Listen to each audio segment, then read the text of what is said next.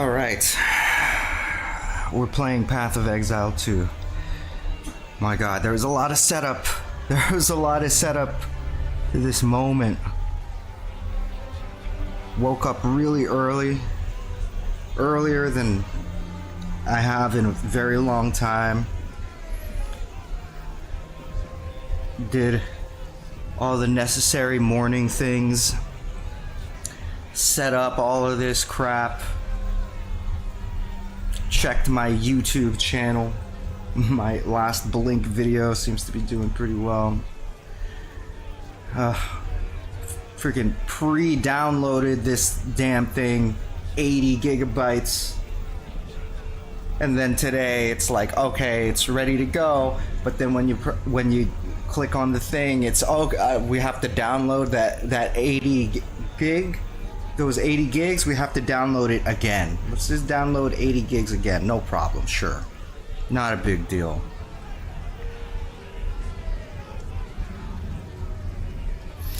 What's up, Muffin? You don't know any of the games I stream? Well, I stream a lot of games. You know, different kinds of... It's just whatever I feel like playing. I was streaming Elden Ring for a while. I was streaming that DLC. But, yeah, I just haven't played it in a while. I'll get around to it eventually, but there's all these new games coming out that I want to play. But Muffin, if you don't know what Path of Exile 2 is, you should know it's probably going to become the next biggest game of all time. It's basically Diablo, but better. And you know Diablo, right? I think everyone knows Diablo. Well, this is Diablo, but it's better than Diablo. That's like the critical consensus. And this is early access. This is not the full game. The full game will come out in 6 months, and it's going to be free to play. Although this early access, you have to pay money. People are slightly comparing this to Diablo. It's not, or not Diablo, slightly comparing it to Dark Souls. It is not a Souls-like, but people are saying this is like the Dark Souls of ARPGs, or the Dark Souls of Diablo-like games. Do you think it should win a game award? It probably will next year. I mean, again, this is early access, this is not the full game, but if you look on YouTube or just, you know, check the news, like, the hype around this game is insane. It's through the roof. I think Elon Musk is going to quit Diablo 4 once he starts playing this. Once Elon Musk starts playing this game, the Department of Government Efficiency is going to become less efficient, because Elon Musk is going to be spending multiple hours a day playing this game instead of Diablo 4. People are freaking out about this game. They are freaking out because it's so good. That's basically what this is. So I'm playing this now for the first time. I have a feeling I'll be playing it for a while. Yeah, it's gonna be crazy, and I've been drawing it out. Man, it took way too long to get to this point, but we are here. We are here. Came out 11 a.m. Pacific Standard Time, and that is a time zone that I am not in. Alright, let's get into it. So we've got 1, 2, 3, 4, 5, 6 classes to choose from. In the main game there will be 12 classes, and each class will branch out into 2 subclasses later in late game. 2 ascendancies. Actually, full release there will be 3 ascendancies. So, if you think about it, and those ascendancies are kind of like classes in and of themselves, so if you think about it, there's going to be double the classes on full release, so that's 12. And then 12 times 3, because each class has 3 ascendancies, 12 times 3, 36. So it's like there's 36 classes in the game. And not only that, each class can use any skill of the other classes. So you will end up combining the skills from the other classes to make really like unique builds. This reminds me of South Park Fractured But Whole. With this game, oh yeah, I suppose the graphics look pretty similar. Okay, I think I've decided. At first, the Chronomancer, there's like a time mage that interested me, but I'm hearing it's underpowered and needs work, so I'm gonna stay away from that for now. And then there was some potion chucker that I heard about that interested me too. So at first I was considering that, but then I realized that this mercenary has like machine guns and shotguns, and so I think I'm gonna go with this mercenary.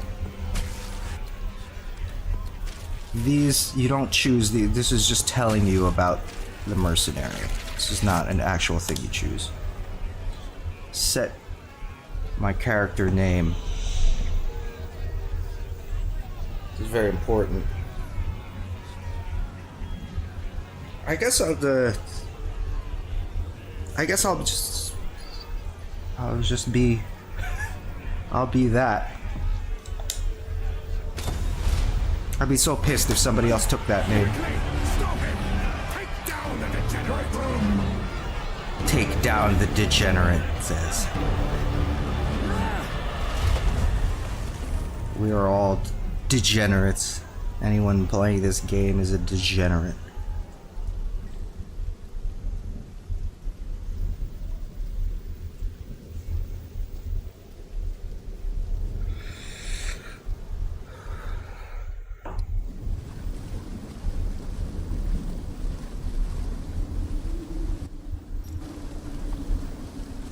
What's that, dude? Some dude, people are talking? Like real people? I can't believe that actually worked. It's so nice to see real people talking. Okay.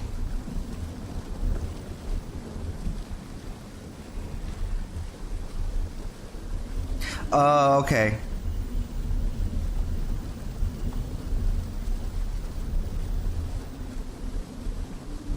You get to combine classes and have different moves, and it's cool because the combat in the game is chess-like. Yeah, I beat the first South Park RPG, and then the Fractured But Whole. I played a decent chunk of it, but I never finished it. It was a while ago. I would like to someday, though. It was a good game. Yeah, it's kind of like chess, right? You gotta move around. Oh, let me talk to this wounded man. It's so nice to see people chatting. Dude, when I was playing Diablo 4, there's no chatting. It's like the most depressing shit ever. I'm glad to see another living soul. Who the hell is playing Diablo 4 right now? Who the hell is playing Diablo 4 right now? I was fixing to go after him, till that bloody thing got to me first. Now, all those who drowned in the flooding, suddenly they ain't so dead no more. I would appreciate it if you could... Oh! Oh my god. I was gonna say, I gotta move my computer. I gotta bring it closer to me. Expected. I have to find this Miller bloke. My character is from Cockney, apparently, from his accent. Okay, that's to open. Press square to equip. Okay. Got it. Close. I can aim like this. How do I shoot? R1. R1 to shoot. Search for the Miller and find safety and clear fell. Okay. Killing a zombie. I'm just gonna hold that down. His movement speed seems to slow if I'm firing. Okay, cool. I got auto aim, so I don't need to always use the right thumbstick. Although I guess I can if I want to. Nice, a great helm. Let's equip that as well. Makes me kind of nervous going into this menu, but I think the game pauses because there is pausing in this game. The game actually pauses if you press start. So hopefully it pauses if you go into your menu. I don't know. Let's see. It seems like the game's paused right now. Yeah. Okay. You'll kill that guy? Okay.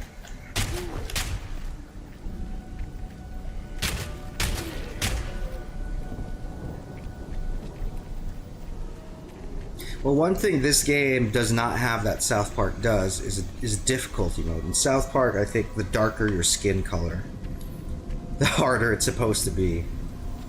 But in this game, there is no difficulty slider. It's just hard. That's what people are saying about this game. Like, it's a challenging game. Yes! We've got to dodge.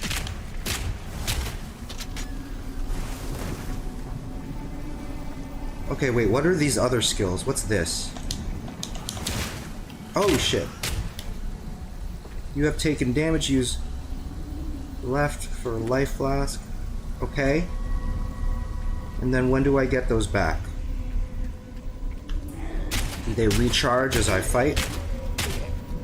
Or do I have to pick them up?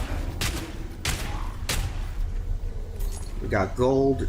There was no gold in the original Path of Exile. It's like a barter system. In this game, you use gold to respec your stats, and there is no other known use for gold at this time.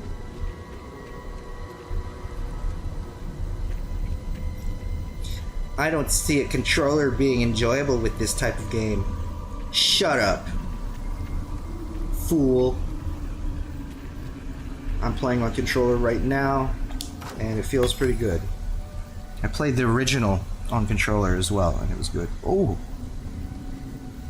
it's a skill gem. Many years since I saw one of these little beauties. Okay. Go to skills panel. Press X to pick up skill gem. Wait a minute. I have 3 scrolls of wisdom. Where is that? I don't see it. I mean, it says it here, but where are my scrolls of wisdom? Oh shit. I don't think I can see the whole screen. I think I've realized, yeah, my screen is missing. Shit. Wait.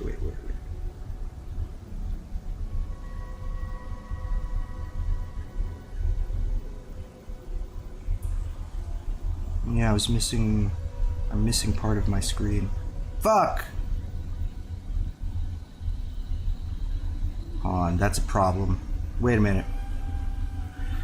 Oh, I was hoping to avoid problems like this. Okay, I can't...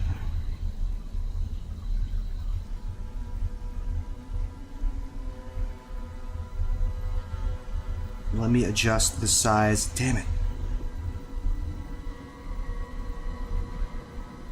Okay. Okay, that works. Okay. I think we got it.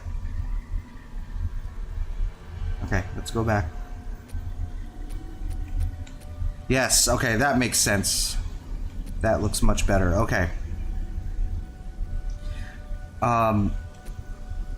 Press X to pick up the skill gem. Move the skill gem to the slot and press X to place it. I don't know why there's all these different slots.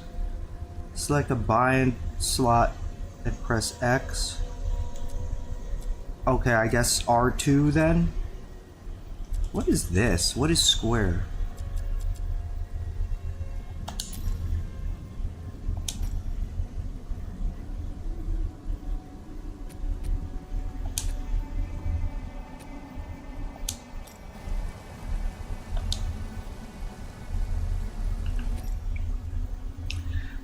Cool. I would like to know what that other skill is that I have.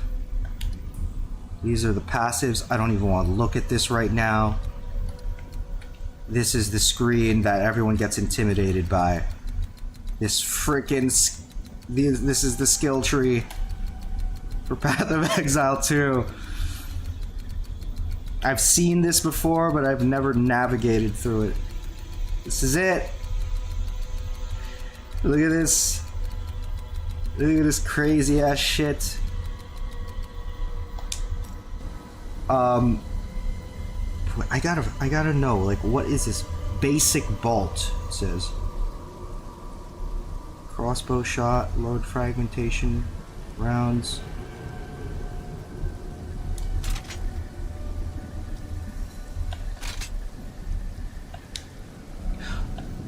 Oh, I see.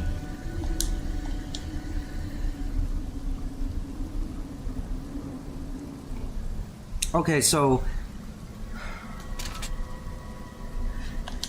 it's to switch, and then when you press R1, it'll use the thing you have equipped. Okay. So I've got... Can we see the map? Can we make the map bigger? That's chat. That's additional skills.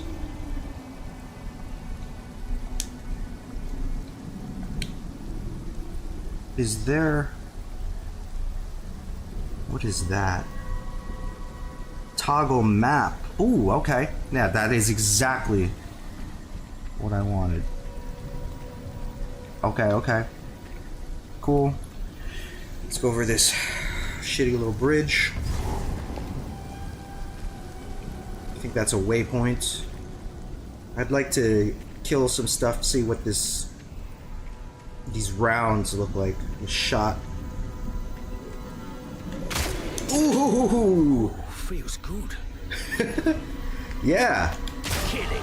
That was nice. Hold on. I will open the menu. Let me kill these dudes. Hell yeah. Feels good. It's like a shotgun. Alright.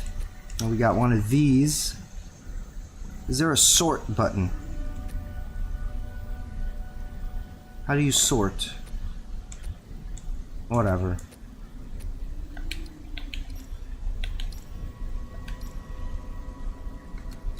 Select one of the glowing passive skills to allocate a point.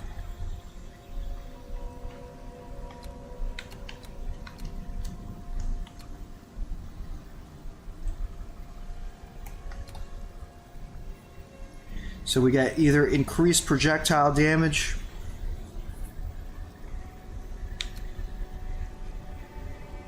+10 to armor, +8 to evasion rating.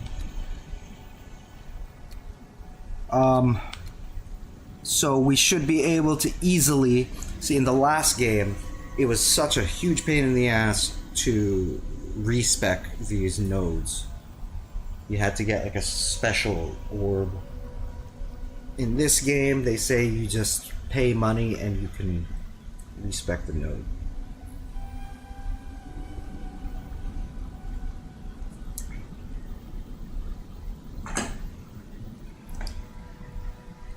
So I think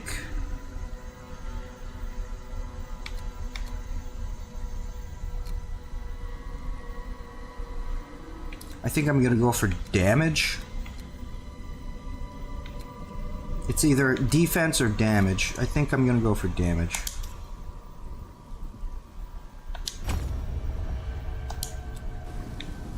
Okay. Cool.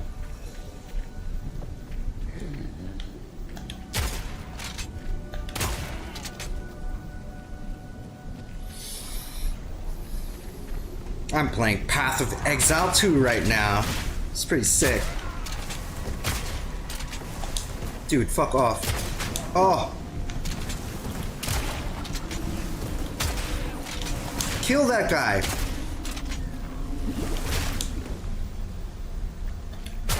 Back, beast!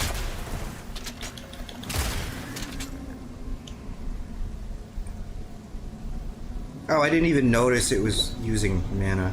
Okay.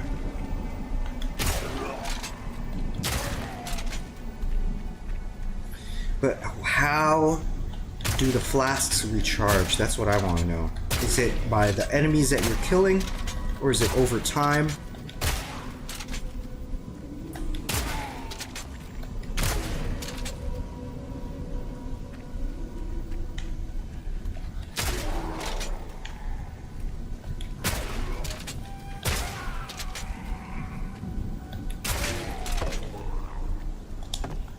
I got a magic scepter.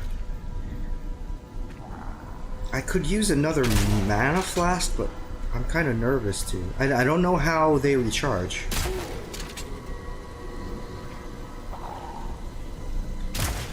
Oh, dude. I thought you were gonna target him. Come on now.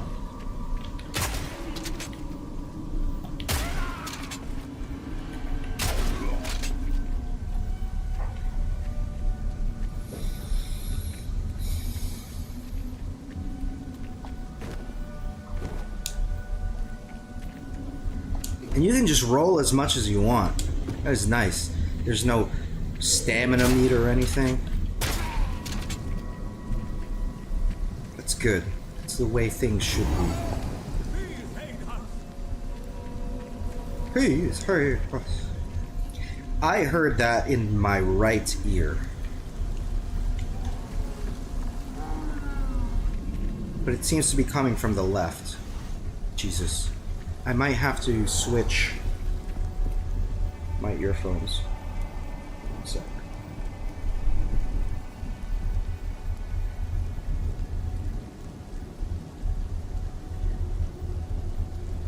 Actually, this says right.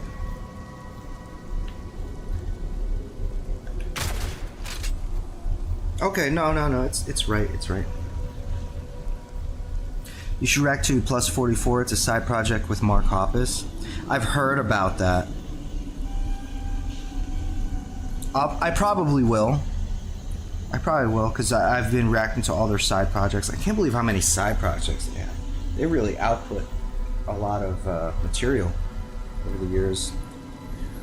I'll check that out. I kind of wish, I mean, I've never heard that. I don't know what it sounds like. I'm sure it's cool. But I kind of wish it had a cooler name. That name is kind of lame, I think. Plus 44. Like, if people hadn't been telling me about it, I would never check out a band called Plus 44 in real life. Like, I like Boxcar Racer. I think that's a good band name. That sounds cool.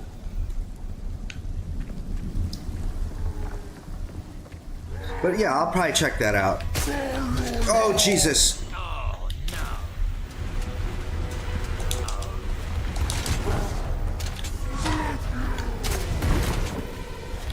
You're dead.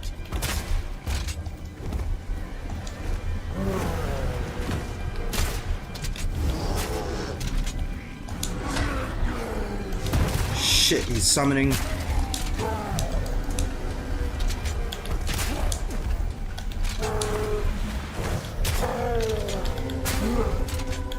He is really tanky. Ooh, it's a grab. I need mana.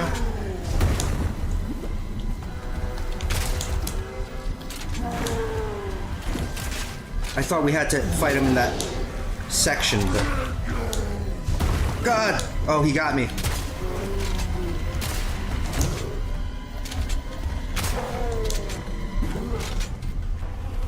Oh, what are you doing? No!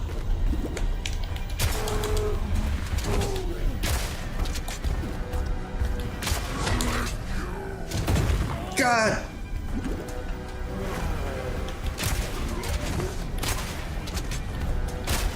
Yeah, this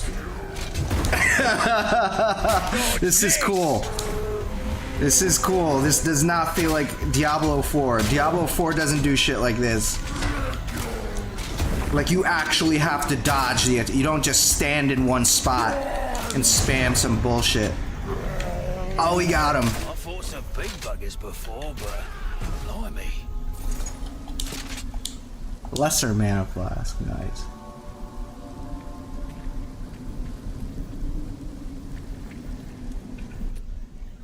That was cool. That was the first boss.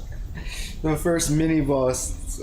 Yeah, that was cool. That felt good. That combat felt pretty good. That's nice. I'm put a smile on my face. Yeah, that's cool. And it's gonna get even more intense from here. I'm just so used to like Diablo, like you just stand there and then you use your main thing and then you run around a little bit, but it doesn't really matter. That was cool.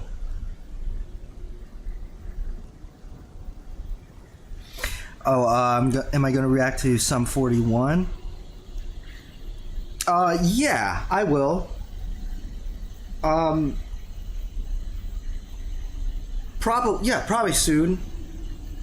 I'll probably do that soon. People have been asking me about Sum 41, among other bands. Yeah, I'll check that out. What was the album? I mean, I want to start with their most famous album, whatever that is. Whatever has like the most like hit singles or music videos. But yeah, I think that's gonna be yeah, we'll do that soon. Okay, here we go. We're gonna identify this. Plus 10 to maximum energy shield. Plus 9% to cold resistance. I don't think we have an energy shield. So by equipping this, we will gain an energy shield. Lesser mana flask. Recovers 50 mana over 2 seconds. Consumes 10 of 60 charges. Okay, you gotta kill enemies to charge. I think that's how it works.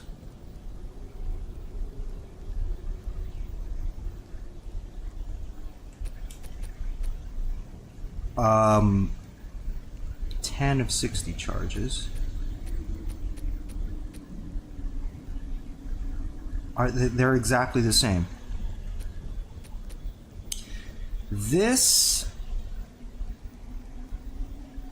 I don't know if we should use an identify scroll for this when it's not really for us.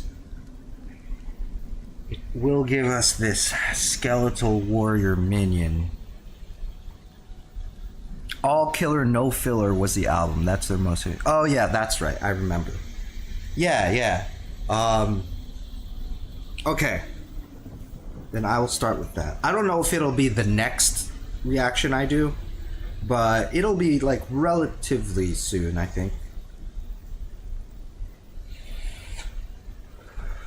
I might do a couple more reactions first because I got some things, but maybe.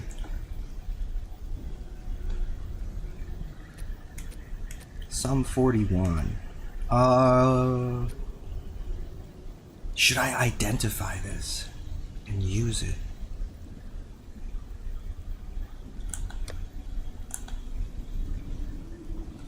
Now we do have a second weapon slot.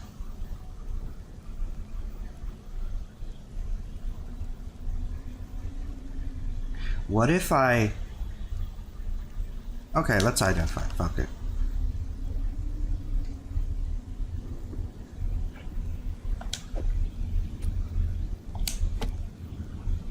Okay, so I put it into my second slot.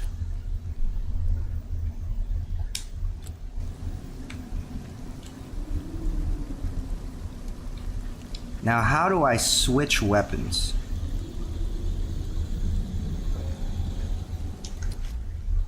Let me just check.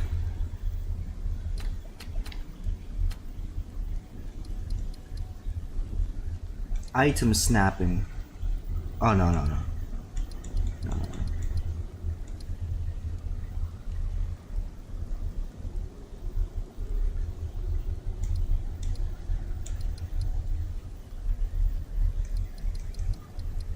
I just want to know what the controls are.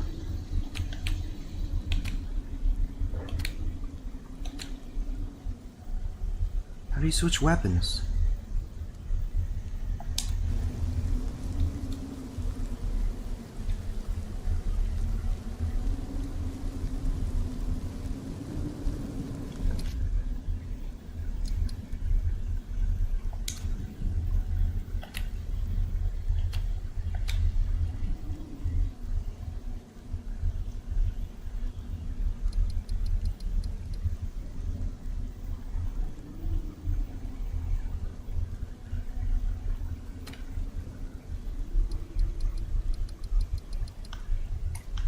What are the...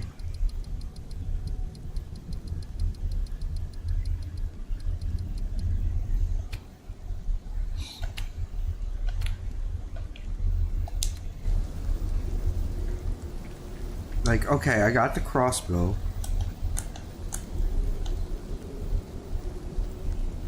It's not that. I mean, what is this?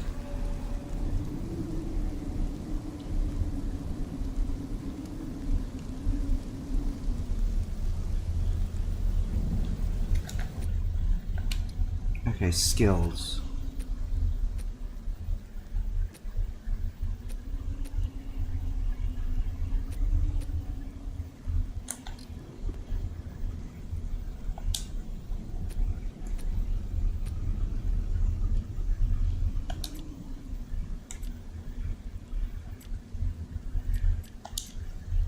I guess...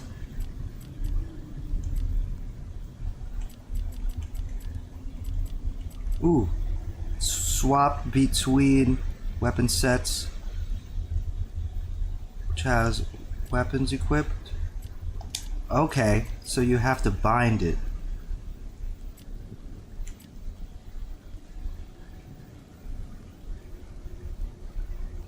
I'm gonna put it like...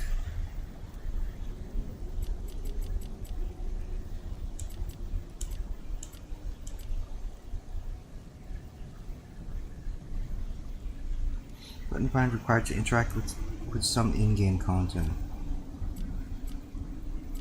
I guess I don't want to mess with that right now. I'll put it there.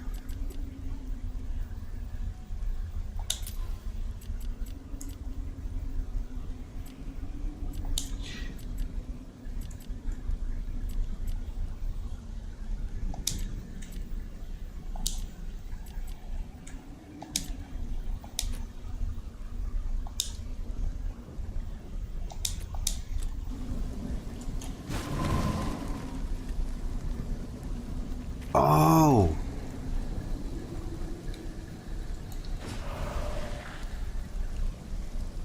Oh, dang. I was hoping I was gonna have the skeletal warriors and then switch back to the crossbow, but it doesn't work that way. Okay. Well, at least now I know. Now I know how to swap. And I can just do that. But we won't be doing that right now.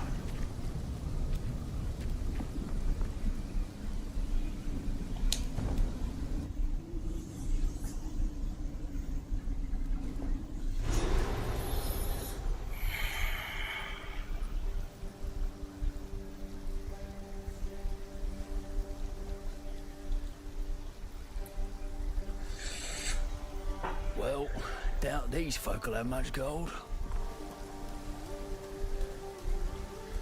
What's your name, Kenyo? What's up, Kenyo?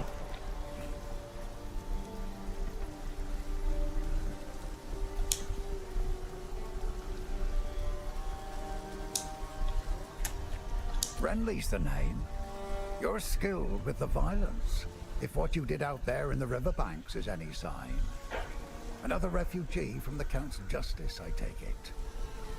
Well, have no fear. This place is something of a hideaway for many of us now, and we could sorely use your skills in these dark times. I'll smith for you what I can, if you're willing to bend your violence toward our defense. Renly Baratheon.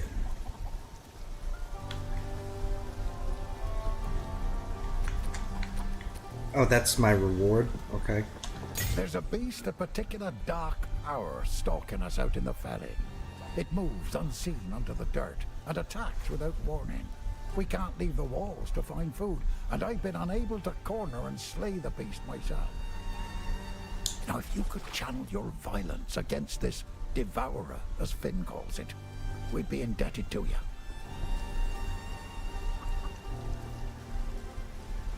Uncut support gem.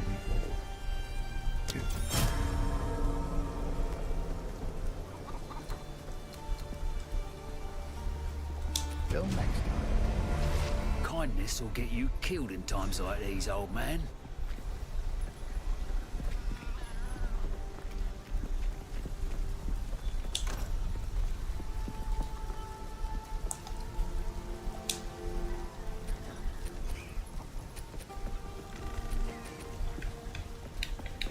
Okay, that's my stash.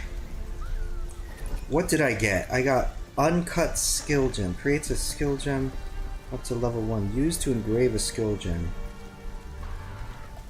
I don't know what that means.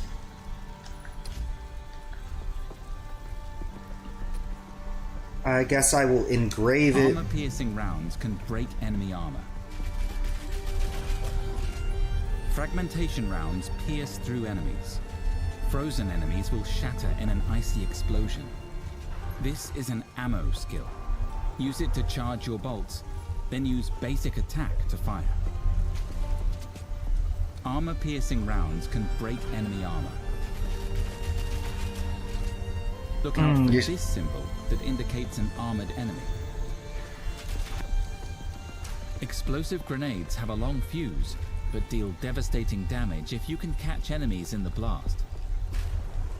Permafrost bolts shatter on impact, hitting enemies behind the target.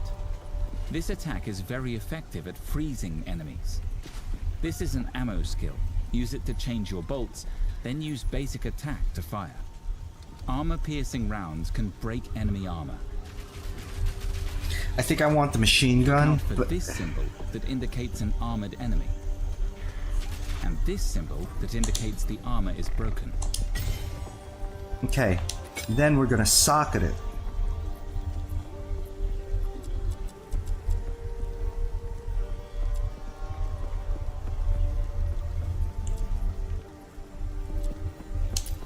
I'm gonna put that there. And we're gonna put that there too.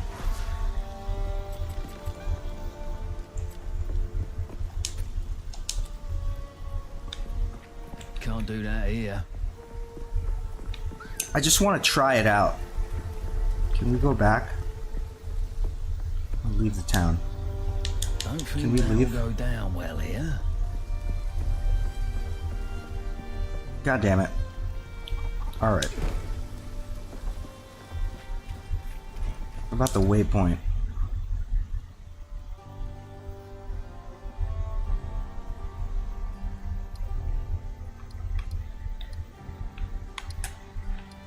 I guess we can't go back to the area that we started in because it's not a real area. I think that's like the tutorial area. Might as well just talk to more people. Let's see what's going on, see what's up. Welcome to the Camp of the Lost, stranger. We survive, but we do not live. I am Una. All this began the night Count Gino took his most loyal men into the Grellwood. After he returned, a madness grew in him. Something happened out there. Please, I beg of you, travel into the forest and begin your search. There must be some clue as to what took place.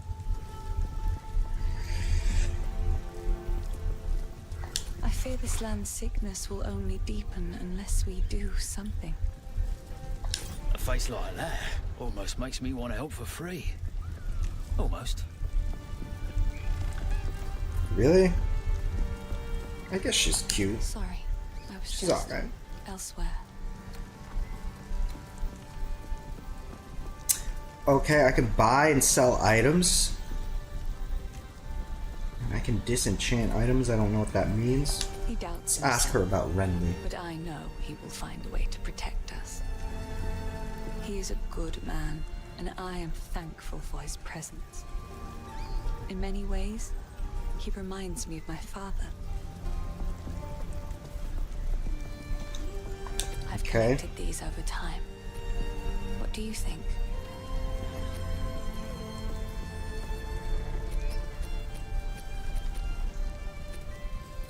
How about I'll sell you this heated rattling scepter of the brute. Oh, I like this one. Okay, I got some gold for it. It's not that much. Maybe I shouldn't have sold it. I don't know.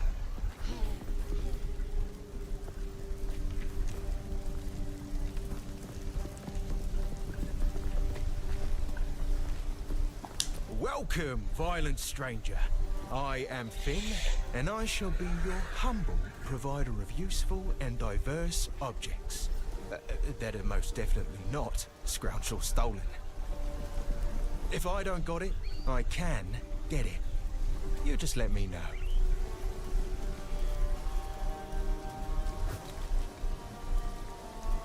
I'm gonna get some fruit.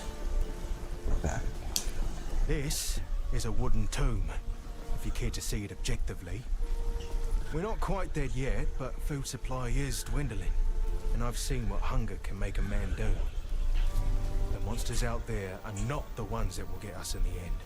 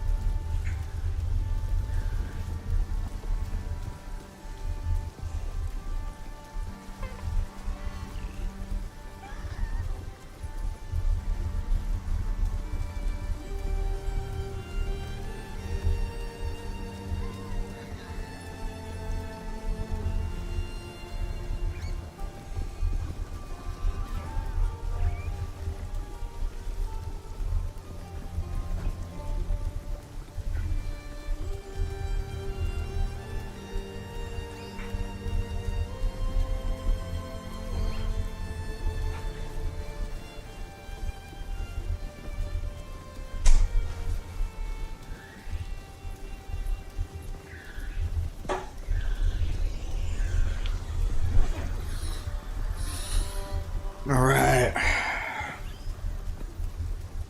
I got some fruit. I so rarely eat fruit or things that are healthy. I'm just always eating like burgers and steaks, fried chicken, hot dogs, whatever tastes good. But today I'm eating fruit.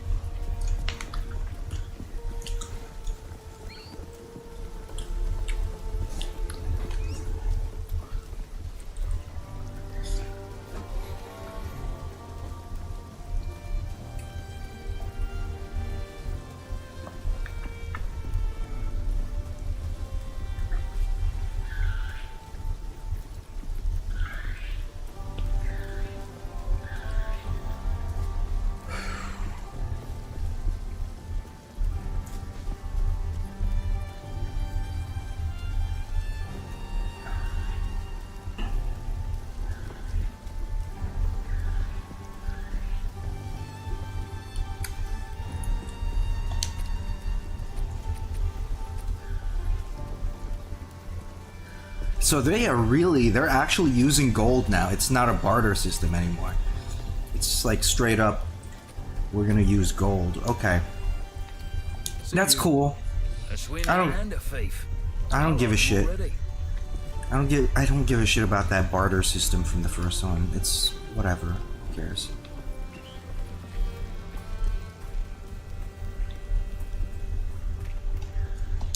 It's in the well. Oh, okay. That's cool. I thought... Oh, okay, maybe the well is here just to tell you what it does. And then you'll find other wells outside in the world. Alright, should we do this? Let's do this. Let's use the machine gun.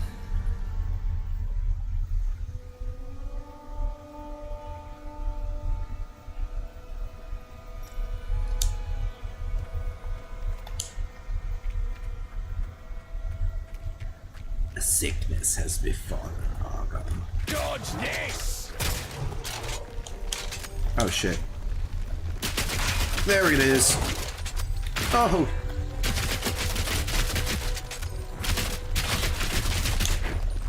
God. No. Oh shit. No, no, no. No. I was killed right away. What the fuck? I was killed right away. That's embarrassing. Alright. Dude, I didn't even know. I didn't even know how to use the thing that I wanted to use. Okay. I'm using this. Jesus. Maybe it's not good. Maybe I should be using the shotgun. I think the shotgun's better.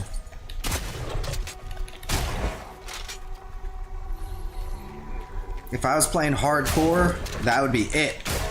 That would be it. What's up, Diogenes 7?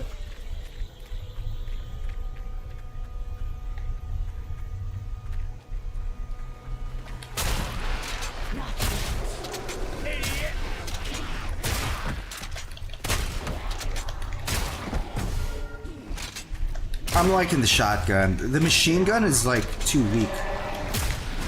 Let's try it again.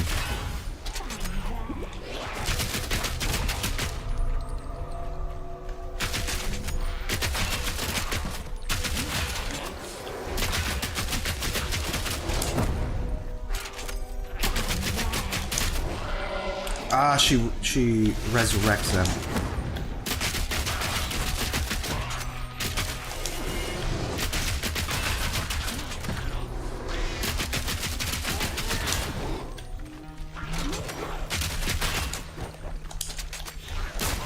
Yeah, the shotgun's way better. It's way better. Okay, let's stick to the shotgun for now.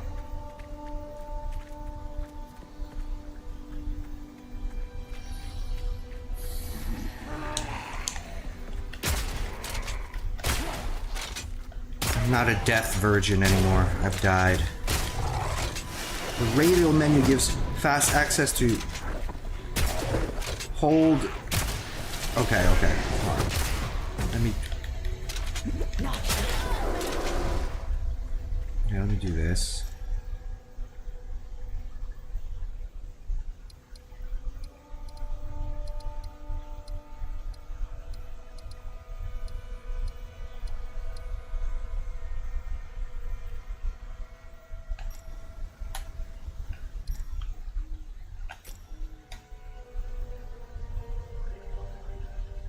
Select a bind slot and press square.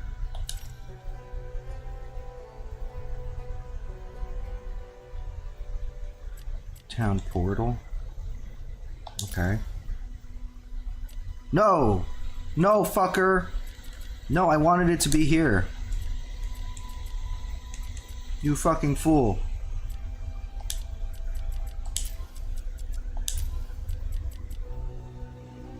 This is where I had my shotgun rounds. Fragmentation rounds.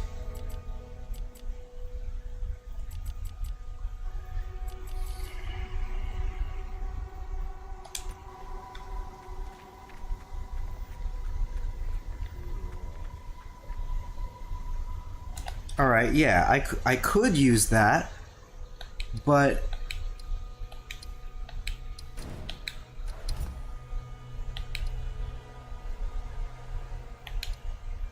What was the other way?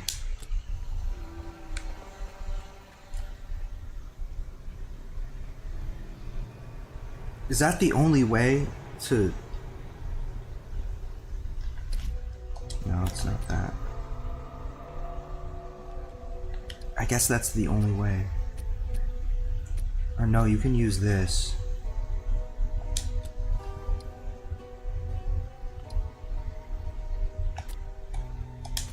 That's to access the bind screen.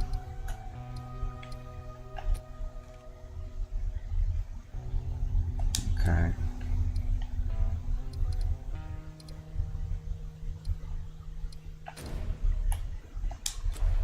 It's a little weird, but whatever.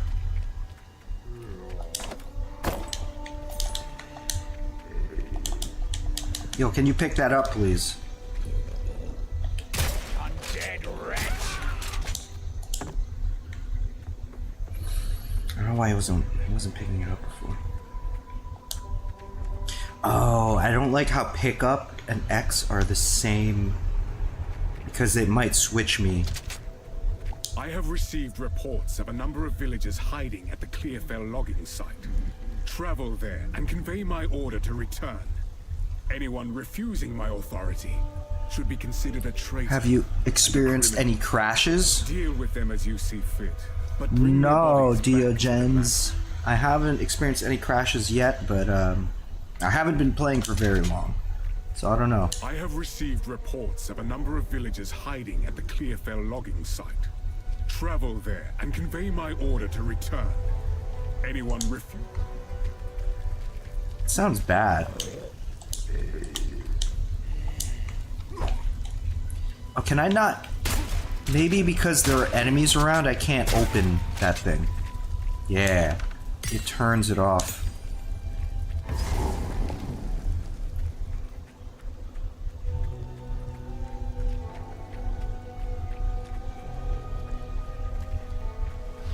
Should have stayed dead.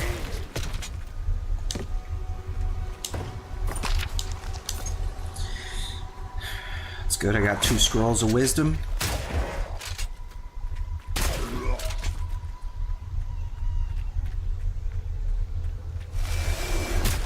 Fuck you. Yeah, I would have taken forever with the armor-piercing rounds.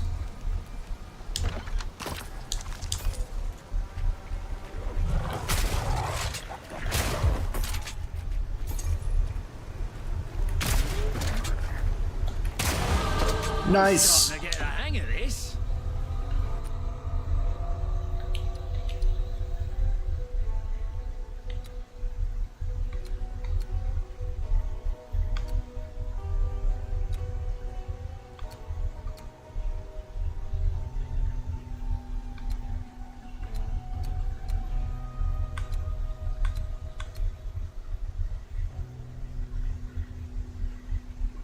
I guess I'll go here.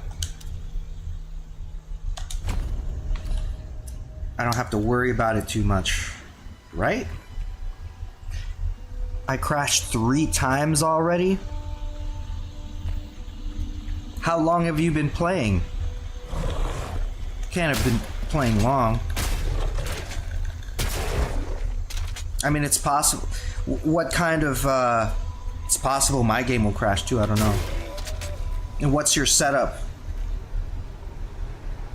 4 hours? I've been playing for like an hour, maybe. I am playing on a laptop, but it's like a souped up laptop. It's got a 4070 in it with like I think I have 16 gigs of RAM. Maybe not. Maybe I have 32. I forget. I honestly can't remember. I'm playing on a 4080. Damn. Did you update your NVIDIA graphics card? I did that last night. I downloaded like the game-ready drivers.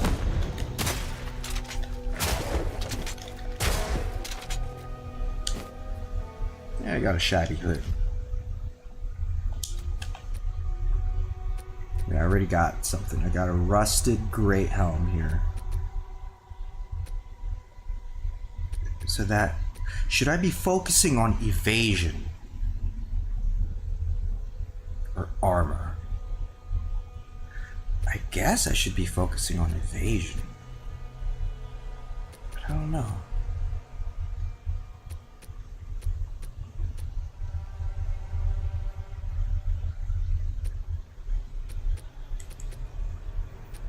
Whatever, I'll just hold on to it for now.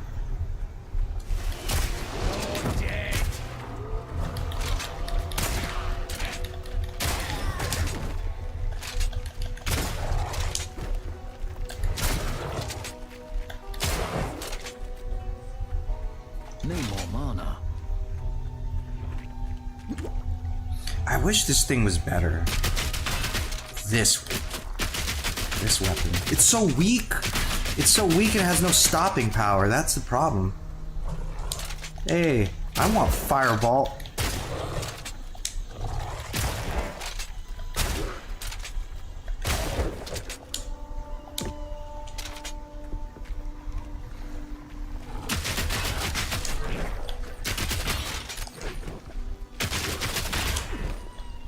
Yeah, see, I'll just get fucking killed if I only use that.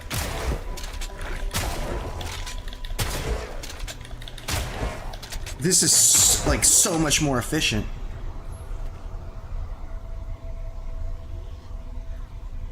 I did force me to do so prior to playing the game. Okay, so I guess it's not that. Yeah, the rapid fire was not worth it. The shotgun style was much better, but honestly, I like the plain shot even better. I think I used it like once. Let's try it. This is the plain shot. Okay, okay.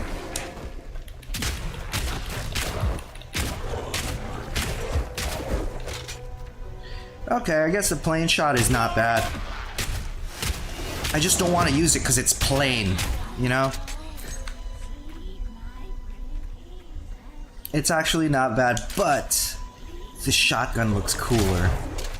And it feels nicer. And the shotgun has stopping power. I feel like it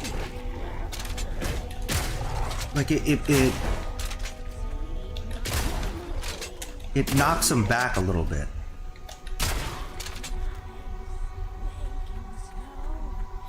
I guess the rapid fire is gonna get better later on.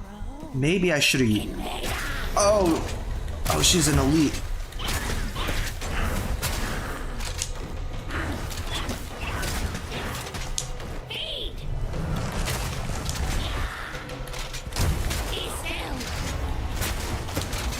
Fuck. Here's the regular shot.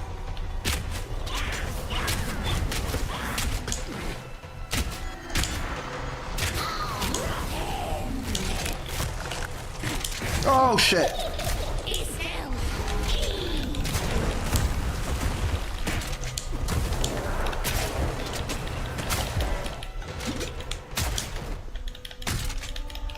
Fuck. Yo, this one wolf doesn't want to die.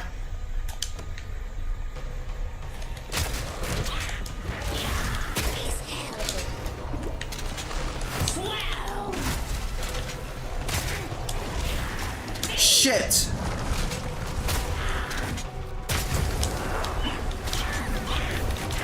Oh, I'm not ready for this.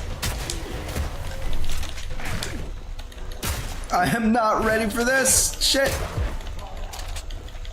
Weak animal.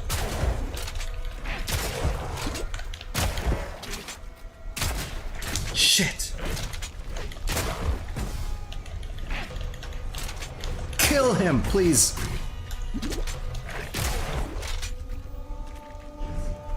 Wait, I've got her down to half health. Maybe I can do it.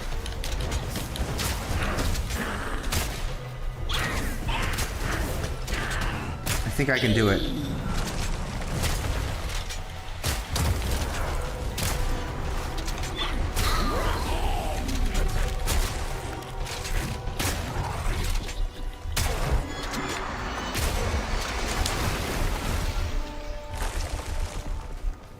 We're good.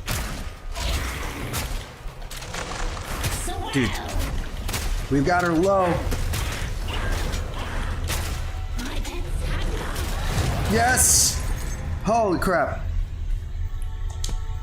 No room. Yo, pick that shit up. Get this shit out of here. No! Drop this shit. How do I drop this? Okay, triangle.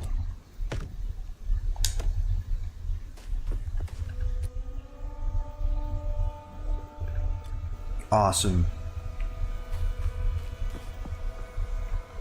Now this is an instance, so... Oh, okay, there's a checkpoint here too. Well, okay, so I'm gonna use my town portal.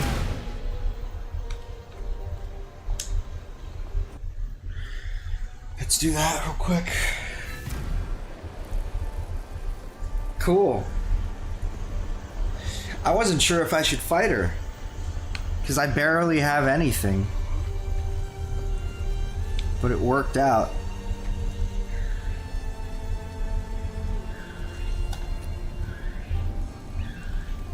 I guess let's identify. We only have 4 quest item.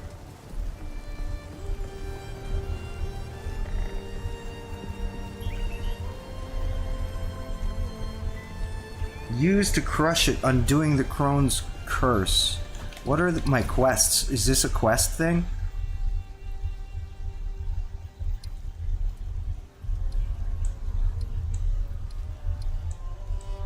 I'd like to know, like, what are the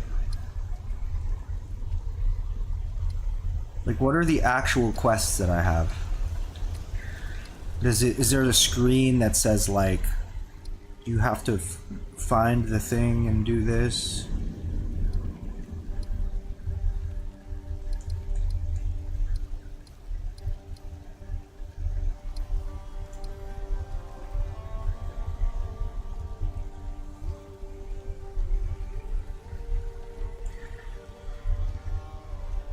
Normally you have that overlaid on your screen. Oh, duh, I'm fucking stupid. It's right here. Slay the Devourer in its lair. Travel through Clearfell to the... Okay. So, it doesn't say anything about this head of the Winter Wolf. So I'm not sure what that's all about. I want to ID this. I should just sell all this. Ah, okay. Exclamation point on the waypoint means you have a quest there. Okay, let me check that when I go back. Let me sell this crap first.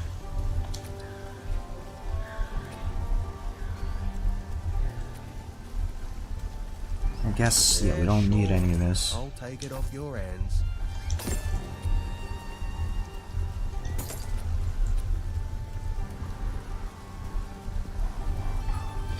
I guess I should go more for evasion.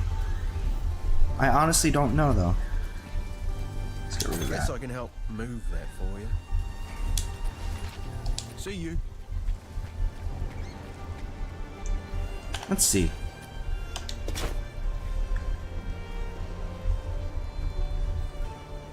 I don't know. For mercenary, should it? Like, okay, let's look at his passives. He's got both armor and evasion. So is he like a hybrid of armor and evasion?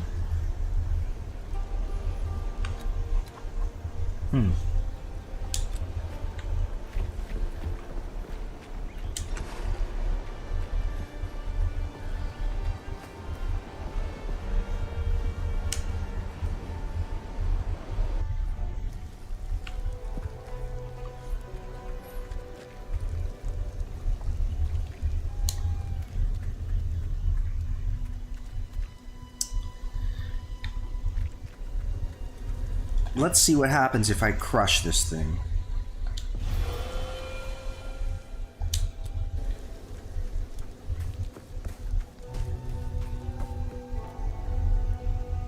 I've received 10% to cold resistance. Well, I might as well take that. Okay. I guess that's all it does. It just gives you some bonus passives. I guess it's permanent. And then, how do you do the map thing again? Down.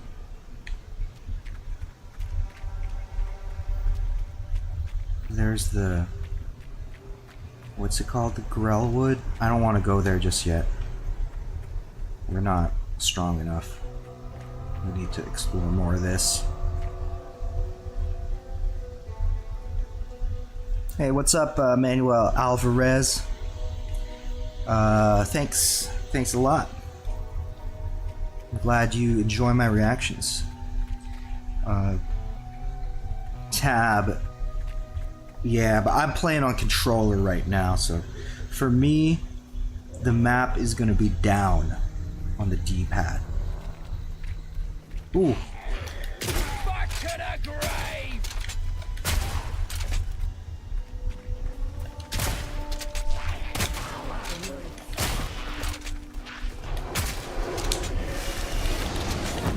Kinda wish I didn't get the rapid fire thing, but I mean, I'd have to. I'm sure it'll get better if you equip the right stuff, and I wouldn't have known it was so weak until I used it anyway, so can't be helped.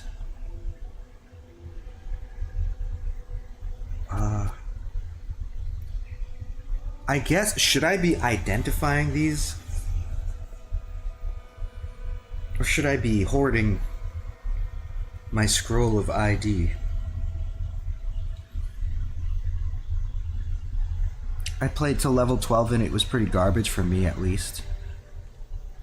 Which one? The armor piercing rounds? It'll probably get better later. You probably need stuff to make it good. Yeah.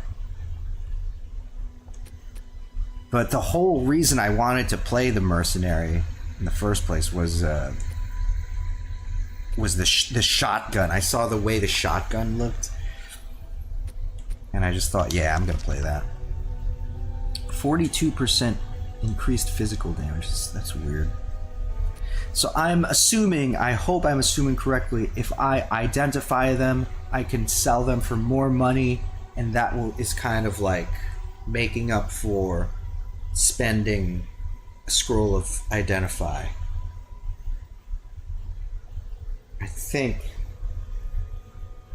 I've got that right.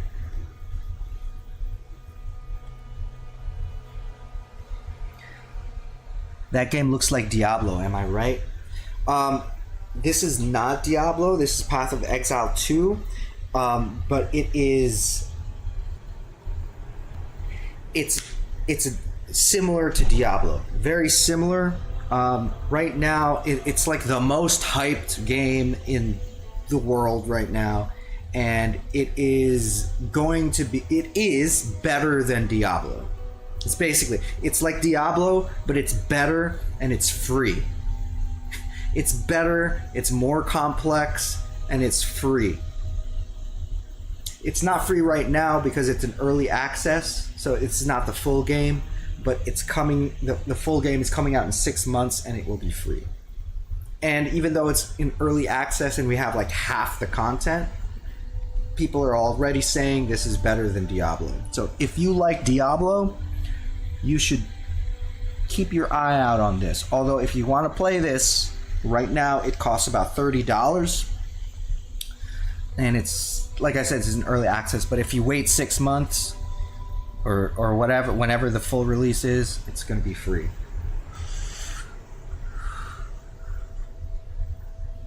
Think so, but I would only identify things you think would be an upgrade to you. Well, yeah, that's the big question I have. Should I be identifying everything, Or should I identify only the things that I want to use? Because I've been identifying everything. Because I was thinking, if I identify it and then sell it, I'll just get more money and it'll be worth it. But I don't know if that's true. I might just be wasting my identify scrolls. It's also very possible. Mud burrow.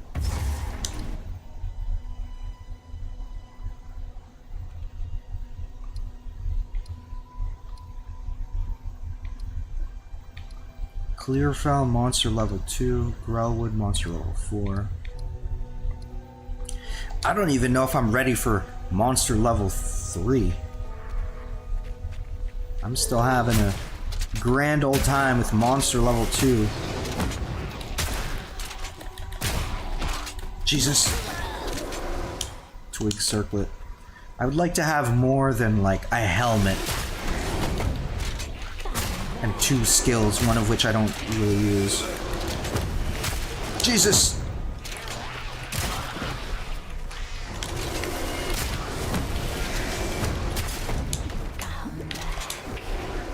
God. Got her. There's like 3 of these bitches.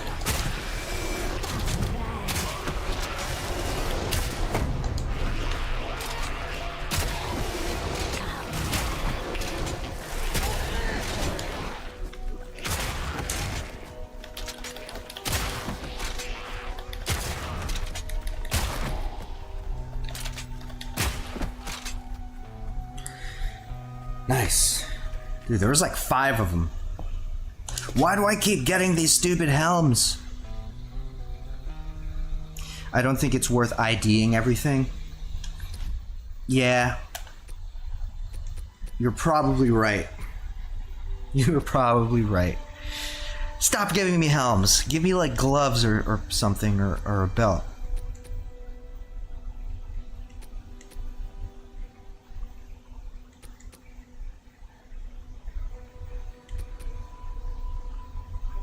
This gives me evasion and energy. This just gives me energy.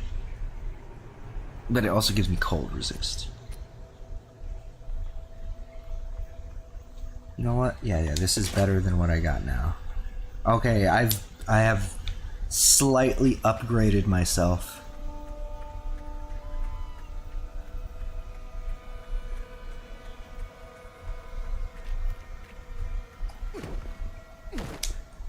It'd be cool if there was a sprint. Nah, I guess you don't really need it. I'm just asking for too much. This is perfectly fine.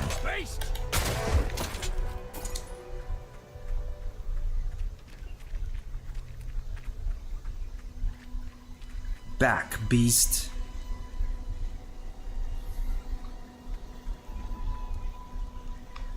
Is this it? I cleared everything. What's that book? We're gonna head to the... Oh no, we read that. We're gonna head to the mud burrow. Yeah.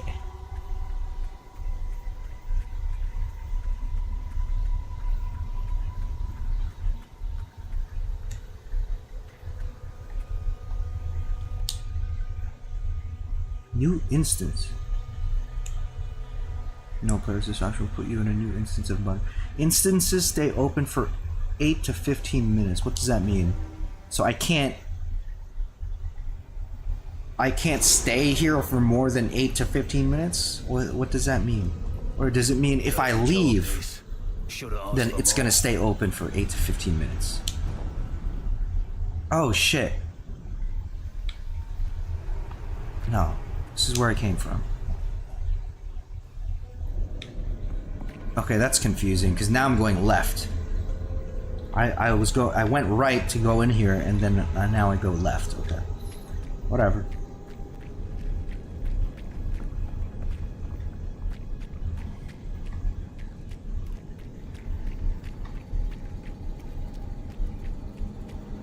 Man, this is so cool.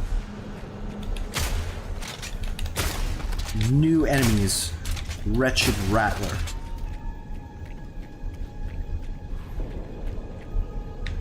Ooh, the fuck is that? Mud Simulacrum? You're actually not that tough. That's good.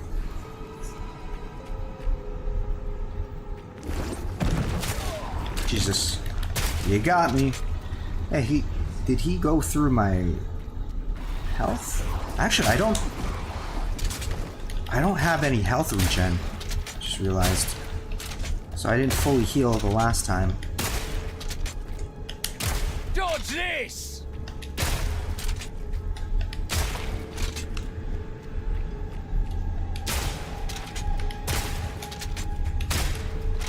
Jesus.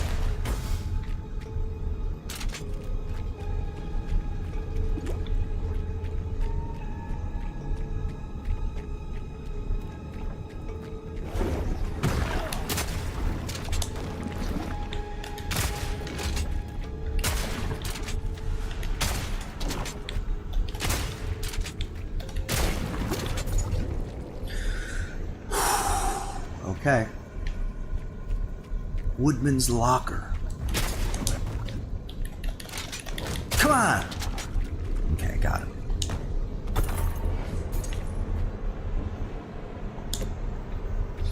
I hate how I keep finding stuff that isn't for me. Hey, Banana Panther, what's up? Long time no see. Boss man, your review right now will make me decide if I buy this game or not. Yo, Kev, I think you should. Well, the full release, it's going to be free to play.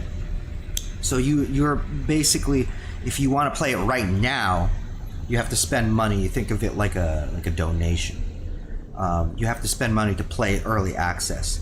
But to be honest with you, I think that this is the most hyped game in the world right now, and it is better than Diablo. If you like Diablo, then you should play this. You'll never play Diablo again. Everyone is saying this game is awesome. For me, it's well worth it. Yeah, I was disappointed that I had to pay $30. I thought it was going to be free, but that's fine. It's worth $30. I haven't been playing it for very long. I've only been playing it for an hour or so, but so far it's pretty good. I don't think I will ever play Diablo again. I think this is the first time that a warrior class looks appealing to me. I usually play as warriors because I like that they're kind of simple, and I like just killing stuff and being like strong and like wearing huge pieces of armor and using like huge axes and stuff. I'm usually into that. But I also found like this like the weaponry of the mercenary to be like interesting and appealing. You know what? I should go back to town and sell this crap. How long have you been playing that game?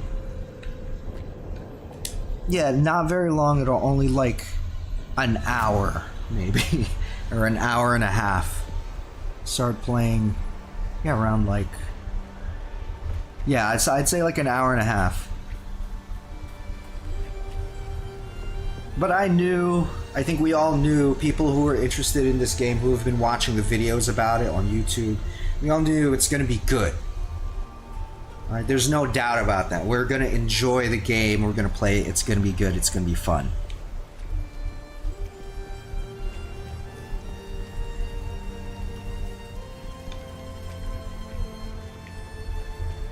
Yes?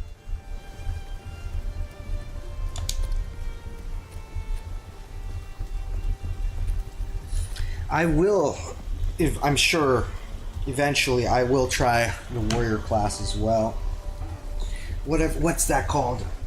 the most straightforward, simplest, strongest warrior class.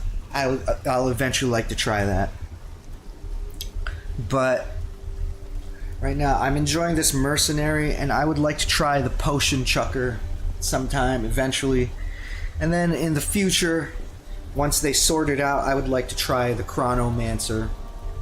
Once they fix like how under-leveled it is, because I've been seeing people like say it's got some problems, so that's why we do early access, you know, so that we can establish those things and fix them.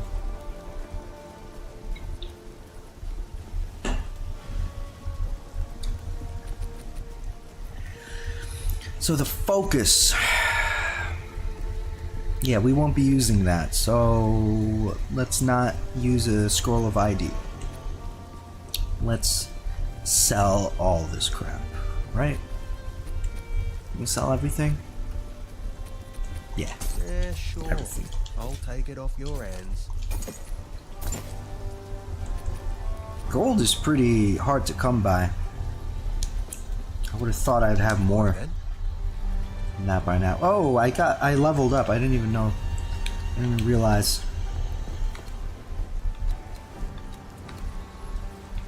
I probably should be looking ahead and planning ahead, but I'm lazy and I just want to play the game. So let's just go for remorseless.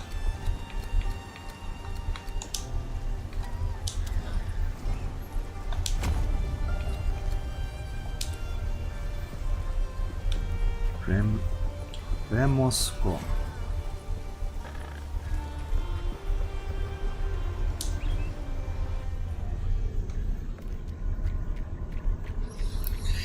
I like how the town portal is so convenient. I mean, I guess it was like that in Diablo as well. Was it though? I can't even remember.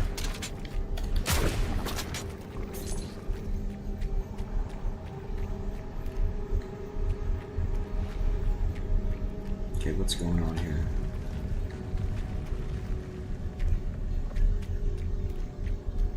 See, this is what Diablo did not have, was this map, like, on top.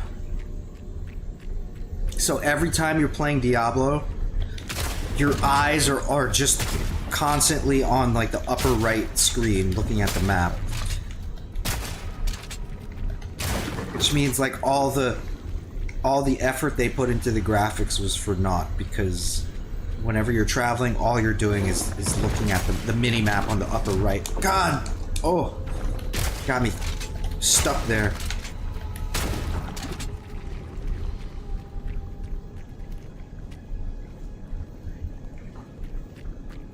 Let's see what's up here. Ooh. Nice. Oh! I fall for it every time.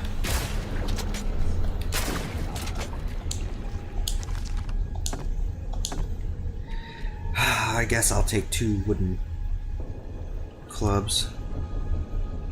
Diablo has it. What do you mean, like the map overlay on full screen? Oh God! Last I checked, it didn't. Or last I played, because that was like a meme. That was like a big complaint. Was that they didn't have like the map over. They don't have a lot of things. You know what? The worst thing that pisses me off about Diablo 4 the most, more than anything else, it fucking pisses me off. They didn't have a search for party tool. There was no tool to help you look for a party. You had to go and like the people. Like, if you complained about it or you said something about it, like, the people on the forums would be like, oh, well, you just join a Discord. You have to join a guild and then check on the Discord and then set up an appointment with your guild members for a play session through Discord. I'm like, no, I don't want to fucking tab out of the game and then set up an appointment. Like, no, I want to, like, play whenever I feel like it, and you know, not think about it. And there should be a tool or something, or like a chat. At least have a chat where you can be like, hey, does anybody want to party? Get out of the way! It was so pathetic. So the way I would form parties, like around launch. The way I would form parties is I would just run around town and constantly spam people, basically. I would spam people, like asking them to join my party. And it would take like 20 minutes. And eventually someone would say yes, and then we'd go do like 1 or 2 dungeons, and that was it. It's fucking ridiculous. The Devourer. Now I hear that with the expansion, that they're finally gonna add that feature. They're finally, after all this time, they're gonna add the feature to search for a party, which is ridiculous. It should have had that in launch. People are saying like, oh, it's a programming thing, like it takes a long time to implement that. I don't believe it. I don't believe it. I think it would take like 20 minutes to implement something like that, and they just didn't care. Because they're thinking of like who the hell wants to go on a Discord server? Like, I've heard people say this, like, if a game forces you to alt tab and go to like a third-party thing, then it's a straight up a flaw of the game. Like, it should never be like that. The game is flawed. If that's how it works, it's flawed. And oh god. Oh god, no! No, no! No! I got him down to half.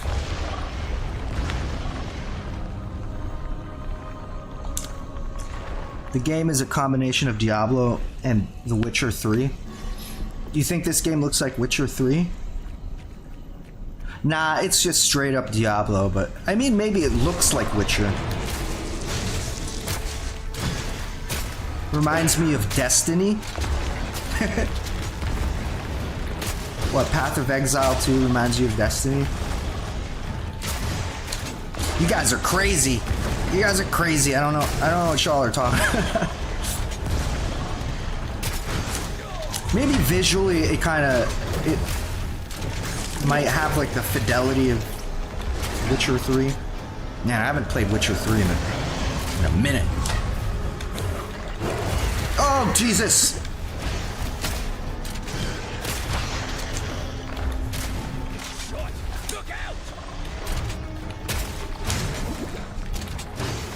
No, get the map out of my face.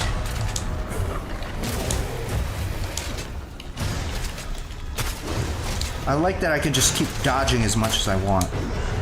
Oh! Dodge this!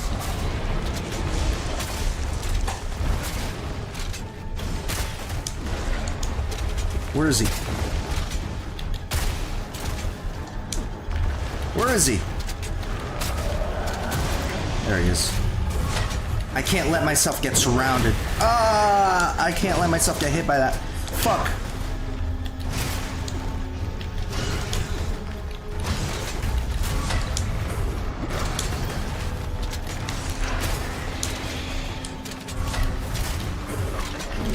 Shit.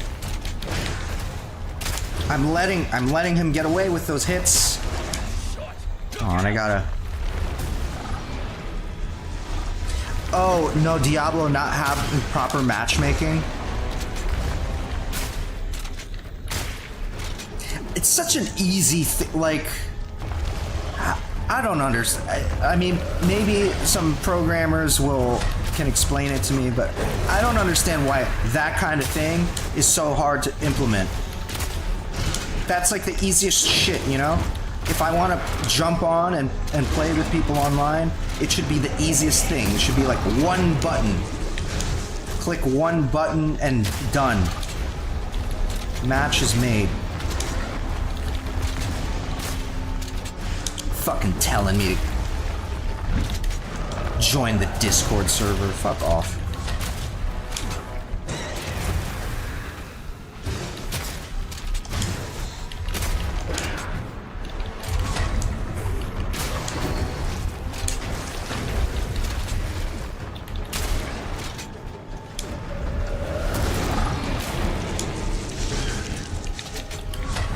God. The arena is filled with maggots, and this guy is not even... I think he's got a third of his health. I can't get close enough to him. There's too many maggots. Jesus, Jesus, Jesus. There's too many. Too many fucking maggots.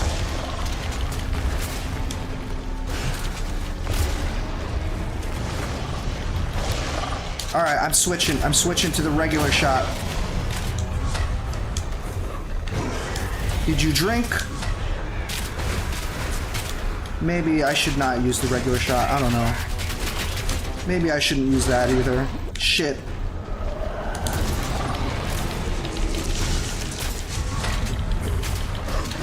There, I did a lot of damage to him there. Fuck. God. Oh, this is crazy. I have one flask left. And I have to use it, like, right now. Is that him? Where is he? Come on! Shoot him! Please! Please! Please! No! No! Fuck! Did I get him? Oh, I got him. Definitely should have asked for more.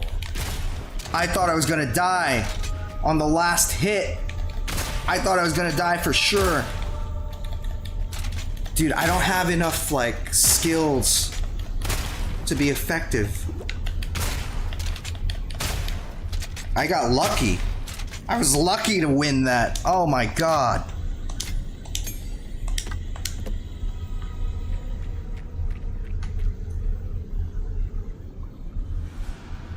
Having the AoE skill for this fight makes things easier. I have like nothing. I have nothing. Oh, you know what? Wait a minute. Oh shit. I just realized that I have these things. I didn't even know that I had these things. Oh my god, I'm an idiot. I'm an idiot. I have 12 uncut skill gems of level 2, whatever. I don't even know. Creates a skill gem or level an existing skill gem to... I'm an idiot. I don't know what I'm doing. Jesus. Alright. Let's chill. Hey, but I did it though. I killed him. I killed him. I literally have nothing. I just have a shotgun. Alright. Let's do this. Permafrost bolts shatter on impact, hitting enemies behind the target. Bolts from incendiary shot shatter Level on impact, 6 required. also hitting enemies behind. High velocity rounds pierce through enemies and deal bonus damage to bolts from incendiary shot shatter on impact, also hitting enemies behind the... Flash grenades can blind and stun enemies. Be careful, because they can also blind allies. Blinded targets are less accurate and easier to hit. Flash grenades can blind and stun enemies. Remember to keep the good stuff and stash it for when you start a new character. The stash is shared. And easier to... It's a good idea. So maybe this club, this golden club that I have, maybe I'll do that. Enemies in the blast. Or maybe I'll just use it if it's really good. Explosive grenades. Okay, I'm getting explosive grenades.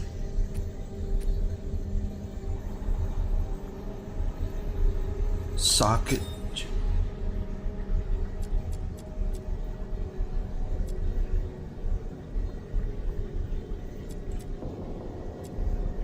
I think I'm gonna...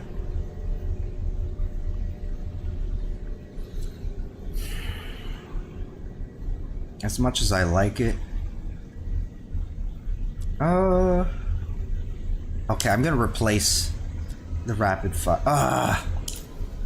Okay, I'm replacing the regular shot. I probably shouldn't have done that, but... Armor pierce.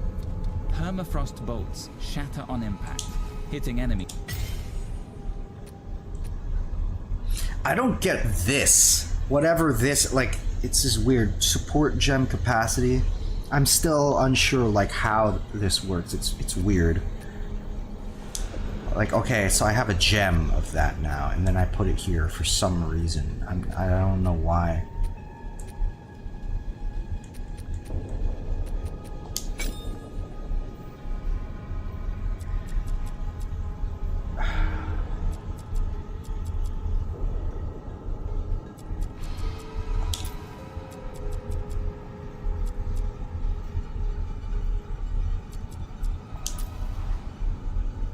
Alright, I guess that's alright. Support gem goes into one of your existing skills and it slightly buffs it. Maybe adds poison or electricity or stun that skill depending. Okay. I think I see what you're saying. So, like, these aren't actually skills, right? These are support, so these are augmenting my regular shot. It's just the way they have it set up here is a little confusing. Maybe I'll understand it the further we get, I suppose. But for that last boss, man, I could have really used. Wait, what happened to my skill gems? I thought I had like 12 of them. What happened? Didn't it say I had like 12? What? I want to identify that. 44% increased recovery rate. Alright. We'll equip that. Yo, what happened to all of my...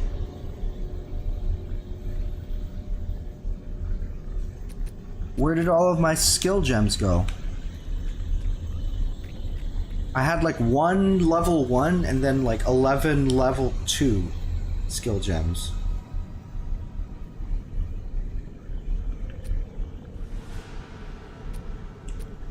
Where the hell did they go?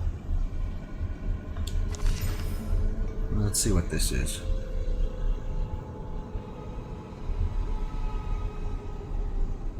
You know what?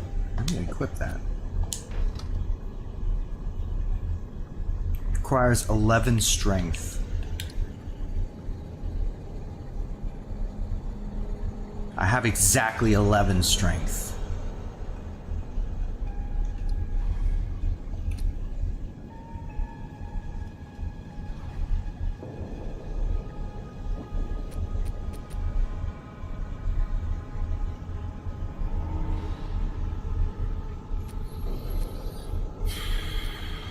Should I ID this? Nah, maybe not.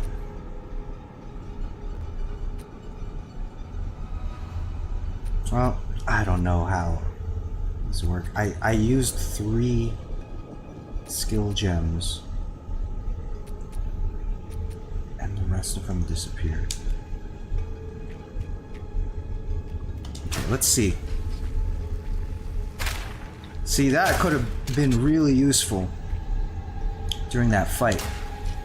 Oh, this is not okay, this is like a standalone thing. Okay, I can use it in combination with my... Okay.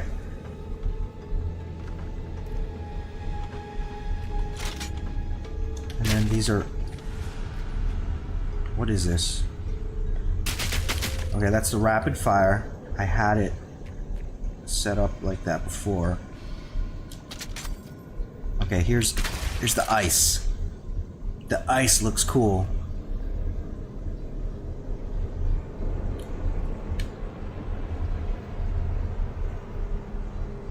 The ice looks cool. I think I want to use the ice. What's this?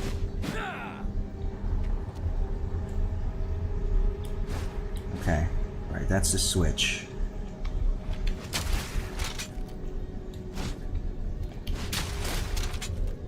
Oh. Oh. I see. Wait, so it's like you switch your weapon, but the skills from your first weapon are still here in the main skill bar.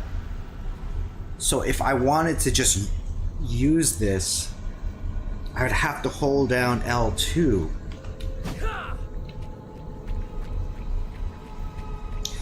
Actually, that could be good, because then that means that your secondary weapon, you just hold down L2 and then all of your secondary stuff is there. But then once you stop holding down L2, then you switch back to your switch back to your main weapon. It seems kind of janky, but the more I think about it, it might actually be better.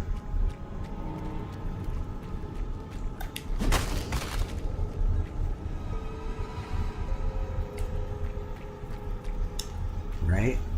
But now, let's use the ice.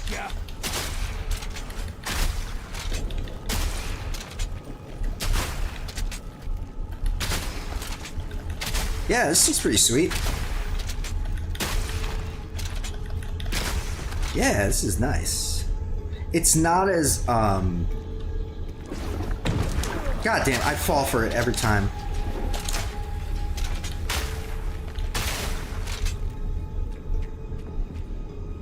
It's not as strong as the other one, but it's good because it freezes them.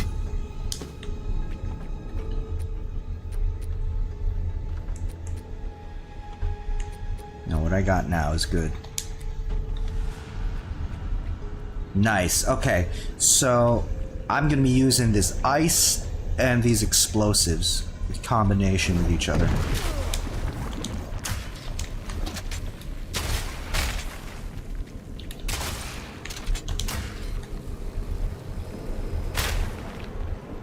Nice.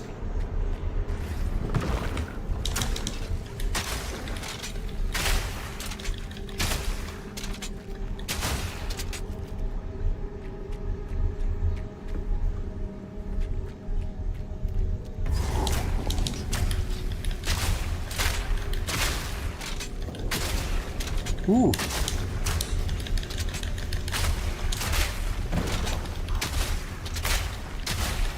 Need more mana.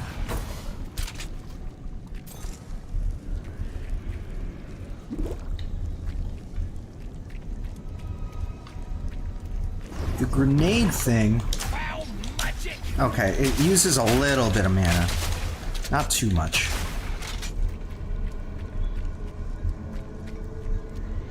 It's a hatchery. Oh.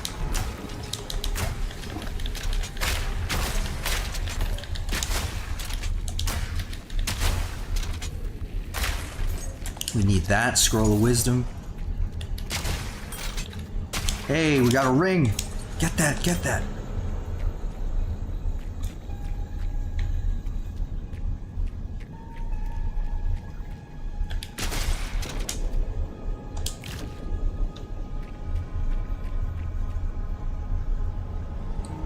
Okay.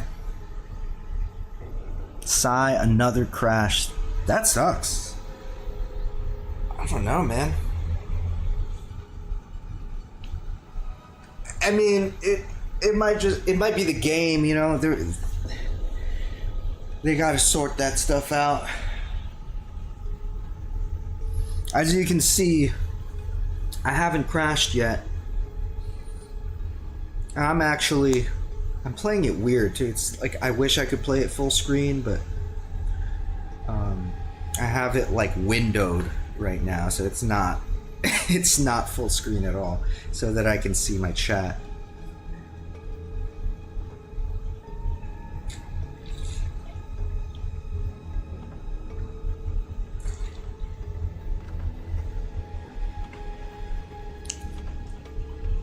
Damn, that can't be easy. It's kind of a pain in the ass, because normally what I do is I play my games on my big TV here, which is in front of me, and then I have like all the streaming stuff and the chat and whatever else on my laptop. But the laptop sends the game to my TV. But last couple weeks or so, my TV has been fucking up. I have to get it repaired, so I can't really broadcast my laptop screen on the TV anymore. So I have to do everything on my small laptop screen, which is lame.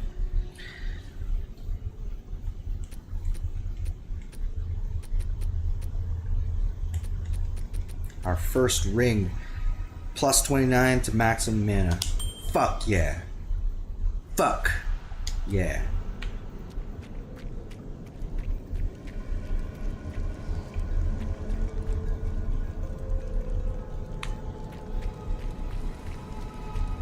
I'm gonna explore everything.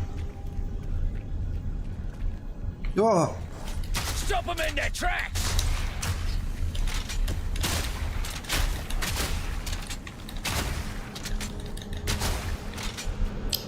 Maybe I should freeze them first before dropping those bombs. Man, that last boss fight would have been so much easier if I had all this stuff.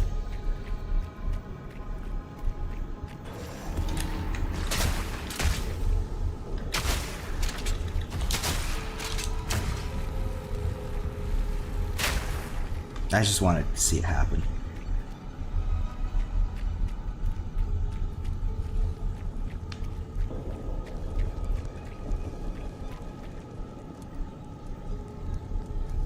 Oh, we want to go up.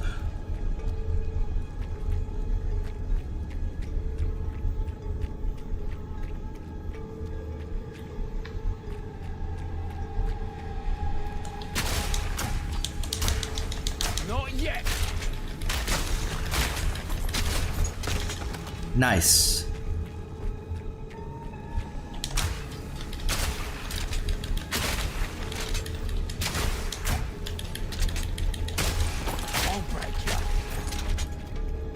Nice.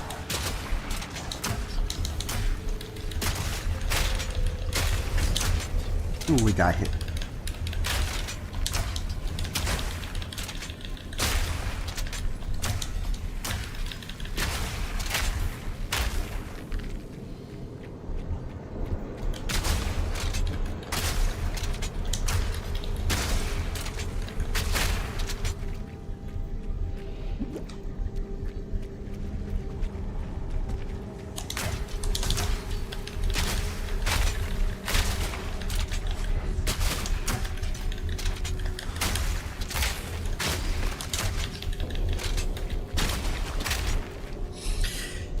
It's a little weird, the timing of combining these grenades with the shotgun blast is a little weird.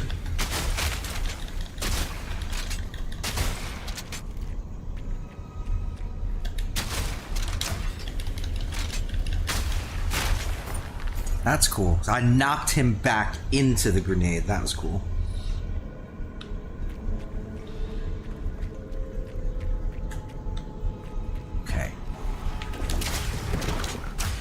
I've unlocked this part of the map, but I did not kill these guys. Ooh, that grenade just blew up right on top of me. See, I like this. I like this kind of play where you're thinking about each individual enemy. That's cool. But the game totally changes when you're like late game and you're just cruising through rooms and just killing like hundreds of creatures. I mean, that's all right. That can be cool too. But personally, I find the gameplay more compelling when you're like, it's more focused like this. As you're walking back, shoot the bomb behind you, then keep walking back. Like that, by the time they explode, the mob will be on it. Ice shot! Yeah, I'll try that when I have like a mob chasing me. I gotta coordinate my attacks though. I'm not good at that yet. I'm still kind of just spamming stuff. I mean, it's working.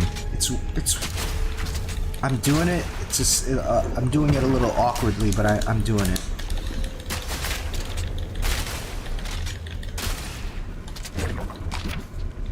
Nice. Scroll of Wisdom. Need that.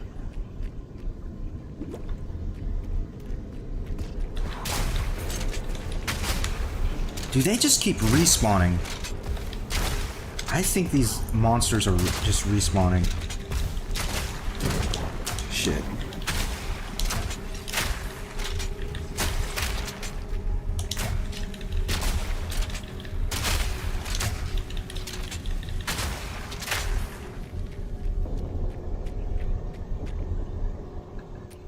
Oops.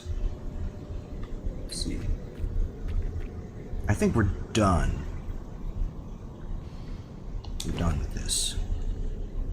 Let's go back to town.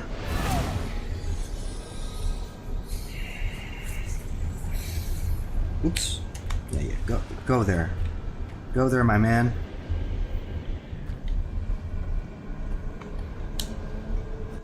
That was a little weird. I have to press X.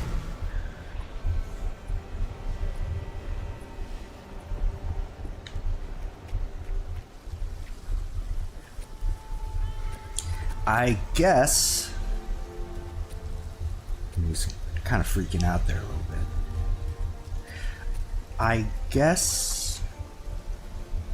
Oh, I can upgrade a normal item to a magic item. I should save that. I should just wait to get a better weapon. I shouldn't use this on my first weapon. I'll sell these things. Should be enough. Why, look, it's our local hero.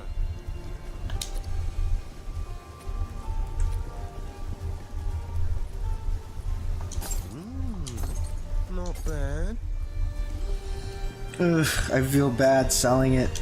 Whatever. I have 357 gold. I'm rich, bitch. Later. Okay. I'll be back. I'll take a quick break. I'll be back. A couple minutes. And then we shall continue. I should probably recharge my controller a bit.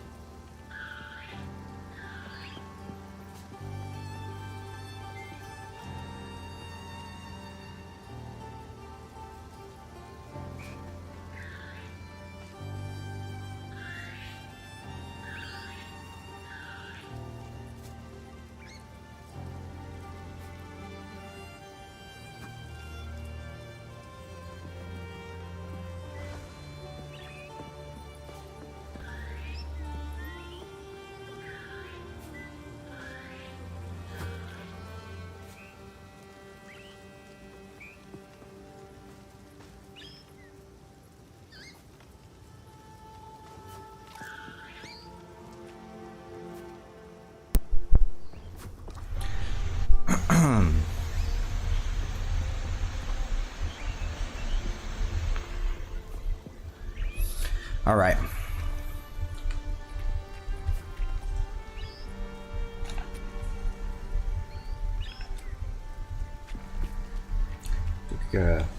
Yeah, we're good to go. We got all the skills that we can. I wish I knew what happened with those skill gems. Maybe it was a bug. That's what I'm like. I tend to doubt bugs. I'm thinking it's just something I don't understand about the game. But it's possible it was also a bug. Maybe the game was showing me I had more skill gems than I actually did. Or maybe I did have that many skill gems and they just disappeared. I don't know.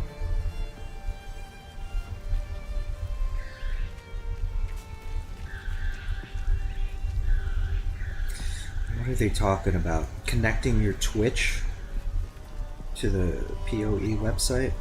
What kind of Twitch integration does this game have? I had the same problem, don't worry too much. Yeah, I mean, new game, seeing everything for the first time, yeah.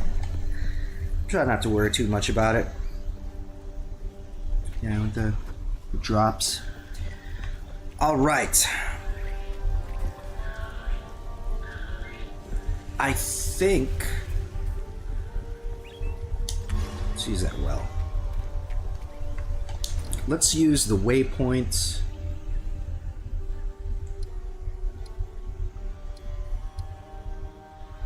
I guess let's go back to Clearfell, and then we will make our way to this Grellwood.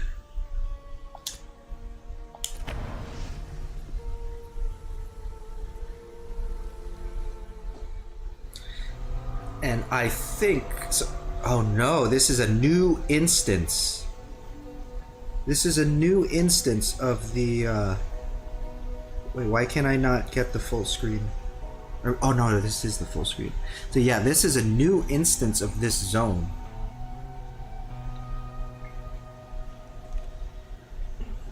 I believe. Yo, what's up, Damien Dusk? Long time no see. How's it going? Whoa, what the hell was that? What just happened to my guy?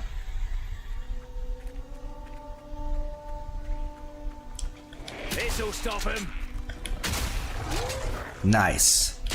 So much more powerful now.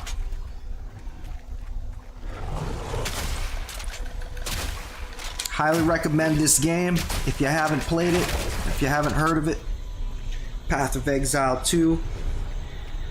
Gonna be the next biggest game of all time. This is gonna be Game of the Year 2025.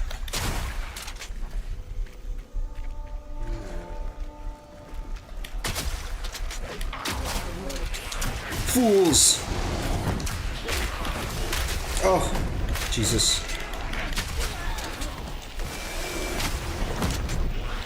Okay, maybe I'm getting too cocky here. Oh God.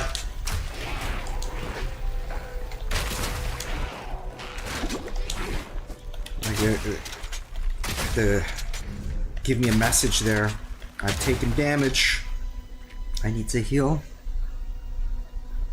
I tried out the first one, but it never ran on my PC for some reason. The first Path of Exile. I don't think the requirements are that big for Path of Exile. I mean, you should be okay. Maybe if you put the settings down, you should be able to play it. Although it is a risk. If you don't know, this is early access. The full game will be free to play, but early access is not free to play. You do have to spend about $30 US. Kill this bitch. Kill her. But if you ask me, I think it's worth it because this game's awesome. This is everything that Diablo 4 should have been and more.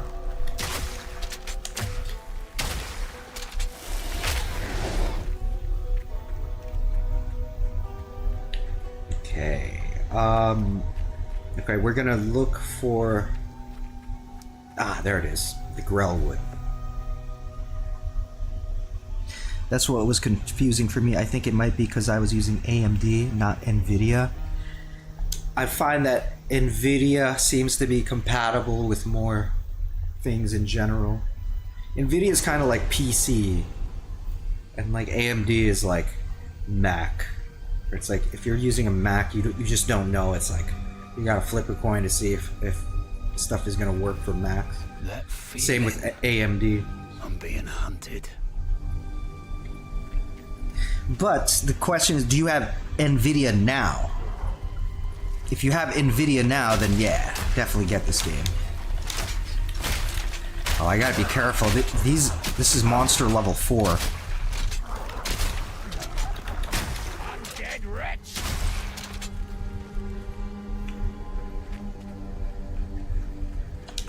Whoa, these guys are magical. Oh, they're tough. They're tough.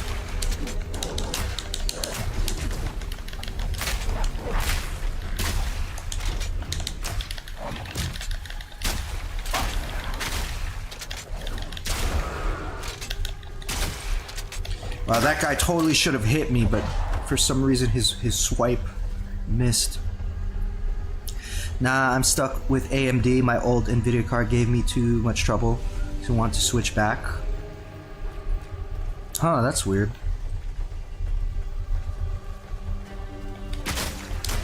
I think though you could, I mean, I don't know, but you could just try it, and then if it doesn't work, you could, you should be able to get a refund through Steam. You know, if you're into these types of games, but if you tried the first one, then but if you couldn't get very far in the first one, then yeah. Oh, Jesus.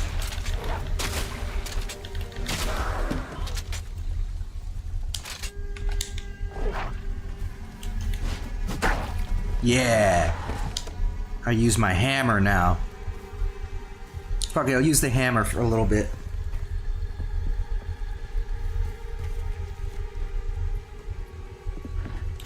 I mean, yo, this game's awesome so far. I like, I'll say it. I've only been playing for like 2 hours or so, but it's pretty awesome. It's pretty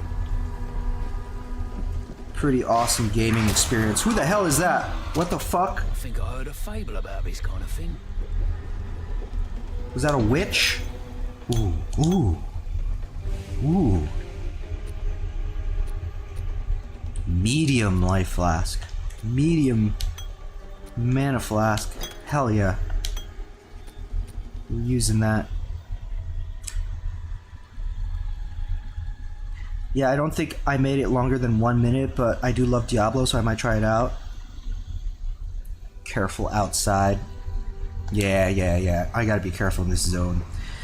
Well, Damien, if you... Just that sentence right there. If you love Diablo, then I would say absolutely play this game, because it is better than Diablo. Oh no! I just switched my flasks.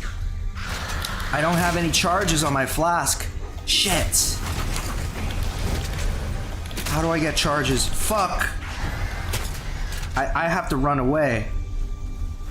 I'm going back. Fuck. That's a problem. If I don't have any charges, I need to get charges first, and then I can fight that thing. Come on. I can't die to these scrubs.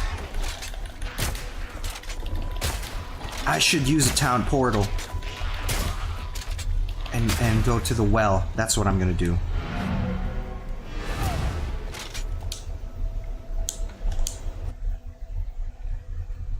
Yeah. Teleport to town, touch the well. So I've heard. You've heard about this game, huh?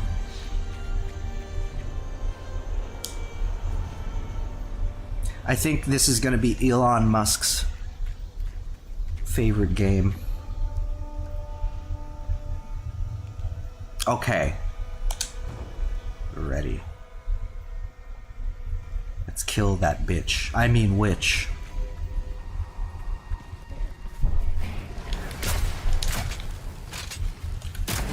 Oh, she's still... I'm glad to see that she's still missing her HP, even though we teleported away. She only regains her health if you die, I think. If you die, then everything's reset. But if you... Oh, God. Oh, God. No. All in a day's work. Kinda walked into that one, didn't I? Nice. We got her. LOL, why do you say that? What, with Elon Musk? Well, Elon Musk really likes Diablo. He's like ranked number 4 in the world or some crazy shit like that on like the Diablo server, but people have been complaining about Diablo for a long time now. And from what I heard, Elon Musk didn't even... He is not very familiar with Path of Exile 2. From what I heard, he's kind of like, should I play this game?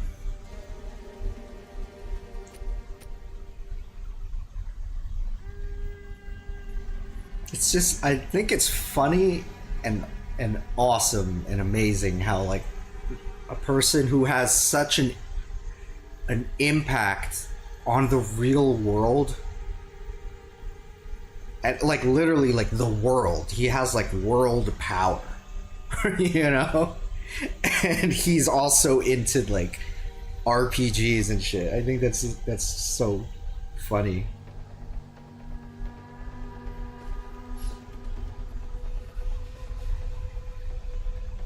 We talking old Diablo or Gambling Simulator 4? We're talking about Gambling Simulator 4. Seriously, who in the hell is playing Diablo 4 right now? Everyone's playing this. Yo, we don't even have gloves yet. Alright, our first set of gloves. Humming rope cuffs of combat. No, we need level 5. Okay, we'll get there soon. Adds 1 to 6 lightning damage to attacks. Nice. Oh, you know what?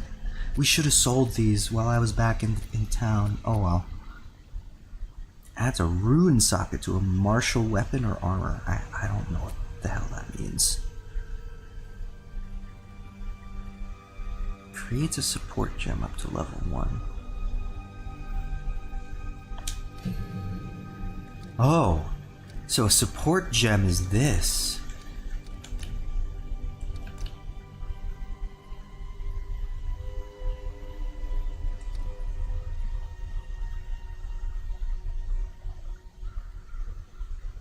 Okay, I'm like literally, I have no idea what I'm doing right now. I'm literally seeing this for, I'm like realizing what this means for the first time. Support skills which hit enemies. Supported skills gain increased chance to critically hit against immobilized enemies. So that this could combo with my freezing rounds.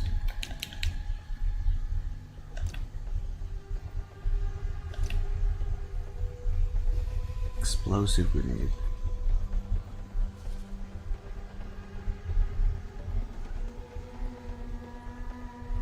No wonder he's number 4. That's where all his Twitter money went. But you know what? This game is also not pay to win. So if Elon Musk wants to get good at this game, he's gonna have to put in the time and effort, and it's gonna be a level playing field. Although he's probably gonna have a lot more cosmetics than the average person. Cosmetics and inventory slots, that's the only difference. between us and Elon Musk in Path of Exile.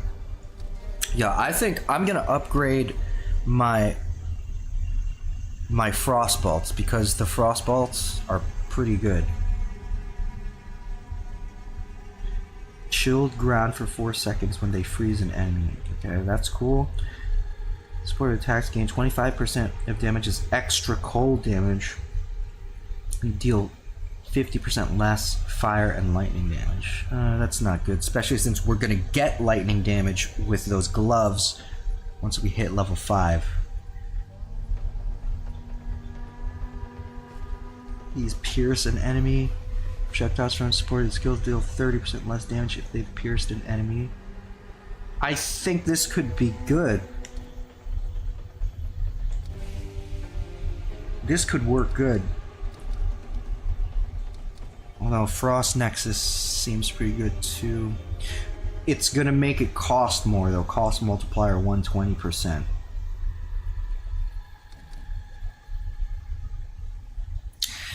I think...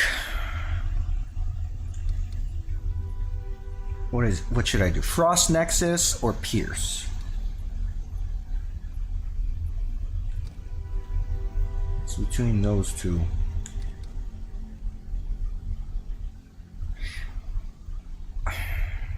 I kind of want Pierce. I think Pierce will be better, but Frost Nexus will look cooler visually.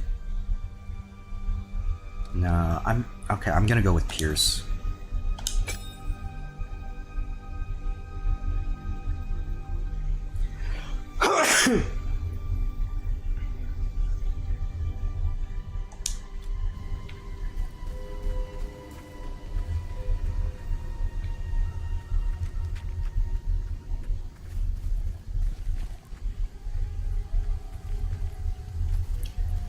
Alright, we got Pierce.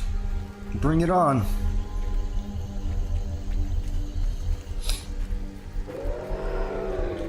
You're dead. Oh, Jesus. Oh, no. Honing my skills one job at a time. I had the other rounds equipped. Okay. Now we go to the passives. Let's get this.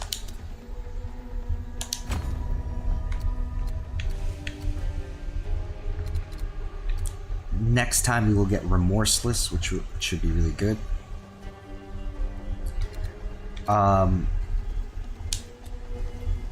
Oops. Okay, now I can equip these gloves. Hell yeah. And now we have lightning damage on top of our freezing damage.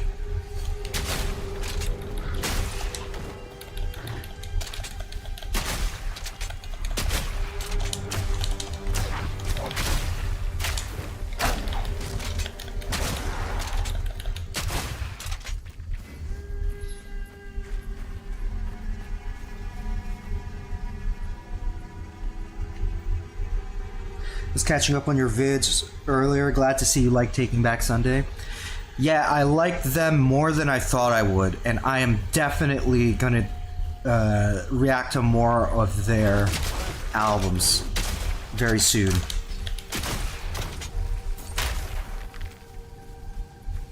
Like, I literally thought that like when I reacted to that album. I was like, yep, here's another band I'm gonna be reacting to. The videos are coming. Go down that rabbit hole. I hope that it gets views though. I hope people are interested in Taking Back Sunday reactions. I know it's probably not going to be at the level of Blink 182 though. Blink 182 gets the most views for me in terms of like YouTube shit. I hate the way YouTube algorithms work. Like Taking Back Sunday, when I did that, like the first like 2 days or so, 2 or 3 days, it got so many views. I was like, yo, this is gonna be amazing. And then it just stops out of nowhere. After like 5 days or whatever, like the views just stop coming in. Oh, what That's ominous. The hooded one.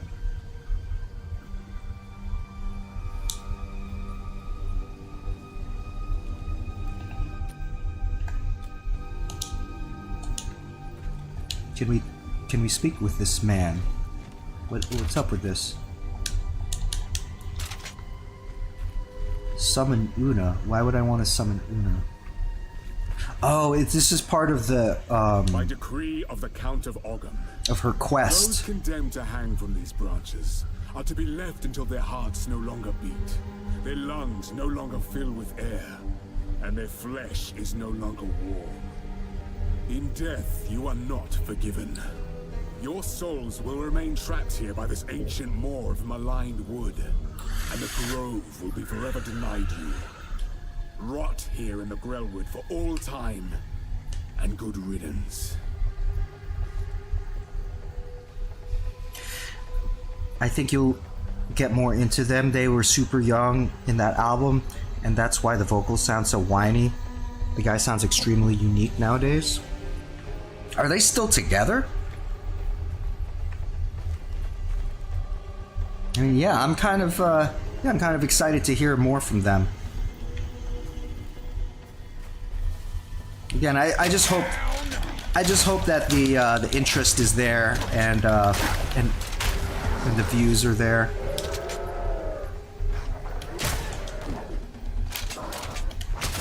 I keep pressing X to pick it up, but there are enemies around, and I end up just switching to the other vault.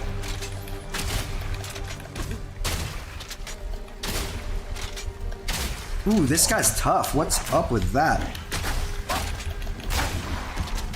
Oh! Oh, that's huge. It's huge.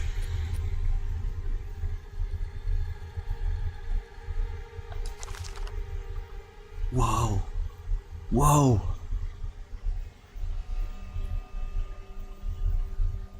+2 level of all projectile skills and +6 to strength. Oh my god. Oh! We just got so much stronger. Holy crap. Holy crap. That's huge. That is perfect.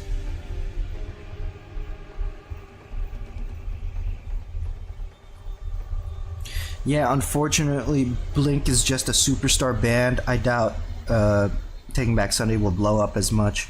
It's still worth checking out.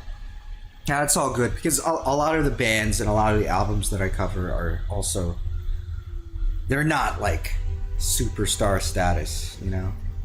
I think like the biggest albums that I've reacted to have been from like, there's the big, I started the channel with my big three for my channel, which is Metallica, Blink-182, and Linkin Park. And then My Chemical Romance also did well. There's a couple other reactions that did decently well. A lot of reactions I did that were like nobody gave a shit and nobody watched it. Yeah, and I think out of like the big ones, I think Blink-182 has brought the most viewers to my channel.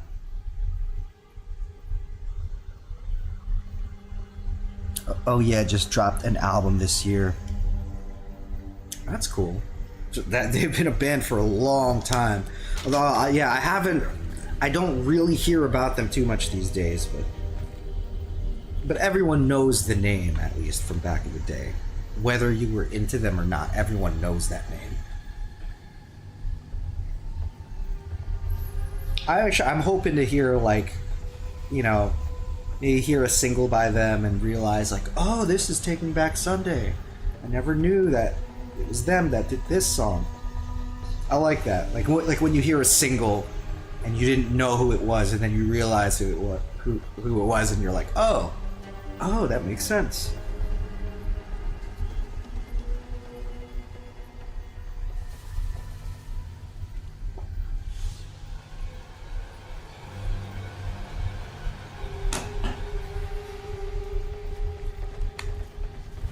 we're gonna summon Una. I have a feeling this is going to activate some kind of fight, or something's gonna happen. So what I'd like to do is just kill a few more people, try out my new crossbow. It's amazing. I'm one-shotting these guys.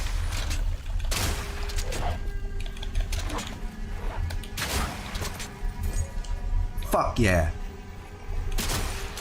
Fuck yeah. Awesome. This is awesome. Let me clear this immediate area.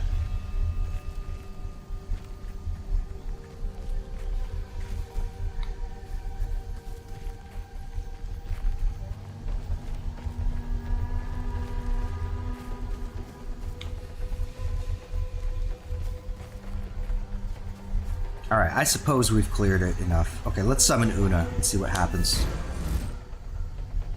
What's up, Una? Here? I don't know, you tell me. Some dudes got hung. This shade, is it still alive? Perhaps it can give us the answers we seek. Only the Count's sword has the power to bind souls to the tree like this. We must free it somehow. To release that being from the Tree of Souls, we'll need more than simply cutting his rope. The ancient runes that imbue the Count's blade created the binding, and only ancient runes can break it. There is a battlefield not far from here that runs red with rust, where the weapons and armor of countless Ezamites still remain. We call it the Red Veil. You should search the area. There may still be power in some of those centuries-old relics. Renly will know how to forge them, bring the runes to him, and then, perhaps, we shall find some answers. I'll wait here. The old magics will protect me. I'm trying really hard. I'm trying really hard to listen to what you're saying, but can't shake this feeling that I have no idea what the fuck you're talking about. I'm sorry, lady. I don't know what the fuck you're talking about. I'm just like listening to her, and then I'm like thinking about like my crossbow. And I'm thinking about Blink 182. like, I'm sorry, what? You want me to go to the Red Veil? Okay. I'll kill people. Basically, you go here, kill people. That's all I need. There's definitely a single you've heard on Louder Now that will give you that reaction. Nice. I'm looking forward to that. And probably 2 singles on Where You Want to Be.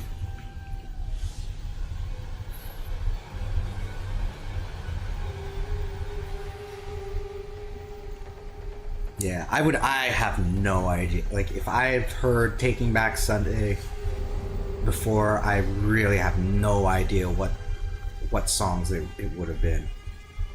But I'm looking forward to it. I'm hyped. Objective, go kill. Sorry, I was just elsewhere. Yes, Una. So was I. When you were talking, so was I. The Red Veil played host to the final and bloodiest battle of countless conflicts. It was in the heart of that veil that we fought for our freedom against the Eternals. We did win, in a sense. But the cost was far greater than anyone expected. Many generations of able-bodied men and women gave their lives to push off the boot of oppression.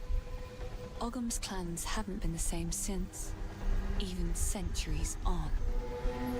When I play this game offline, or not offline, but off stream, so I'm going to. When I play this game off stream, maybe that I'm just gonna listen to all the lore, understand it perfectly. That's what happened. I was like listening to a lore video about Path of Exile before this, and I just still had no idea what was going on. This'll stop him.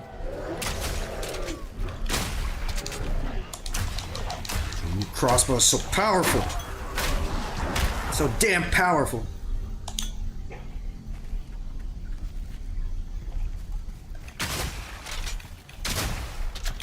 Ooh, sandals. I don't have sandals yet. It's amazing. Uh-oh, I'm running out of room. I'm getting a lot of cold resistance.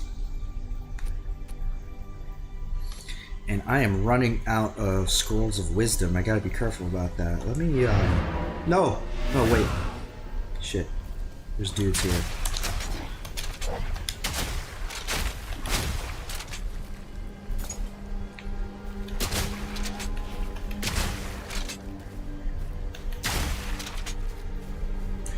Let me go back real quick.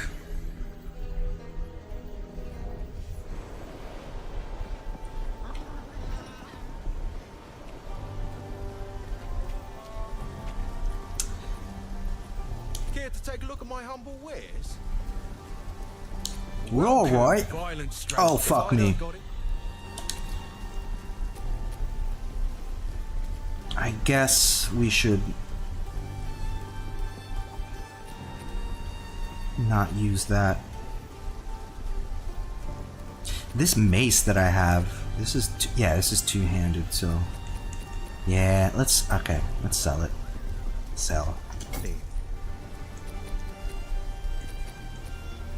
Sell.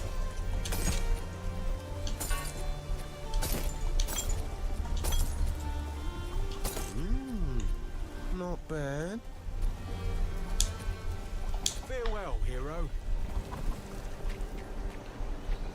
Una is there, but she's also here.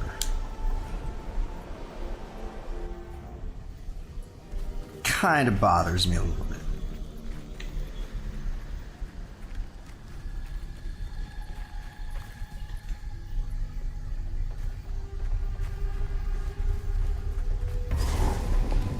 Okay, that's good. We got a checkpoint.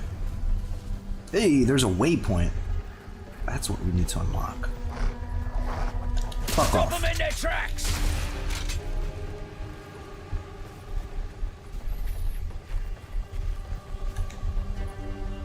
Oh wait, no, we did unlock the waypoint. I'm dumb. I'm dumb. I didn't realize we unlocked it.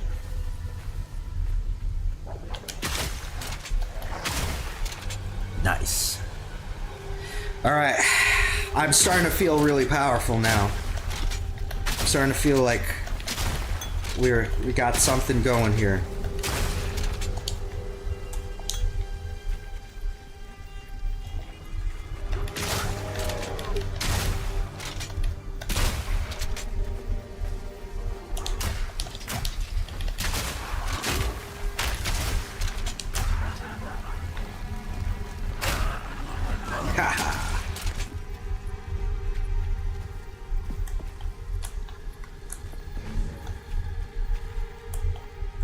I hope L3 is not doing anything because I'm clicking it right now. Nothing's happening. I hope it. R3 is nice. Ooh, what the heck is that? Let's do this. Jesus, it's a boss.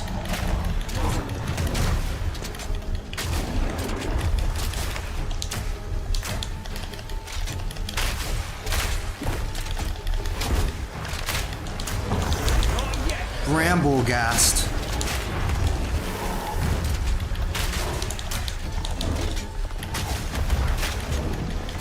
I'm fucking him up though.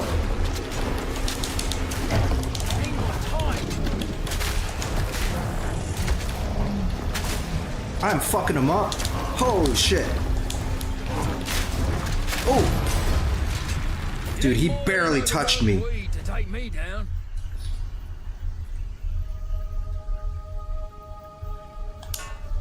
Barely touched me. Uncut penis. Let's go.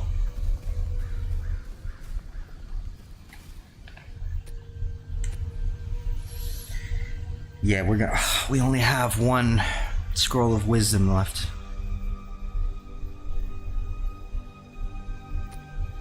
Dude, does that not say I have 11 uncut skill gems?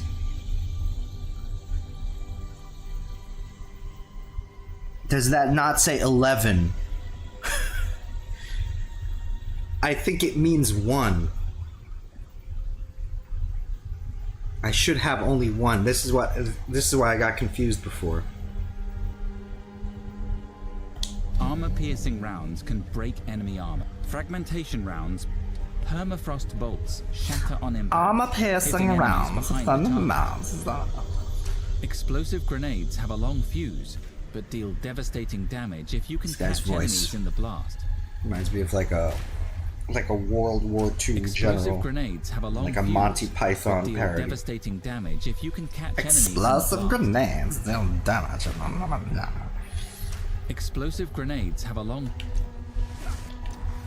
Monsters that use... Jesus. While bone... You can even... Armor Oh my god. Upgradable. Explosive grenades have a long fuse, but armor-piercing rounds can... Explosive Maybe I should grenades have a upgrade my long explosive fuse. grenade. Armor-piercing rounds can break enemy armor. Explosive grenades have a... Flash grenade... Okay, so this thing I got, it upgrades like the core skill, and then the other one, the support gem, that it gives it extra properties. But this is just gonna straight up level it up. So I'm gonna go. Okay, let's upgrade explosive grenades, without a doubt.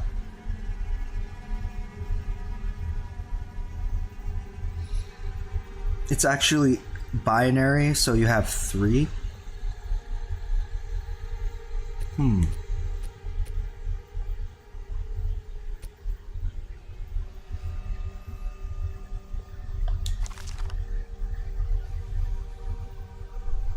Ooh. This is good, but what what is up with this? I get 2.9 life regen per second, but also I get 2.1 life regen per second. So does that stack, or is this bugged? I'm assuming it stacks. Either way, that's excellent that I have an amulet now. That's excellent. Freeze! Oh, yo, my level 2 grenade. Eat that shit. Come on.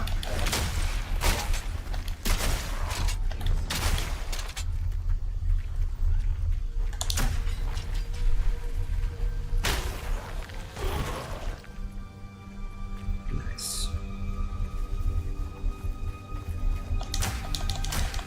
Need a sec.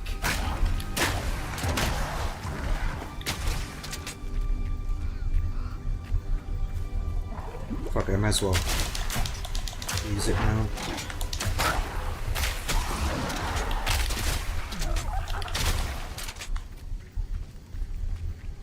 This game's fucking awesome. The graphics are awesome. Feels good. This game's fucking awesome. I'm loving this so far. It's fun.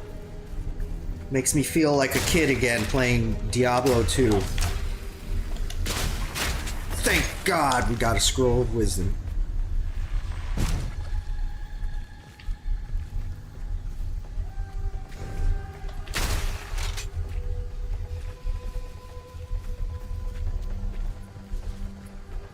The Grim Tangle. What level is this?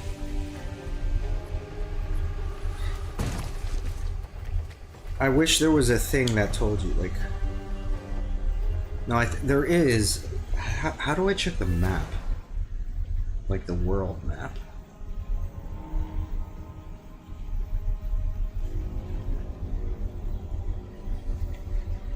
Monster level 6. But there's a waypoint like right here. Oh, the routes are impassable for now. Not yet, anyway. Okay, so we don't have to worry about it. It's fine. It's all good.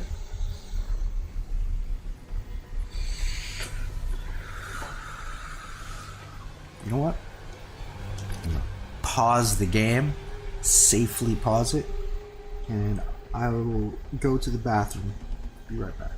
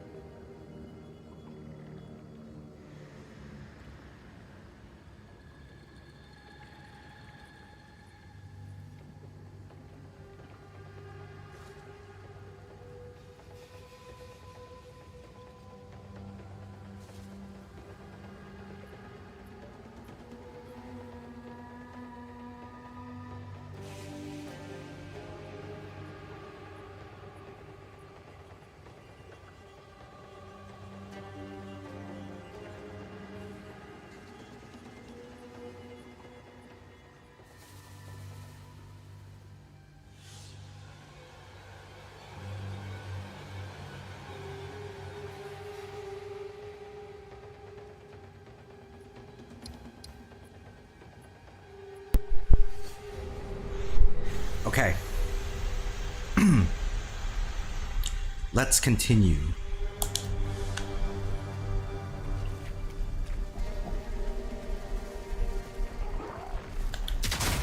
Stay dead. Shit. Okay, no problem. Ooh, okay. Link back here to this section. Let's see what's in this middle area.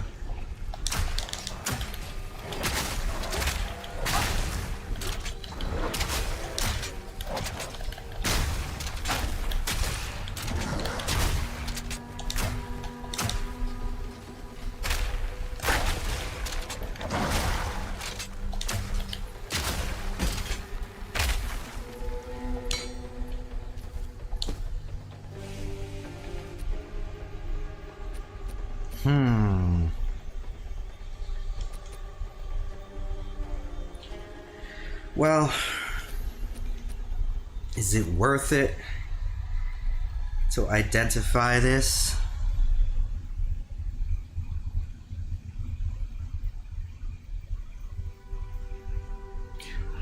Last time I played video games, it was on my PS2. Not gonna lie, I've missed out. Damn, that's a long time ago. PS2 era. That must have been like 20 years ago. But there's some good games for PS2.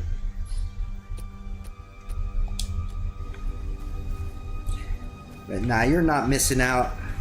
I mean, if you got other stuff going on, like a career and family and like important shit, then you're not missing out at all.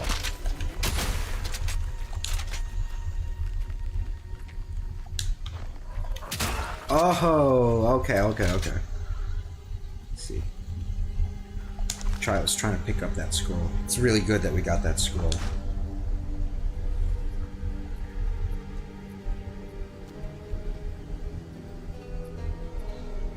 Damn, you just gonna call him out like that?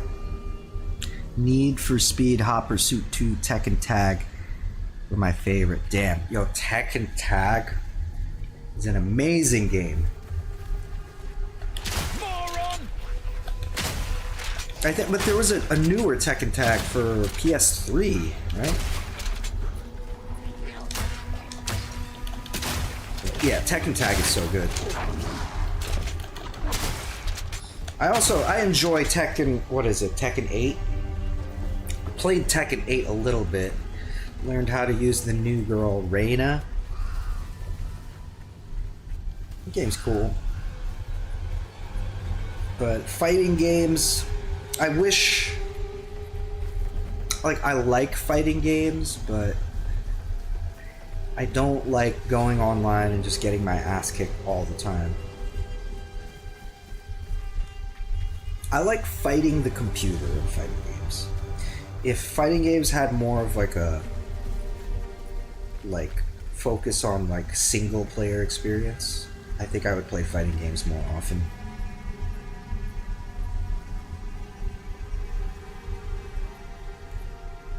Seeing the Mortal Kombat games, they look cool.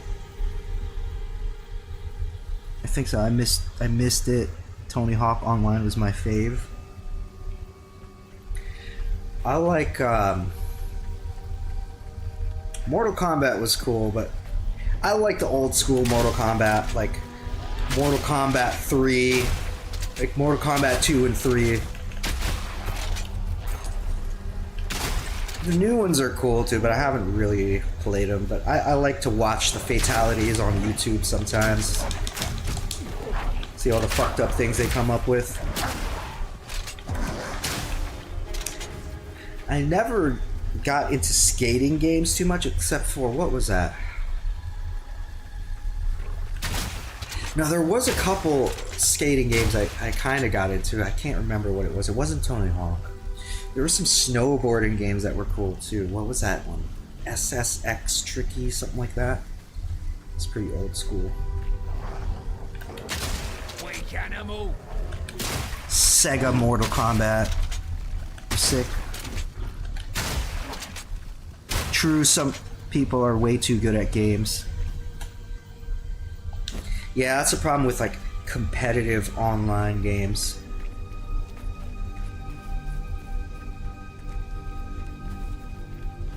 It's like, it's hard for new people and like casual people to get into. It could be a generational thing too. I mean, maybe I just don't have it in me anymore to be like that competitive with games. I remember like when I was a really, really little kid, there was this thing called X-Band for Super Nintendo, and you could play games with people online. Imagine that, playing online games. You could play like Super Street Fighter online against real people on Super Nintendo. That's fucking old school. They were way ahead of their time. But I remember, I used to play that all the time and I loved it. So cool. Then I get in fucking arguments with people online. And this is before the internet was even really a thing. Just crazy to think about. I think I played X-Band before before anyone even really had internet. I gotta check this area. It's gonna bother me. I'm OCD.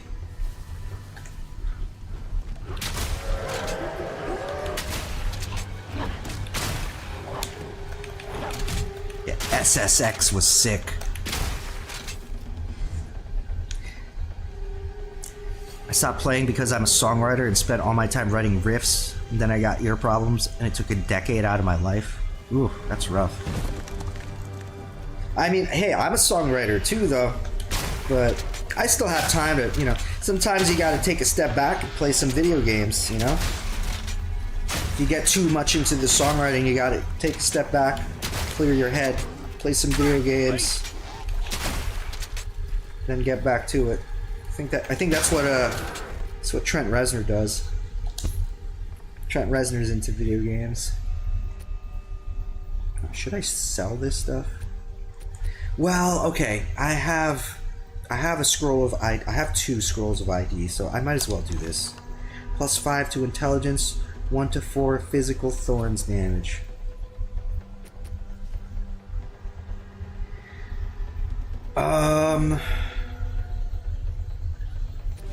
I like having the energy shield. Oh, no. Wait. It also has energy shield. Okay, fuck it. We'll do that. Sure, fine. We'll use a town portal real quick.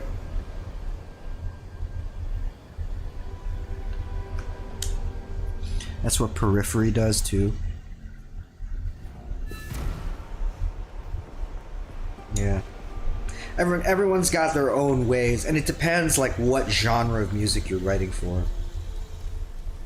You know, like writing like extreme metal or some kind of technical metal. The writing process feels different than like writing more of like something like a rock or pop song or a punk song. It's like a totally different writing process. What's my favorite band? Smashing Pumpkins. But I don't like anything after Adore. So like 2001 no, not 2000. Adore came out like 99 or 98 maybe. So anything after Adore is not really my thing. But their stuff before that is so good that like it doesn't matter what they do now. They'll always be my favorite band just because of the initial era of the Smashing Pumpkins.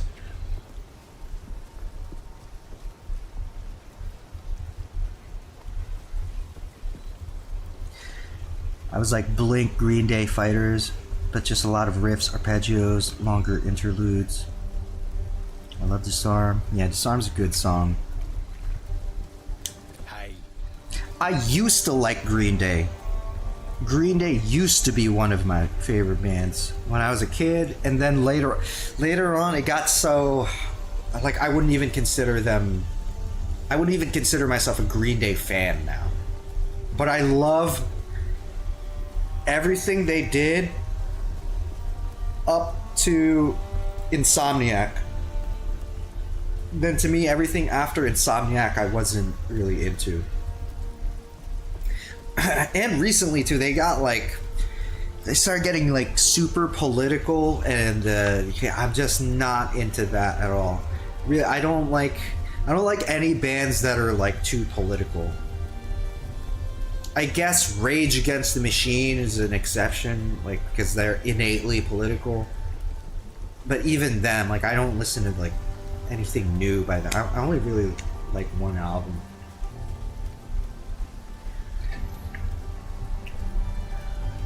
I liked American Idiot. I don't listen to him now. I couldn't get into American Idiot. That was the point. I remember people were getting pissed at him at that time because they would play American Idiot outside of America, You know, like they play American Idiot in like European countries and stuff, and then like people were like singing along and getting really into it. And then some people kind of brought up how like it's kind of fucked up because it's one thing if you're an American and you're talking shit about America. That's one thing, right? But it's another thing if there are foreign people that are not American talking shit about America. That makes it a little weird.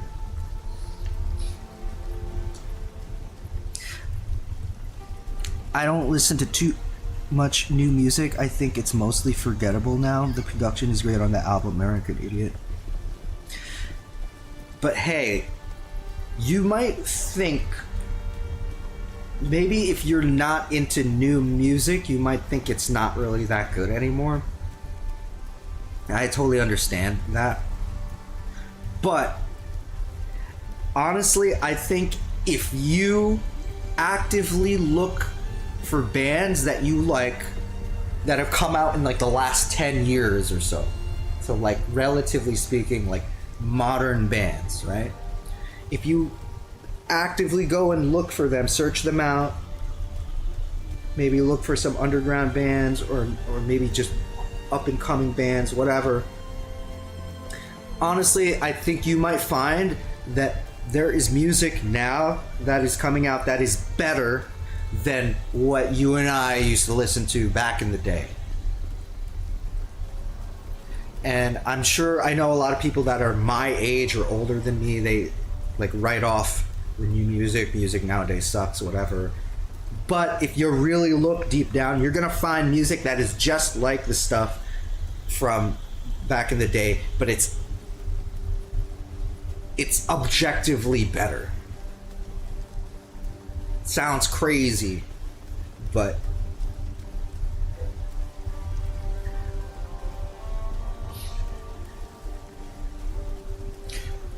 a newer band I like was Middle Class Rut.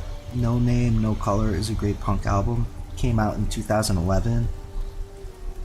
Oh, Middle Class Rut. Okay. I've never heard of that band. I'll have to check that out. I would say, actually, you know what? They're not a new band. They must have started like mid 2010s or early 2010s, I guess. But they became one of my favorite bands of all time now. I would put them in that list. I fucking love this band. Yeah, in my list of best bands of all time. And they're pop punk, which is crazy because I'm not even really a pop punk person at all, right? So it's gonna sound crazy, but the band Title Fight, one of my favorite bands of all time. Fucking amazing. I love them so much. Fucking changed my life. And I consider them, they're not really modern now, but maybe like 10 years ago they were a modern band.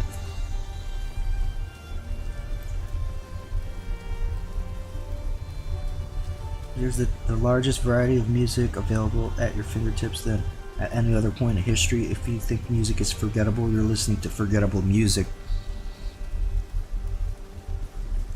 Very cynical and harmful view. Title Fight rules. Title Fight fucks. Yeah, I understand, like, people that would have a cynical view of music now. I kind of get it, but at the same time, like, if you just put some time into just looking, you will find there is a plethora of good music out there. But you know, I felt that way in the mid 2000s. The mid 2000s was a time where I personally was like, "No, music sucks now. I don't care about modern music anymore. 90s music was the best. Everything past 2000 sucks." I was like that, and I thought I was going to be like that forever. And then probably around like the mid 2010s, I started noticing new bands. I was like, actually, you know what? New music is not that bad. It's pretty good.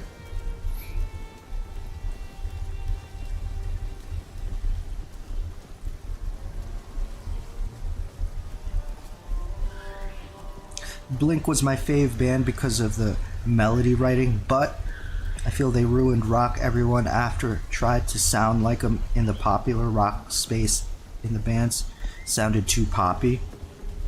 Then I heard a bunch of metal chugga-chug stuff tones. It's also copycat sounding to me. Are you talking from Blink? You're saying Blink had metal chugs? I think it's it could, like, you just have to find like the one band, like, to have those feelings, right? That like, oh, all these bands do this and they suck. Like I get that feeling, but again, saying, like, if you look hard enough, you will find one band that does all the things that you hate, but for some reason you like it, and then your mind is going to be like confused. You're going to be like, what the fuck? I'm supposed to hate this, but I actually like it. And then from that's the seed that will open your mind up to different things, different genres. You know.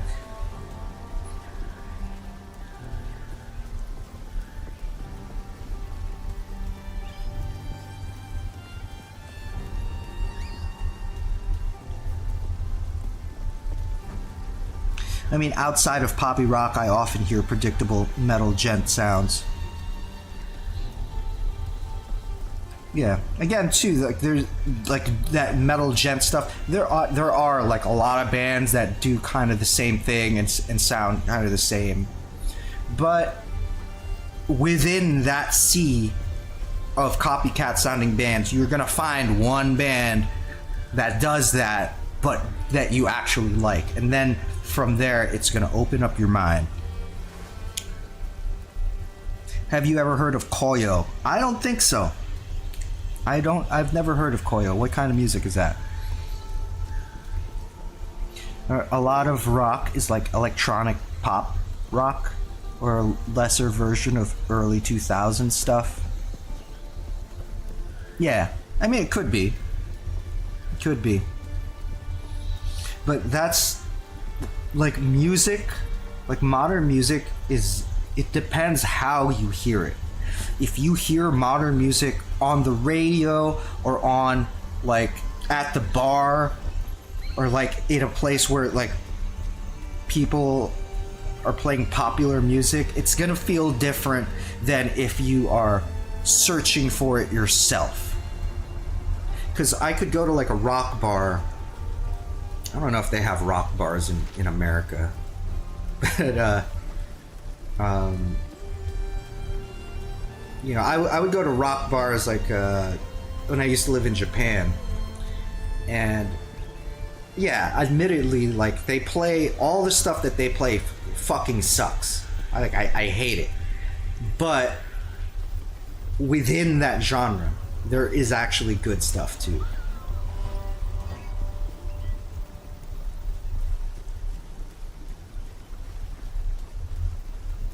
Their new album is really good. Pop punk, alt rock, I would say, some hardcore roots too.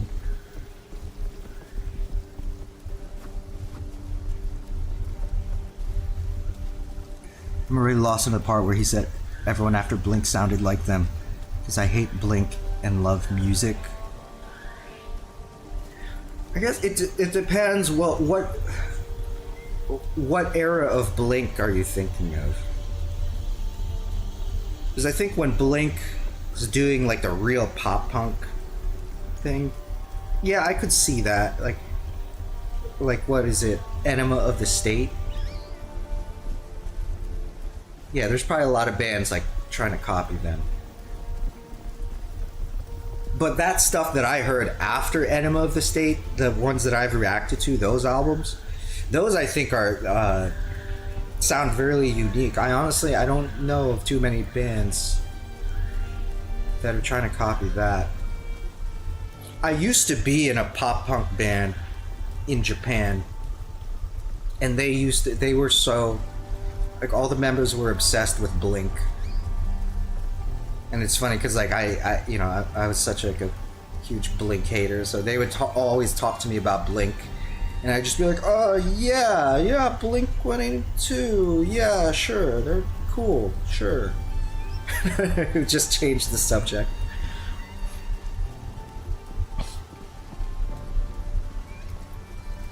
After Blink, a lot of people tried the pop punk happy sound, and they just went pure pop rock.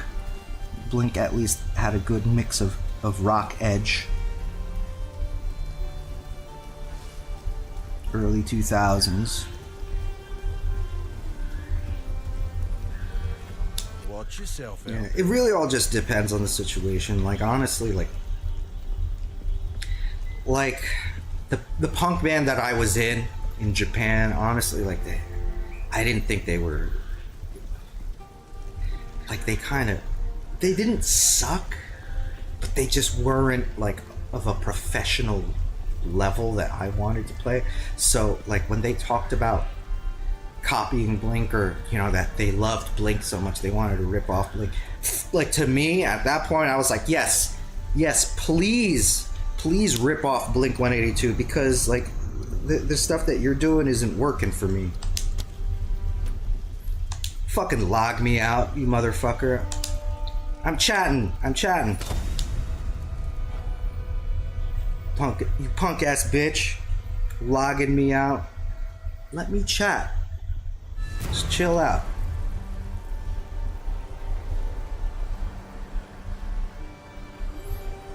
Blink did not invent major chord progressions. From Enema to the first two Angels and Airwaves albums, Tom DeLonge was great in the songwriting space. Top of the songwriting game. The Offspring have always been consistent.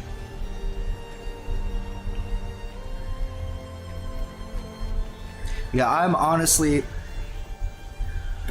I was impressed by the songwriting of Blink. I didn't think that their songwriting was going to be as deep as it was. Offspring, never got into them. I tried to a couple times. I really like their singles from the 90s. The stuff that sounds grunge. I think, like, that stuff is amazing. You know, like their 90s grunge singles. But then they have like pop. They also have like a punk sound. Like, they have like different sounds in their band.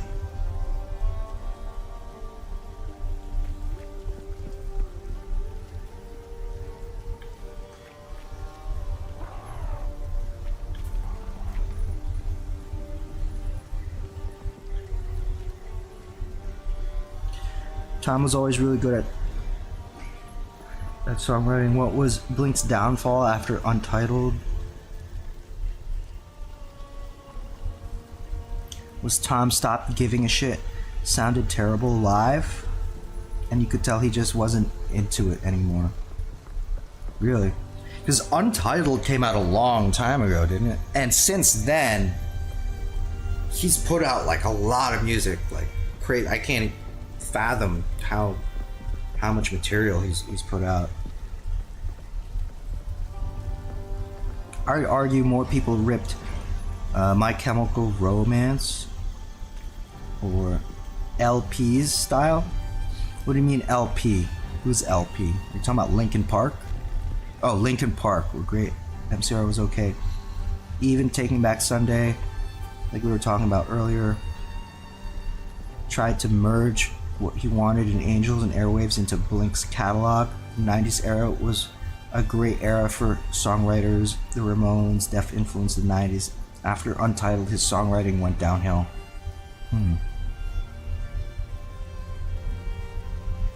Yeah. I thought My Chemical Romance was alright. They're like, from what I heard from my reactions. Back in the day, I was not into My Chemical Romance at all. But just from my reactions from what I heard, they're pretty good. Not bad. Not bad. Linkin Park, I don't know. I don't know if I can do another reaction to them because honestly, I'm still not into them. It did, like, sitting down and listening to their albums did not have the same impact on me. Fuck. I think my controller might have run out of battery. I think that's what's going on. This fucking thing, this cheap ass thing that I bought from China, it's a really great controller, except for the battery life. This thing has like 2 hours of battery life. Alright, I gotta get the charger cable. Let's log in. I thought I got kicked out of the game because I was idling. But now I've realized it's the controller.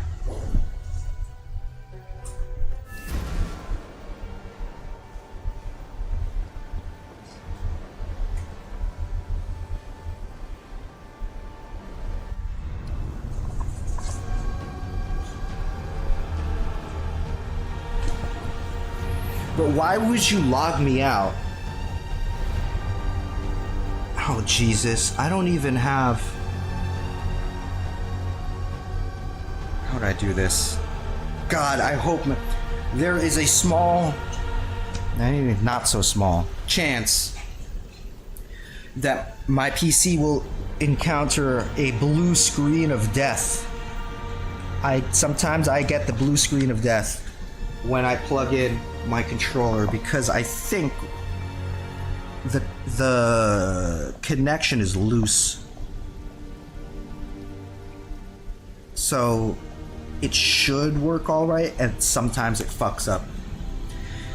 So just to let y'all know, I'm gonna keep playing this plugged in, and this could just randomly, I could have a blue screen of death at any second. Sucks, but it is what it is. Alright, this should be alright. For now.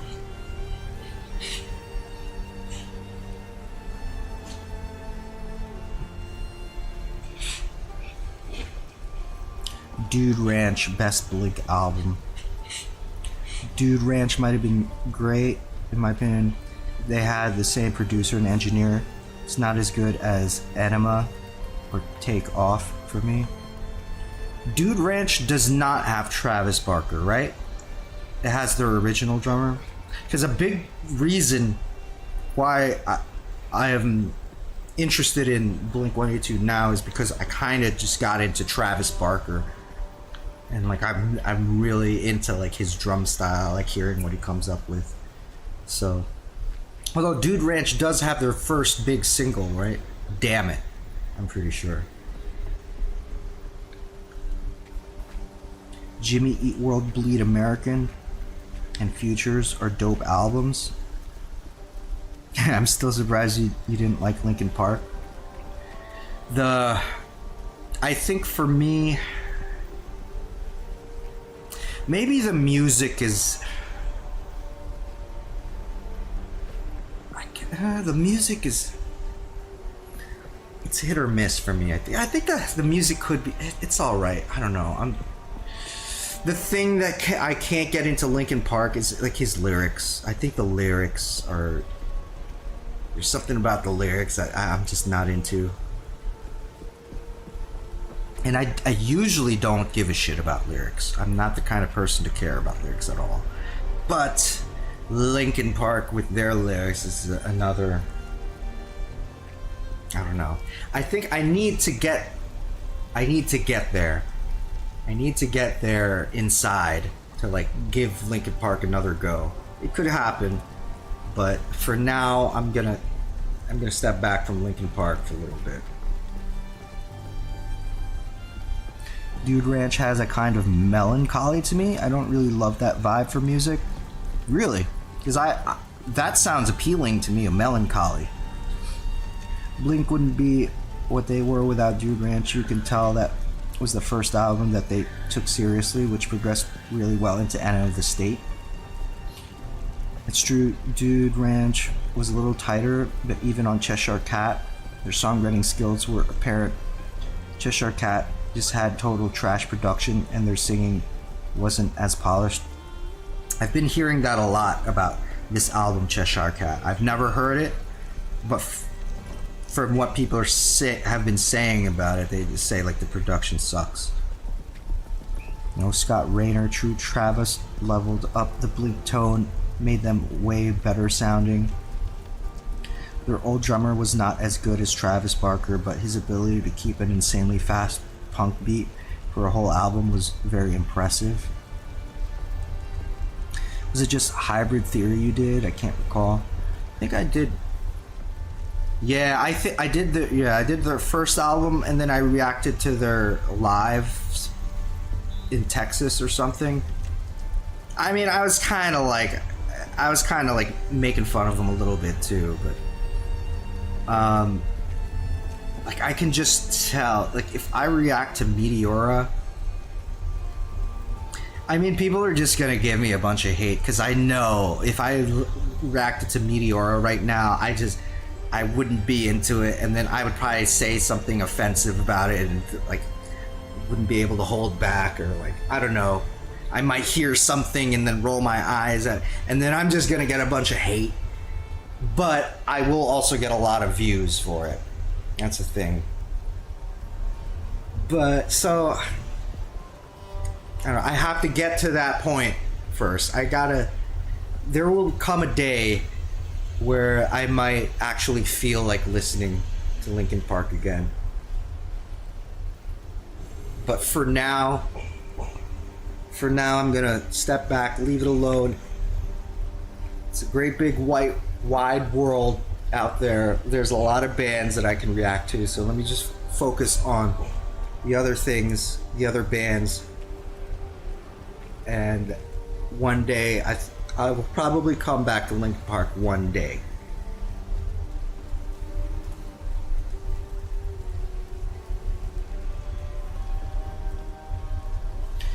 I know you did live in Texas also.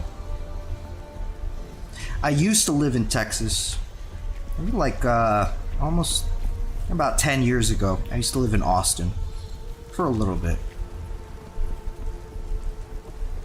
You may not like Cheshire Cat, it's more for Blink fanatics.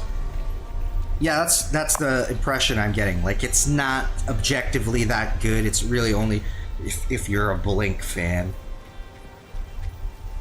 But who knows? I might react to that too eventually. If I end up reacting to like all the Blink stuff, I might react to that too. Boxcar Racer is one of my favorite albums. Very unique. Travis was great on there. Yeah, I liked it a lot too. I thought it was really cool. I love the guitar tones, just like the tones in Enema and Takeoff. Tom DeLonge had great guitar tones. Yeah, I love the story so far. The story so far is good. But I only really know like their one album. Whatever, like I don't know if it was the first album, but it's like one of their earlier albums. The one with Quicksand on it. That's the album I know. And then after that, I've heard it, and it was all right. It sounded good, but I didn't get quite as into it as like that first album.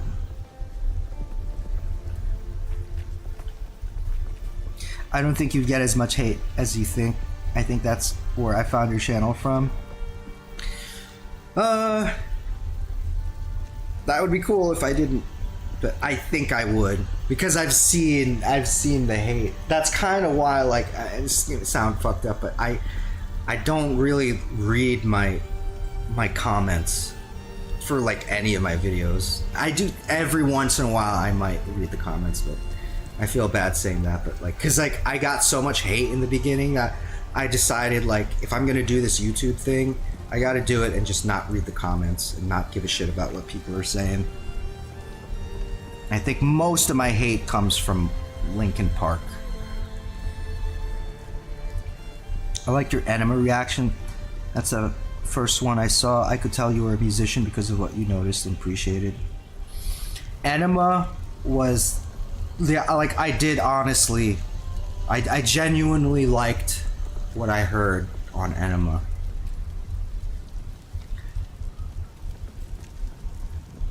Live in Texas Linkin Park, like, oh. That's what you're saying. You said, because before you said, I know you did live in Texas. I was thinking you said, I know you did live in Texas.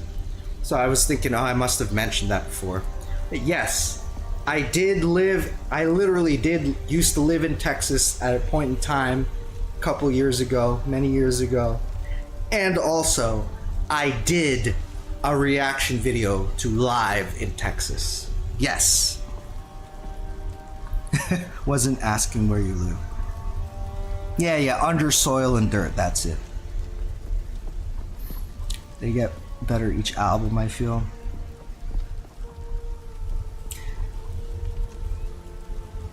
I'm more than happy to see another Taking Back Sunday album than a Linkin Park one, since you'd clearly enjoy it more anyway. Yeah, I see. I would sooner do like Taking Back Sunday than Linkin Park. But you know, like I said, there's so many albums out there, so many bands, so there's lots to do. We focus on things that I have a higher probability that I will get into, and it'll be a more positive experience for everyone. The band Amberlin has decent songs. Cities and New Surrender are decent albums with some awesome songs in there. Amberlin, I've heard of them. I don't really know any of their stuff. Now Amberlin has a new singer who uses autotune and sounds horrible. Are they pop punk? I know of them. I just don't know them that well. It's one of those bands I've probably heard one of their songs before but didn't know it was them. I am interested in expanding more into like scene core. That's what I call it. I call it scene core. Like scene core and like the early emo stuff and metalcore. Those are things that I used to not like. But I am more open to like emo and scenecore, I think. So I'd like to check out some of those bands. Metalcore is another one, like, I don't think I will get into metalcore, but I'm still interested to hear some of the bands that I missed out on. So I did like, the most recent one was Kill Switch Engage.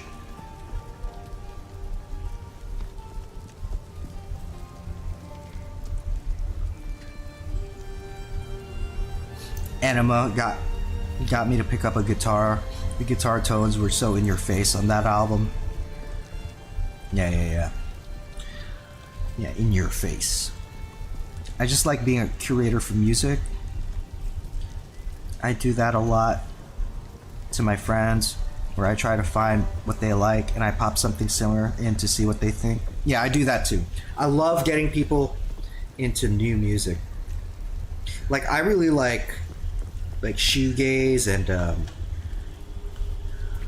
I really like shoegaze and like a lot of like indie stuff, and like 90s like alternative stuff. So like I have like a shoegaze side project with this with my friend, this Japanese girl, and it's fun. Like I totally experienced that with her too. Like she was really into a lot of Western bands. She's not really into like Japanese bands, but the bands that she was into was like, oh, okay, I know the kind of stuff that you're into. And so I got her into like so many other like American bands that she may not have heard, but because like I knew the kind of music she liked, I got her into some stuff like that is like like staple. They became staple bands for her.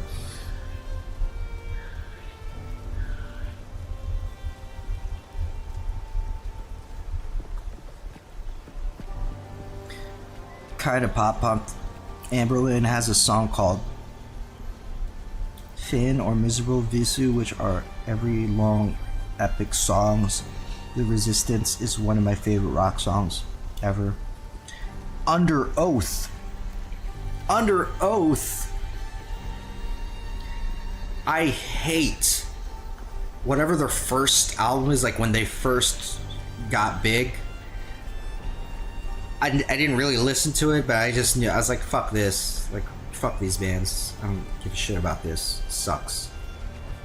And then I heard something they did later that sounded completely different. And I was like, whoa, this is Under Oath? This is fucking awesome. I really like this.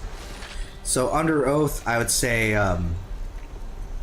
don't care for their early stuff, but their later stuff got my attention. Same with something like Poison the Well. I felt the same way. Like that first early stuff, I was like, fuck this shit. Fuck these people. Because not only was like that was the scene at the time, but I was like in that scene, you know, like I was like experiencing that, like it was happening like in real time, like that scene. And that's part of the reason why I didn't like it. I'd very much love to see you check out the band Coheed and Cambria. Dude, I love Coheed and Cambria. Again, another one of those bands. I didn't like them the first time I heard them, but I like them now. I was literally just listening to them a couple days ago. Emo pop punk adjacent, but have a lot more going on thanks to their vast inspirations. Funny story about them. I was really into this girl. I think we kind of liked each other, and we were starting to hang out, and she mentioned that she liked this band Coheed and Cambria. Never heard them. So I bought the CD and I was gonna give it to her as a present or something. But then something happened and then we stopped seeing each other. I wasn't dating her. We just kind of liked each other, but something happened and we stopped hanging out. And then I never gave her the CD, and I was like, after that I was like, fuck Coheed and Cambria, fuck this band. But now I really like them a lot. I mean, for metal, I love Toxicity by System of a Down.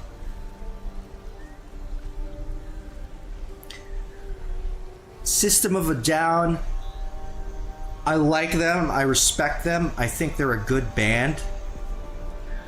But I am never in the mood to listen to them. They're just a little too silly for me. It's too wacky and silly. But I think that they're a really good band, and they have like a lot of really heavy, cool moments in their in some of their songs.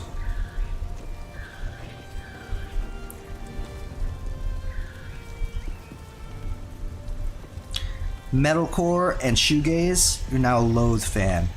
Loathe, I think they're really cool. I like what they're doing. And yeah, I'm glad that they mix that, like, they have like a shoegaze and like metalcore, deathcore kind of thing. There's something about their production. There's something about like their music production or their guitar tones.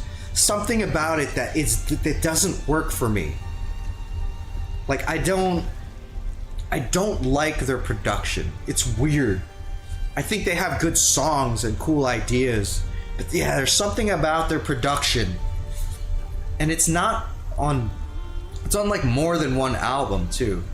Like every album I've listened to by them, like I always think like I like what they're doing, but something about it is not, like, maybe it's the guitar tone or like the kind of distortion they have. I don't know, but I do like them, and the last album I heard was like something about like I let it in and it destroyed everything.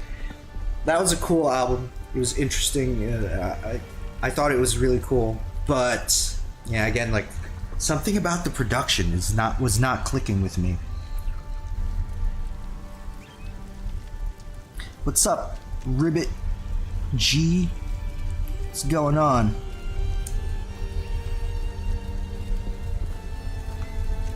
I like this pianist called Ludovico Einaudi. Just simple melodies but good. Check out the song Eros Remix or Andare if you like piano or classical style music. I don't know too much about like piano classical music, but it's not something that I am opposed to. I could get into that too. If I can remember that name. Ludovico Einaudi. Okay, Under Oath is a weird one, because I think their first album was straight up black metal with a different vocalist, and then they completely changed. I'm not sure what their first album was. I know that I first heard them from Sugar, that song Sugar. That's what I know from them. Sugar and then Toxicity. Whatever the name of the album with Sugar was.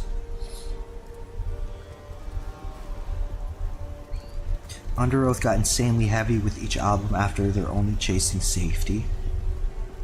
I probably like their heavier stuff more. I thought Coheed Singer was a girl before I seen him. Yeah. Totally. That's what everyone thinks when they first see it. I got a couple of my Japanese friends into Coheed, and they're like, when they hear it for the first time, they're like, eh? You know, and they too also think it's a girl. Like that one Coheed song, the one where the band turns into vampires in the video. Not sure which one that is. I haven't really seen any Coheed videos. Blood Red Summer. I am unsure about like their later stuff. I couldn't really get into it, but I haven't heard much about it. It seems like they're going more for like a cinematic, like sci-fi kind of sound. I don't know.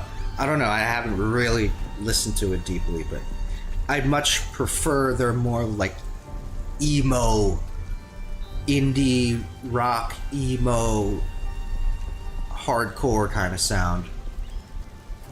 So like the first two albums. Blood Red Summer is cool, nice melody writing. I'm just into strong melody writing or strong rhythm. I think with Loathe, it's the phaser effects they use. They really hammer it in a little too much. I mean, it could be the phaser effects, but I think just like the regular guitar tone that they use too. There's something that it sounds like muddy. There's something muddy about it. I think it's not just the guitar too. I think it's the overall production of it. But that's more like a personal taste for me, I guess. I'm not super into shoegaze, so I just assumed it came from that. No, it's different. Because they're not the only band to mix metal and shoegaze. Other bands have done it too, but that I think do it more successfully. Like Thrice. Thrice is another one too. Thrice is like, I did not like their earlier stuff, but then I heard later stuff that they did that I found more musically compelling. Like that piqued my interest. Like, didn't they do some album where they had like, it was like all the elements?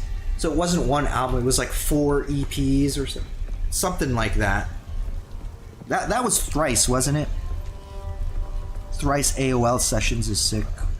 Sugar and Toxicity, System is Down, Not Under Oath.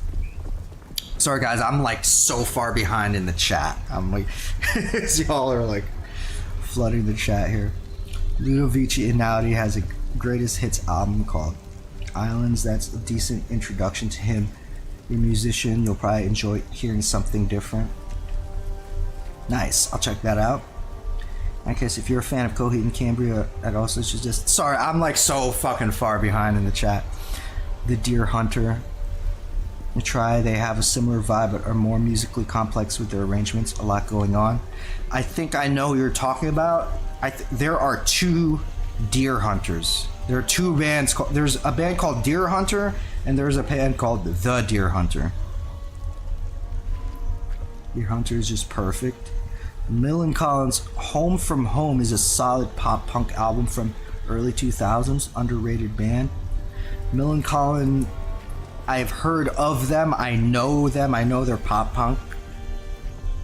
I don't really know what they sound like, though. So that's a possibility for something I could check out down the line. I think they have a phaser flanger on the guitar the whole time, so it sounds muddy. It's my issue with them, too. You know, if that's true, then yeah. Then that's totally it. I have one of those like guitar, what do you call it? I have a plugin with a bunch of guitar settings on it, and one of the plugins I have has like the Loathe guitar on it, and I always see it as I'm scrolling through, and I think I think I'm gonna avoid that preset, the Loathe preset. Millencolin is the shit. Yeah, that was the Alchemy Index. Yeah, that's right, the Alchemy Index, super fire album. I wasn't into emo screamo stuff, but Senses Fail had a fair amount of catchy songs I just checked out with super dark lyrics or too much screaming. You know what? Senses Fail is also another band that I'm planning to react to on the channel. I always kind of get them confused with Taking Back Sunday for some reason. But although I don't think they are similar at all. I just, for some reason, the names I get them mixed up. But I think that will be coming in the future. Senses Fail.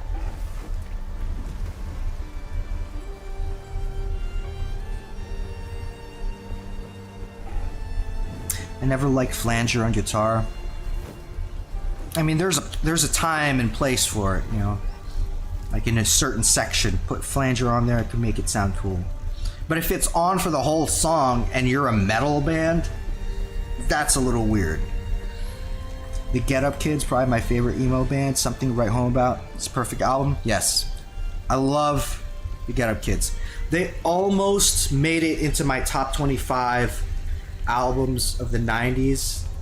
I was thinking about putting them somewhere in there, but in the end I decided not to because I love them, but I'm not as familiar with their albums as I would like to be, as I wish I was. More of a straight distortion guy. Yeah. It depends on the style of music you're doing. But there's a lot of my last few bands I've been in, I literally would have no effects at all. I would literally just plug raw into the amp and play that way. I used to be all about pedals, and then just over the years I just kept stripping down until I got to the point where I would play shows and I'd be like, you know what? Fuck all these pedals. I don't need any of that shit. Except maybe a tuning pedal, a tuner. That's literally like the only pedal I would use. And a tuner is great too because you can use it to mute yourself.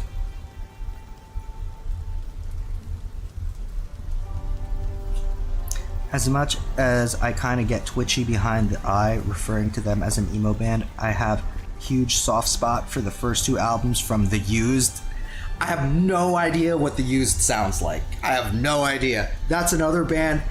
I am definitely going to react to them. Definitely. That is definitely coming. The Used. I hear so much about them. I see the bands that they're associated with, but I've never heard them. Or I've probably heard them, but didn't know it was them. So I'm definitely gonna react to them. What instrument you play? I guess I just mainly play guitar. I play guitar. And I can do vocals when I need to, although honestly I hate the sound of my own voice, but if I need to, I can do vocals. I play guitar. I used to play drums when I was like younger, like in high school, but I don't anymore. But in my mind, I know how to play drums, so I do a lot of drum programming now. I do drum programming when I produce music. Mainly play guitar, and even that, I don't even really practice guitar anymore. I use it as a means to an end to achieve music when I need to be. I consider myself more of a songwriter. I'm less of a guitarist and more of a songwriter. Man, their first album was crazy. In my mind, I think they used this everything you expected to hate about the emo scene band days. Yeah, I mean, you can kind of get a feel, like the way I describe it in my videos, like there's like my expectations and then what it actually is. So maybe my expectations they actually come true in a different band. Can't wait for that reaction. Curious what you will think of them. For some reason, I tend to hate their bigger songs, but love everything after.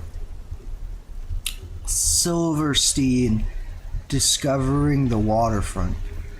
That's another band. I might have to react to that. Silverstein.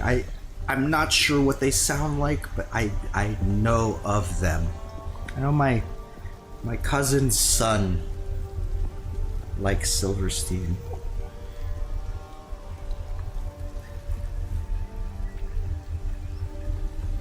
I think I'll enjoy just Distortion because I like to play on acoustic and have it translate well, so I don't like writing to a pedal and being stuck, not being able to play songs unless there's a pedal. Yeah, I get what you're saying about that. I don't really play acoustic. I'm weird. I play unplugged. Like when I play guitar at all, I always just play unplugged with nothing. I play my electric guitars unplugged. When I write songs, I'm either just playing unplugged or I'm literally pacing back and forth or taking a walk and writing stuff in my head.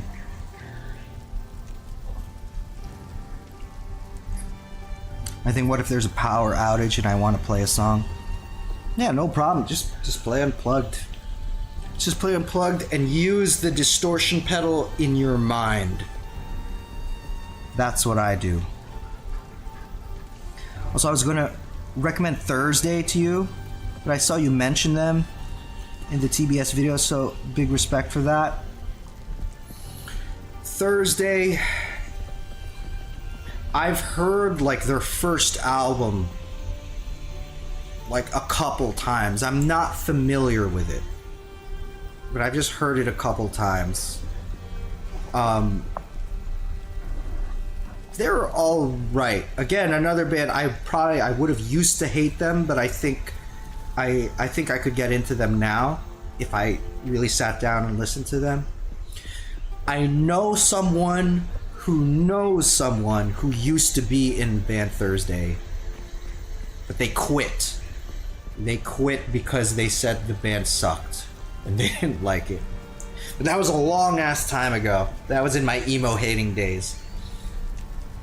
Now, I could react to Thursday, but it wouldn't be like a first time reaction. It would be more of like a revisiting it. I don't know, it's weird. Like, I've heard it enough that like technically I can't say it's the first time, but also it's basically like the first time because I literally don't remember what they sound like at all.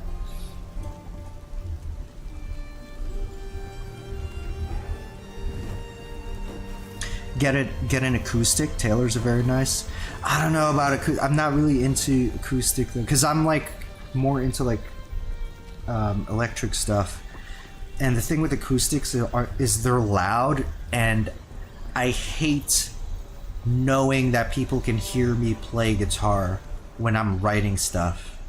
Like, it really bothers me. Like, I don't want anyone to hear me play guitar when I'm just playing for myself. The early November. Again, yeah, I've heard of them, but I don't know what they sound like. I don't like Thursday or the early November. The album Waiting or Full Collapse. Billy Talent is not bad. They're a Canadian band with singer has a weird voice, right? Their guitarist reminds me of my style a bit. I just realized this. He's very riffy. I'm kind of interested in them. Billy Talent. I'm interested in them. But I don't know if I'll like them, because I remember not liking them. I remember not liking them, but not completely hating them either. So that's an interesting one. Might be a good idea to react to that. Billy Talent's a very good band, yes. Never listened to them before. Back in the day.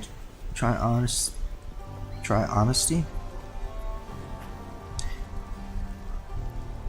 Ever think of getting a Sur reactive load and hooking up your amps to it and playing with distortion and headphones?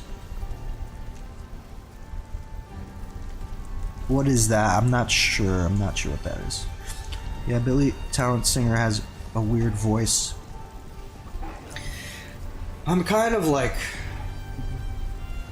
I mean, right now I'm not actively writing songs. I am still in my project right now, in my metal project, but it's kind of in hiatus. We're kind of producing stuff, but it's weird, a whole weird situation. But I do have I own an Axe FX 3. I don't know if you know what an Axe FX 3 is, but it's literally like the most powerful guitar processor that you could possibly get. Cost me a pretty penny too. So if there's anything that I want to do on guitar, if I ever want to like hear anything with distortion, I got that covered. But like I said, right now I'm in a weird spot. I'm not at the moment. I'm not actively producing anything, but I might in the future. In the near future or mid-near future, I might start producing more stuff. Billy Talent and they have a song called Try Honesty. Sur reactive load lets you hook up your amps to it without a cab or a speaker. You hook it up to headphones and it sounds like a professional recording straight in. So it's kind of like is it kind of like an impulse response kind of thing? Billy Talent and Thursday have the same problem where the singers are so unique that if you hate them, you probably won't like their bands, but any more normal singer wouldn't go well with the music. Okay, I kind of get what you're saying, yeah. This is like Axe FX, but it's just like for your own stuff, like your own gear. I don't think it models amps. Yeah, I got rid of like most of my gear. I just have this Axe FX now. I also think you should give Falling in Reverse another try. Coming Home had such a singular style that doesn't reflect the rest of their discography. Popular Monster will give you insane variety. Somebody has told me that. It might have been you, actually. I don't know. But somebody a couple weeks or months ago told me I should give another chance to Falling in Reverse. So, I'll probably do that. It's just, honestly, like the Falling in Reverse reaction I did, the views were like surprisingly low. I thought it would get more views than that, so I'm kind of nervous about doing another Falling in Reverse video. But you know what? I'll check that out. because people have been mentioning that to me. Impulsive response for practice or recording. I see. I still use a 4x12 and blast it. Nice. All right. I kind of want to. Hold on. Why was I here in the first place? Let me play some of this game first, guys. let me check out some of this game. Hold on. Why look, it's our bloke. You're feeling lucky. First, I will sell this bullshit. Sure, I'll take it off Right? brands. Yeah. We don't need to identify this. This is trash.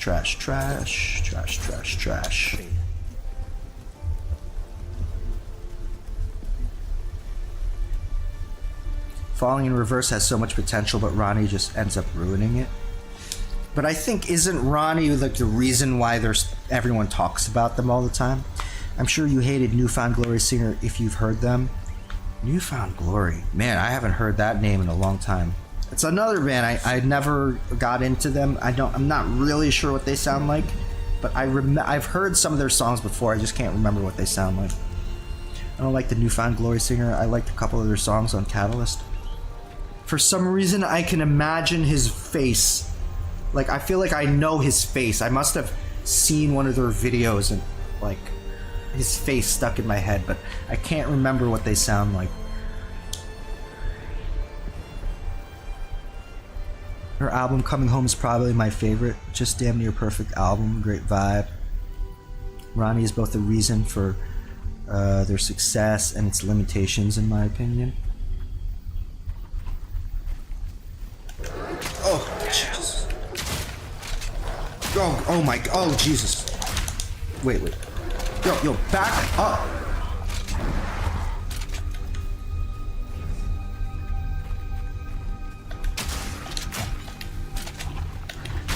Ooh. My crossbow. It's like, it feels kind of slow right now. Here, have some grenades.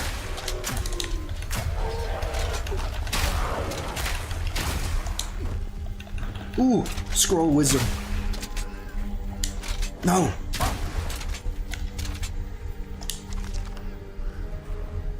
You know what? I should switch fragmentation rounds and permafrost bolts. I should switch them so that if I accidentally press X, it's still gonna keep me on permafrost, and whatever my main rounds are, I'm gonna keep it on X. Yeah, I know who you're talking about. He looks like Quentin Tarantino, the singer of Newfound Glory. Falling in Reverse sounds bad to me. They sound like ADHD.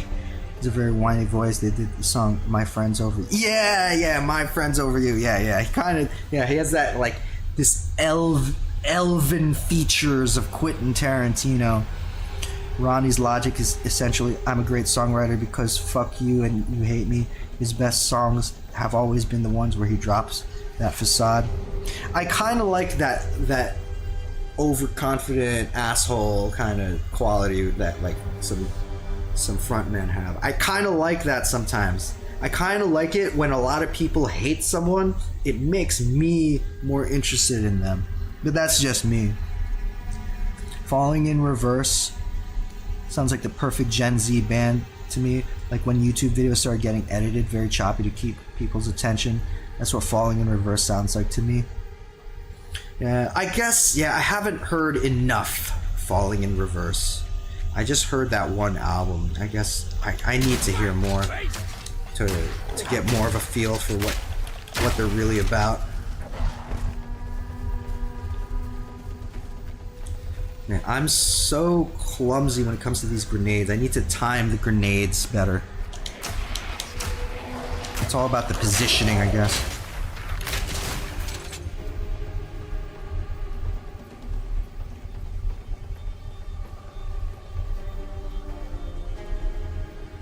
certainly works for him, but like 10 years at this point, he gets kind of old, especially when his music hasn't kept up with his stardom. Do you find Fred Durst interesting? I used to not like Fred Durst. And recently, I've kind of found this kind of respect for him. I don't know. It's weird. I kind of like him now, actually. I think I respect him now. But yeah, I used to be a hater. Especially around the time of like Nookie and like Chocolate Starfish. Actually, I reacted to Chocolate Starfish. I used to be a hater, but times have changed. It's a different world, and I kind of see him in a new light. Whoa. Can only be equipped if you're wielding a bow. Okay. Well, yeah. Crossbow uses bolts. Nice. This... We should identify this. We should. Let me compare.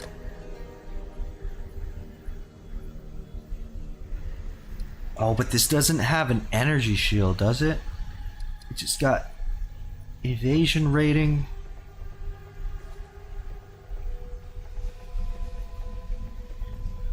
But it doesn't... Okay, the thing I have now doesn't even have armor. But it has energy shield. Whereas this thing has no energy shield, but it has armor and evasion. And some lightning resistance.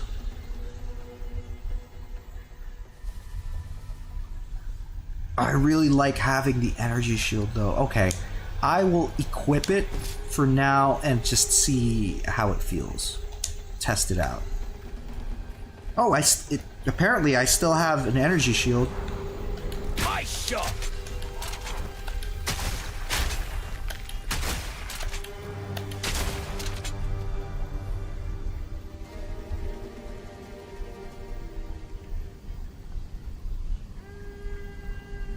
People listen to them because, oh my god, Ronnie's an asshole. What's he gonna do now instead of him just blowing people away? Fred Durst seems like a really nice guy. Same. I used to know Ronnie. I grew up in Vegas, and a friend of mine used to make music with him before he was in the band Escape the Fate Before Falling in Reverse.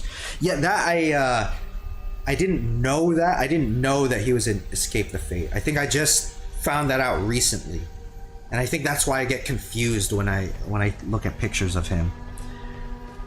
Their song Take a Look Around is a great song. By the way, Escape the Fate is another band I might have to do a reaction to because I was never into them. Aren't they kind of like a hair metal, like scene hair metal kind of band? Wes Borland can be very interesting on guitar. Yeah, I think Wes Borland is I think he's cool. He's got that cool look, and he comes up with some interesting riffs. Simple yet good. Those are the best riffs. Simple but effective. Catchy.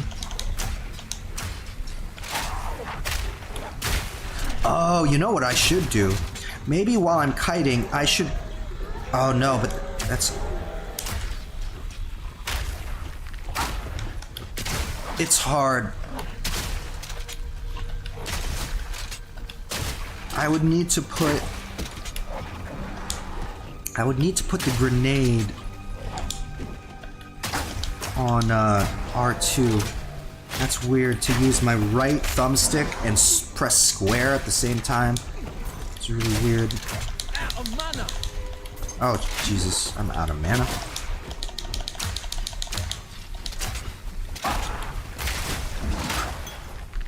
There we go.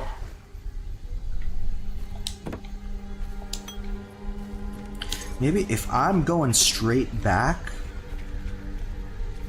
it's harder to hit them with the grenade, but if I'm like kind of encircling them, then the grenades work well. They were a scene band for sure. They had a pretty unique sound. Escape the Fate genre changes drastically depending on the era. Seeing pictures of them though at that time in the mid 2000s, I was like, hell no, fuck this band. Who the hell are these guys? Fuck this shit.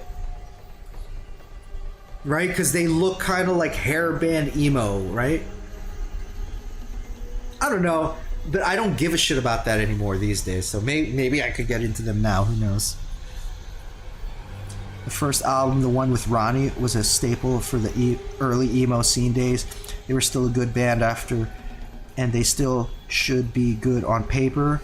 But man, they just don't do anything right anymore. Are you talking about Escape the Fate? Are they still together? What about From First to Last? First to Last, I really like them a lot. That's an example of a band. I was saying before, if you look in any scene that you don't like, you will find a band that does everything that you don't like, but for whatever reason, you'll end up liking them a lot. And that's how I feel about From First to Last. On paper, I should hate that band, but I actually really like that band a lot. I think they're great. I think, what's his name? Sonny, who later became Skrillex. I think he's really impressive, really talented guy. Ooh, I got a new passive. Oh yeah, look at this. Remorseless. It's my first big node. 15% increased projectile damage. 30% increased stun buildup against enemies within 2 meters, plus 5 to strength and dexterity.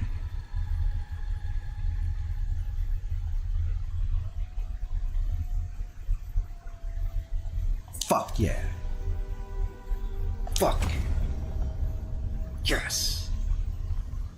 Level 6. When I think of scene bands, my mind auto defaults to shit like The Millionaires on Blood on the Dance Floor, and then I get the Shudders. Nah, I'm not talking about those bands. Those aren't even bands. Those are like MySpace whores.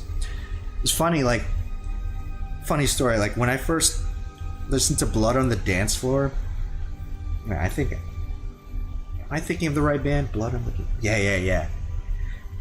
It was a couple years ago, because I never listened to them when they got big on MySpace or whatever, but a couple years ago, I was like, what does that band Blood on the Dance Floor, what do they sound like? Do they suck?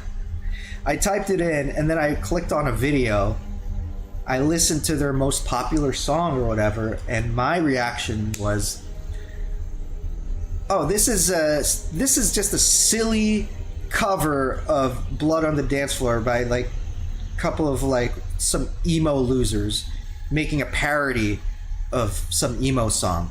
I want to hear what the real song sounds like. I want to hear what the real Blood on the Dance Floor sounds like. And then I kept searching, and then I realized the video that I had just watched was not a parody. It was the actual song. And it blew my mind. I was like, this is the worst shit I've ever heard in my life. How are they famous? Like, what? Why do they have so many... like, what?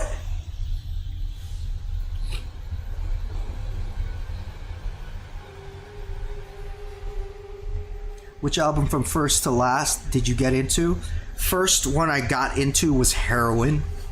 And then I went back and listened to My Teenage Angst Has a Body Count. Is that what it's called? And I liked both of them. I liked both of the albums. I'd like to listen to them more. I should probably listen to them. You know what? I feel like listening to From First to Last now. I should probably listen to them later today. I'm walking my dog. I forget what the album is called. Dear Diary. Yeah. Blood on the Dance Floor. Emo's most famous predators. I never liked emo. And that's the thing. Emo has different meanings for different people in different scenes. There's different versions of emo. Like when someone says emo, they could be talking about like Midwest emo. They could be talking about like, you know, like like some old school Jimmy Eat World or Promise Ring, or Get Up Kids, like that. Or they could be talking about like Paramore, or they could be talking about like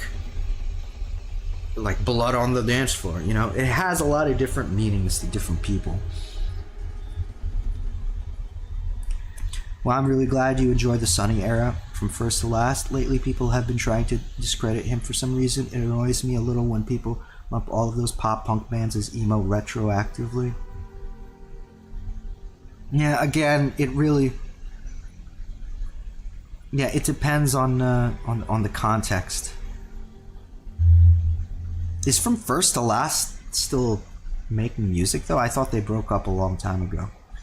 Emo, I could consider the Get Up Kids' GB World Promise Ring.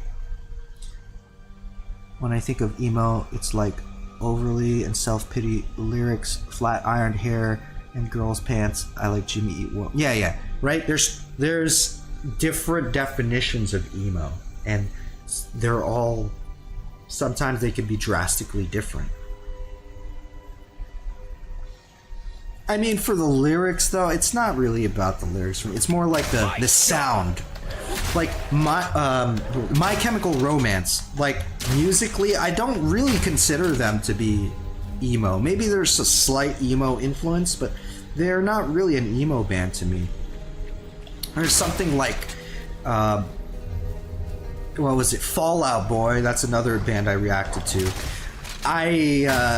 When I listened to their album, it was way more emo than I expected it to be.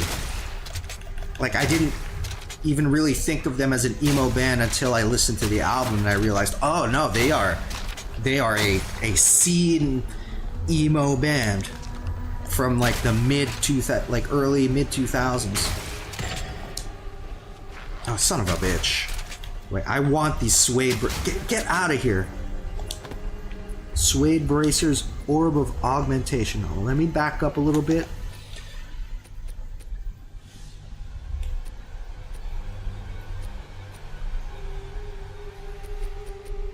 This. I should ID that, but my gloves right now are really good because they give me lightning. I mean, I'll ID it. Let's plus 15 to max life. Fuck that. The gloves I have on right now are fucking badass.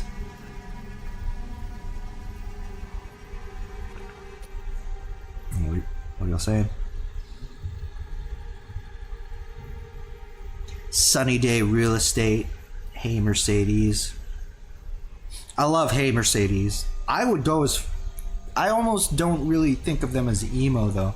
I think of them more as post-hardcore. But yeah, I guess they're emo too. They're emo too. I think MCR was like vampire rock, if that's a thing. They aren't emo to me either. Emo to me was like wimpy angst. The problem with those early days is that other people used emo to describe these bands because they had no idea what to describe them as, and it stuck. Yeah, I agree with that.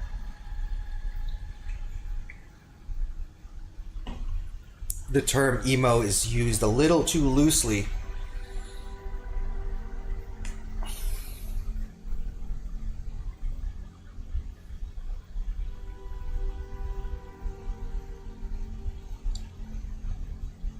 No offense to any emo fans, I just never got into the vibe. Blink had lame lyrics a lot too, but the melody writing caught my attention.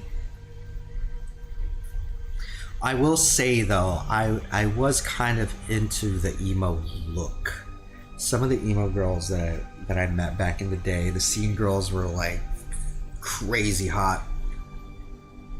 And I would think to myself like, damn, like I hate the kind of music that you listen to, but damn girl, damn you got it going on. Shit. Like some of these emo girls that I met, it's like, man, I wish I was into the music that you were into.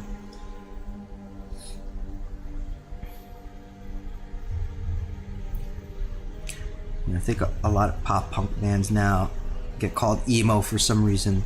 I mean, there is that gray area though. There is like that overlap, I think, with those scenes. And I think when bands can do pop punk and emo both at the same time and meld it into that, like, it's such a, I think they go together really well, pop punk and emo. It's like peanut butter and jelly. No, it's not even like peanut butter and jelly. It's more like because they're not really opposite. I'm trying to think of a good example. It's more like meat and bread. Meat and bread. Put them together and make a hamburger. It's more like that.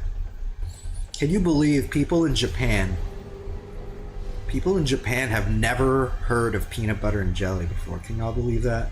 Every time I tell a Japanese person about peanut butter and jelly, they're like, hey, they act all surprised, like they think that's disgusting. They're like, what?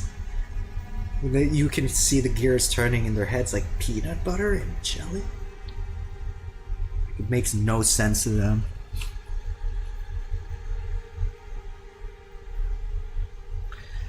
Back then, people just knew them as pop punk. It's like, even nowadays, I don't know what to call some bands, and saying they're emo is just an easy way to keep things organized. Not everyone's gonna know what I mean by this band is progressive metal or post-hardcore or alternative shoegaze inspired prog rock. I mean, I do my best to just, like, I don't really care if other people are mislabeling. I almost said misgendering bands. I don't care if other people mislabel bands. It's just, for me personally, when I speak of something, I'd like to be accurate in how I speak. But if somebody else calls Blink 182 emo, that's sure. You know, it's interesting to me to see what other people would consider that, you know?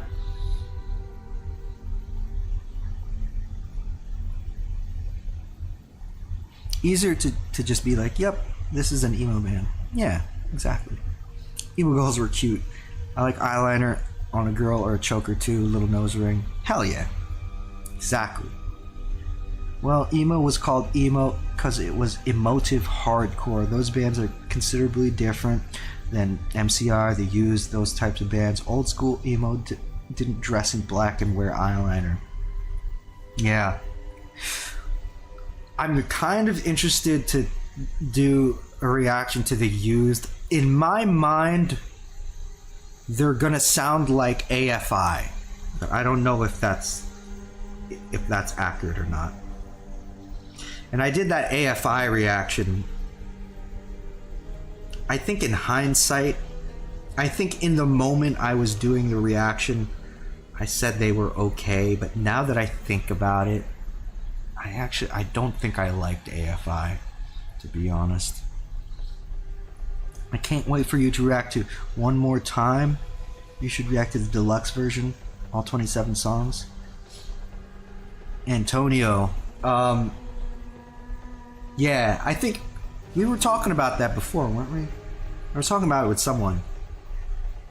I'd like to hear it, but I've seen people say bad things about that album. People are saying it wasn't good, or it's one of the worst Blink albums. People call Yellow Card emo now too. Their Ocean Avenue album I liked too. At least a fair amount of the songs. The songwriting was solid. I would say Yellow Card is pop punk with some emo influence. I used to work at a retail store when emo got big, and the guys' pants, I couldn't even shove my nuts in them.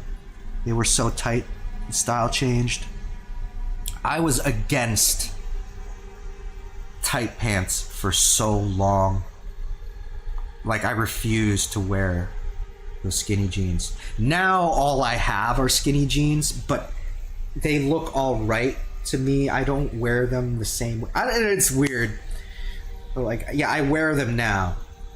I'm probably too old to wear them, but I remember when I used to work at Hot Topic, people kind of knew that I wasn't into that shit. So I remember like my coworkers being like, "Oh, there's some jeans that I think that you would like. They're not skinny jeans. They're not. I know that you don't like skinny jeans."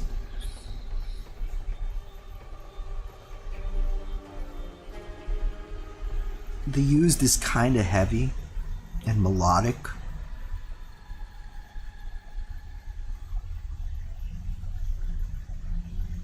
I might have to check them out.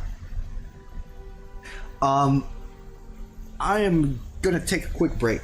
I'm gonna smoke a cig real quick. And it is like raining. Where I am, it is raining. And it's really foggy. It's foggy and raining. And if I smoke a cig, oh shit, it's getting hard. If I smoke a cig now, the raindrops are gonna come into through my window. Fuck it, I want a cigarette. I'll be right back. Ooh, I'm nervous about leaving this game. Wait a minute, if I leave here, I'm gonna town portal.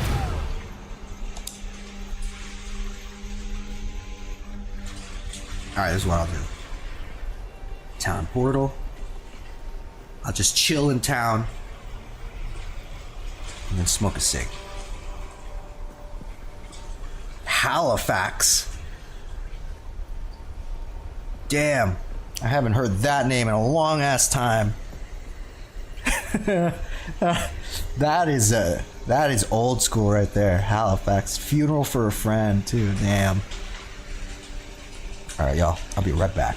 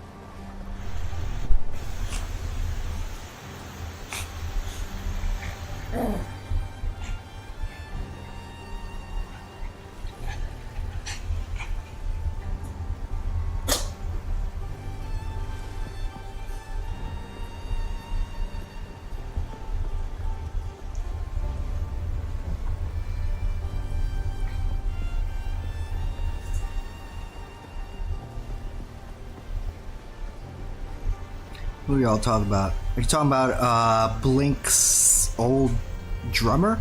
Is that who you're talking about?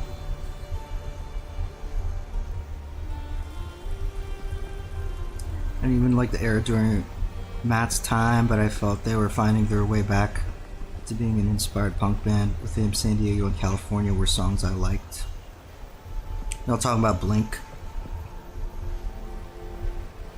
I think, don't they have an album called California, don't they? And I heard that's also like one of the lower ranking Blink albums.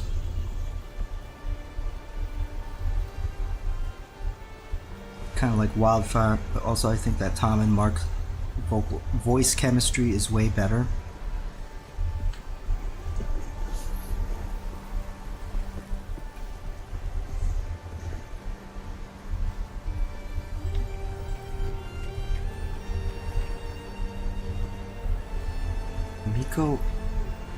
Miko and Sakura. What about Sakura Miko? Mikochi. Nande? どういうこと？わかんない。 Stop them in their tracks! 嫌だ。死ね死ね死ね死ね。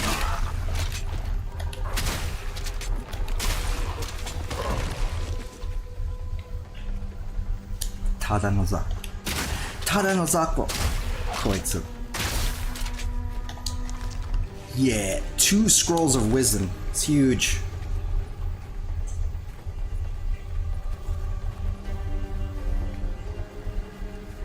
An effigy.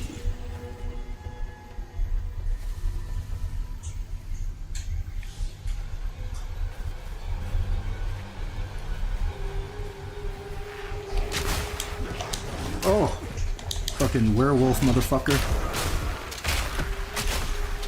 Nice. Tom and Mark singing together is kind of cooler than Mark and Matt. I mean, it happens they were teenagers when they started. Now they're in their late 40s, for me at least. I thought they were even older than that. Aren't they in like their 50s?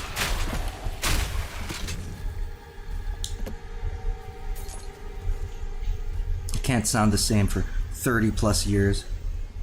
You have a Green Day and The Offspring, for example, are more consistent.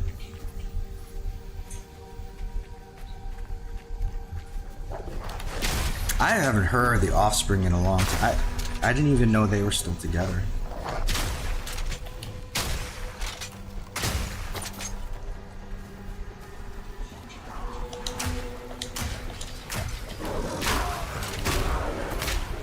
Yeah. So if I use the grenade and then encircle around them, hell yeah. That's way more consistent. I think the secret sauce with Blink was clearly Jerry Finn. That was the best albums they put out, in my opinion. And Jerry Finn was their producer. Is that right?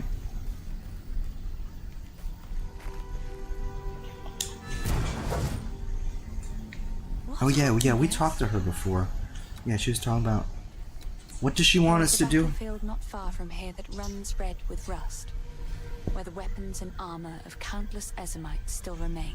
We call it the Red Veil. You should search the area. There may still be power in some of those centuries-old relics. Renly will know how to forge them, bring the runes to him, and then I'll wait here. The old magics will protect me. The old magics will protect me. Alright, we unlock that waypoint.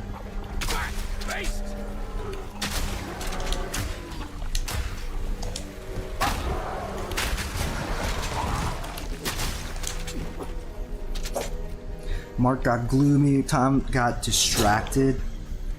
Travis is still about the same. Their motives and inspiration changed. To me, it sounds like they're failing to recapture the magic. Untitled was good. I love Stockholm Syndrome. I think Untitled is like... Untitled seems like it's the best one. I'd have to really sit down and think about it and listen to the albums again, but it seems like Untitled is the best Blink album. Could be. Asthenia is still my favorite Blink song. You can tell, another great song. Oh, Jerry passed away, unfortunately. Easy Target is dope.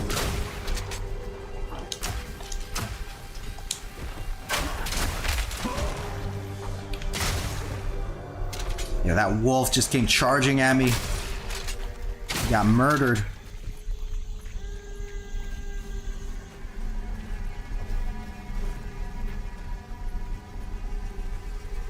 Hey, there's a checkpoint.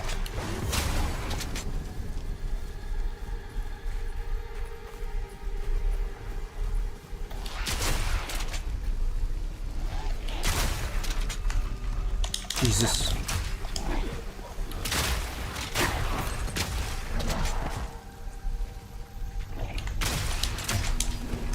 Oh no. That's how I'll die in this game. I get stuck on the scenery and I get surrounded. My order goes Dude Ranch, Take Off Your Pants, Self-Titled, Enema. But Self-Titled is Untitled, right? That's the same thing, right? I'll have to check out Dude Ranch then.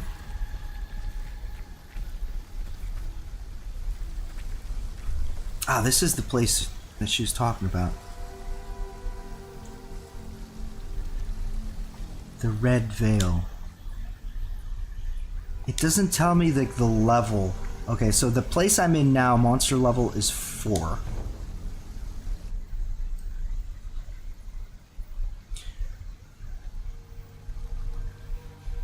Yeah, that's what I meant. Yeah, I thought so. Monster level 5. I think... knows when to cut and run. Okay, I think we could do monster level 5. To me, it's self-titled. One more time. Take Off Your Pants and Jacket. Enema, Neighborhoods. Nice. So one more time, you'd rank pretty highly. Okay. So I guess that's also another disputed kind of album. Dude Ranch and Dogs Eating Dogs. I've heard of that. It's only an EP. Enema, number 1. Take Off, number 2. Self-titled, number 3. Enema just has a in-your-face raunchy but kind of slick thing to it. I love the production and mixing. I think Enema is like a good blend of like where like Blink sound, but with more in like the pop punk format.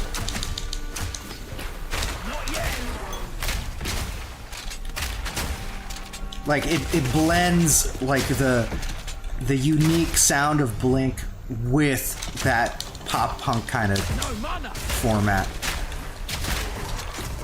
Oh god, no. These things are nasty looking.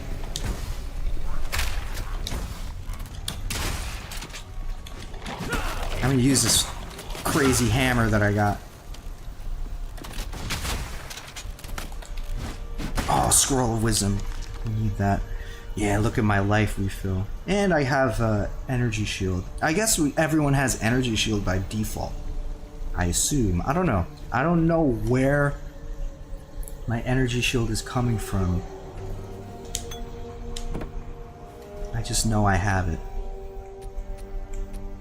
Alright, we have to identify this. Opaque medium life flask of the wide.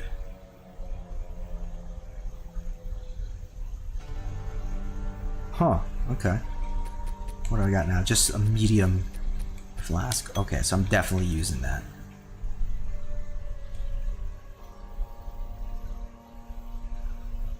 I don't care much for California and 9, but I got say it has some good songs. Yeah, that's what I hear a lot. California and 9 seem to be the lowest rated Blink albums by the fans. I only like Boxing Day from Dogs Eating Dogs, but it still has this sort of bogged down thing to me. I don't know why, but when Blink's tone in that album and Neighborhoods is like depressing and meh to me. Like Boxcar was dark but energetic. Blink started sounding lifeless to me. Neighborhoods and On with Tom.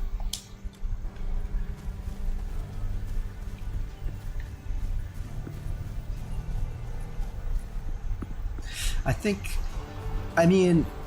just reacted to it, but it seemed to me like Neighborhoods had like a different sounding vocal approach. But I wouldn't necessarily call it like lifeless. I don't know, it just sounded maybe a little different, like they were singing in a lower key.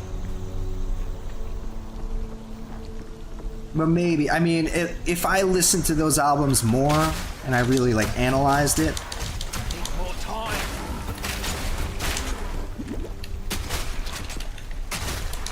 Jesus. Ooh. This could be dangerous.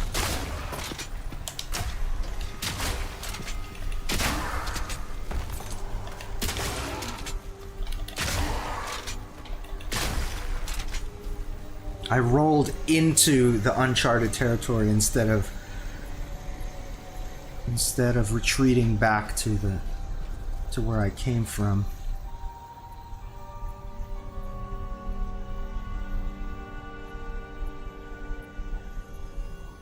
I'm excited for you to hear Dude Ranch. Yeah, I'd like to hear that too.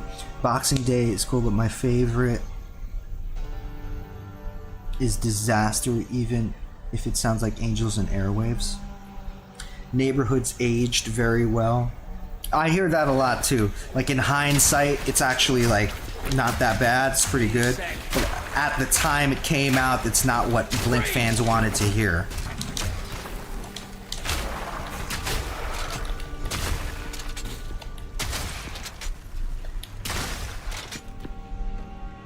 Ooh, we got more shoes. I will ID that. Ugh, I should probably head back.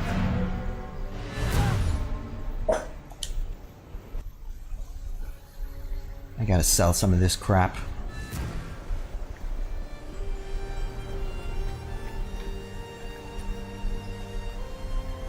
It's cool to hear Blink without Travis and where they were as a band before the huge fame from Enema. Yeah, I think I've just heard Damn It and maybe one other song from that era. The songwriting arc from Blink's first demos to Angels and Airwaves is kind of insane.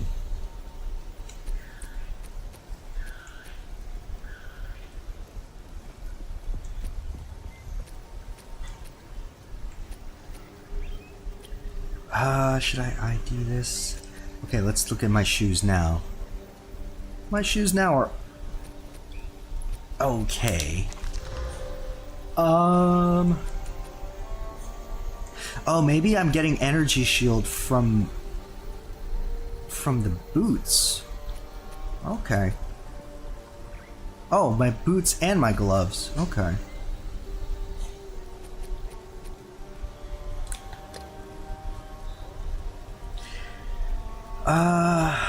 Well, okay, I'm gonna equip this just because the item level is higher, and I think I do want 10% increased movement speed. I'd like to try that. I never heard any musicians get that much better. Nice. I mean, they've come a long way. They've had a very prolific career. Tired of the slaughter yet? Alright, we're gonna sell everything. Sell this. Sure, I'll take it off your hands. Yeah, we don't need this shield. Sell it. Deal. Remember us when you're famous, eh?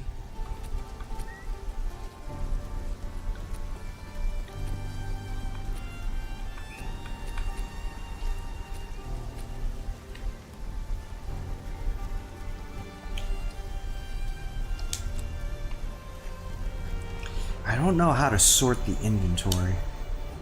I wish there was like a sort button.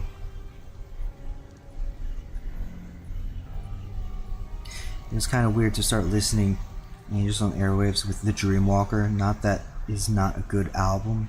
The transition from Blink to AVA is smoother if you listen to We Don't Need to Whisper. That's the Dreamwalker is the only album that I've heard by them, but it seemed like a lot of fans said that was the best. Especially because Travis wasn't there to add that extra layer he always adds. It's strictly being carried by Mark and Tom. I only like the first 2 AVA albums. My favorite song on Dude Ranch, maybe Waggy. Waggy is fire, favorite Blink song.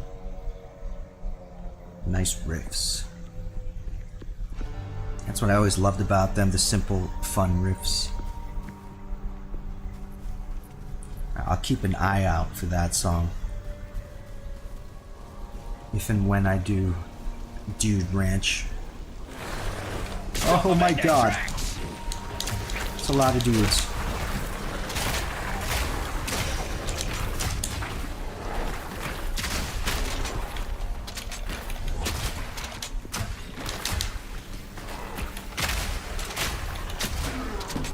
Get this guy off me. Alright. I don't even know if it's worth it to pick these things up. I mean, I'm still... It's a relatively early game. I'll pick it up. Ooh, that... A Regal Shard. What does this do?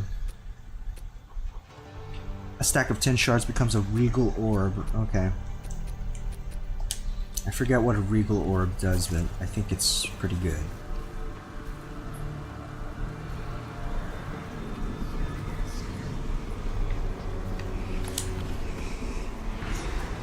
Must be what I'm looking for.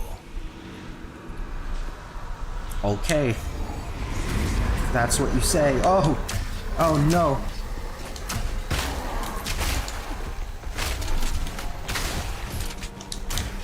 Not yet.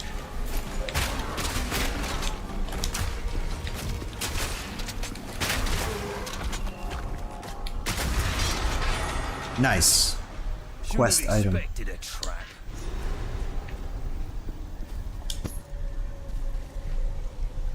Collect the 2 remaining runes of power.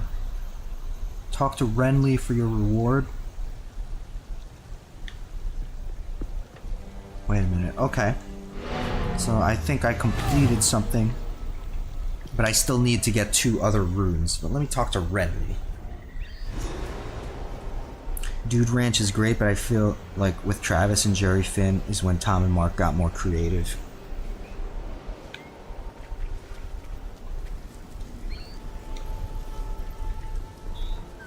Is Dude Ranch 90s? Came out in the 90s, didn't it?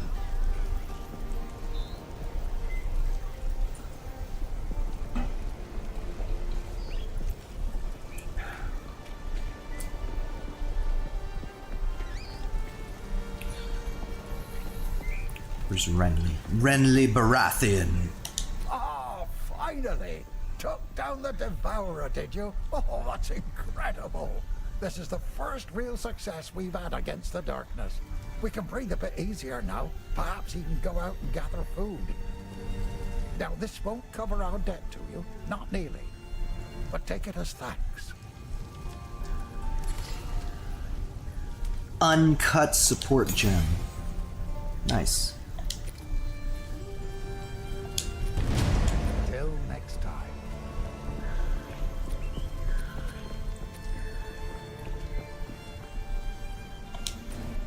What is this for? I don't even know what this...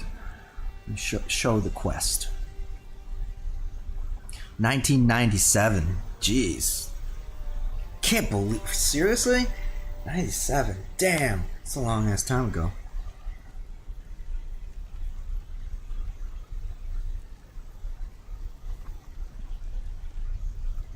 Okay. I guess, yeah, this green thing, this ruined girdle. I still need... I need to find 2 more of those things. Engraved support gem. Nice. Nice.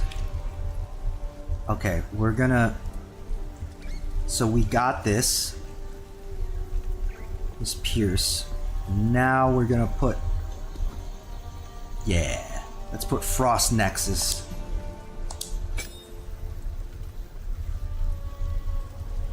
But that's it. I can't put any more support gems on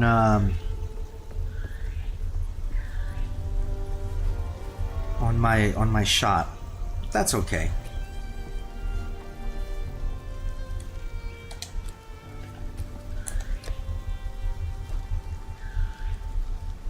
Okay, my armor right now is way better, even though it's a lower level.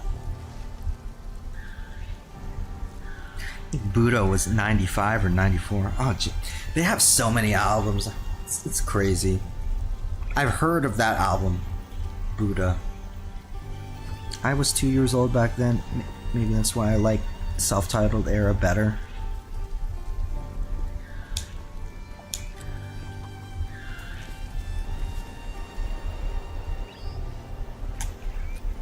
You know what? Let's sell this. Keep ourselves keep ourselves nice and clean, nice and sorted. Deal.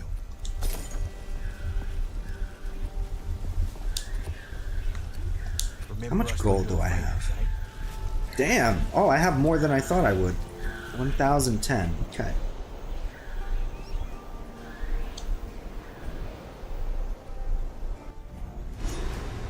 That must be what I'm looking for. I was born in 1991. My uncle used to play all the Blink albums in his car. I was listening to them at like 5 or 6. You guys know Billy Idol, Rebel Yell?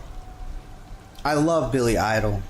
Rebel Yell's a good song. But I think my favorite Billy Idol song would be Eyes Without a Face.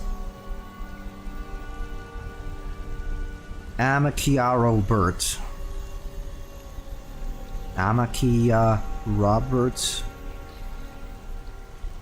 What's up? I'm doing great. How are you doing? Stop them in their tracks! I didn't get into music at all really until I was like, I mean, I liked some songs here and there, just like random songs that I liked, but I wasn't actually like into music until I was like maybe 11 years old. Is when I started paying attention, started watching MTV.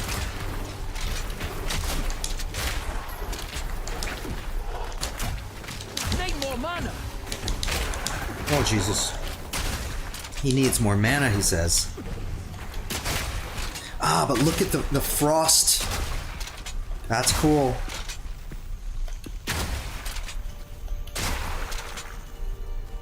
The frost buildup. Ooh. Let's check this out. Amulet.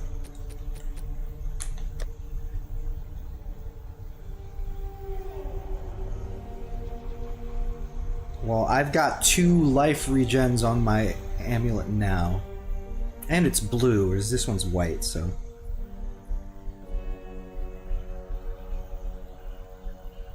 I was 8 to 9 years old.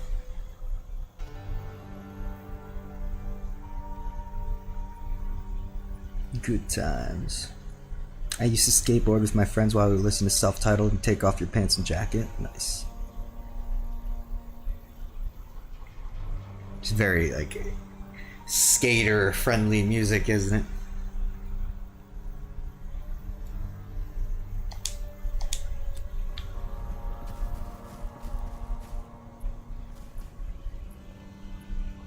Amakia Roberts. How's the graphic design going? Did anyone buy some graphic designs from you? Did you get any customers?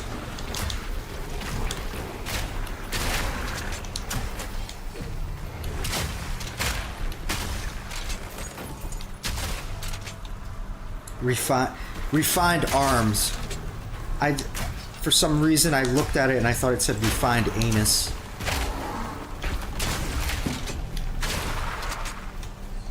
It's not just any anus, it's a refined anus. Let's take a smithing hammer.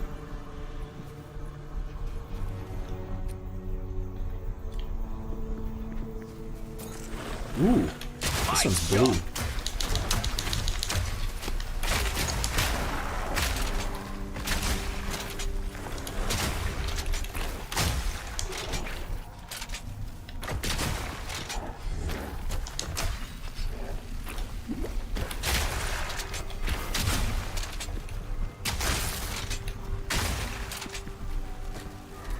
Ooh, there's lots of dudes here. I really want whatever's in that treasure chest. I want it. Do it. Oh, it's all trash though.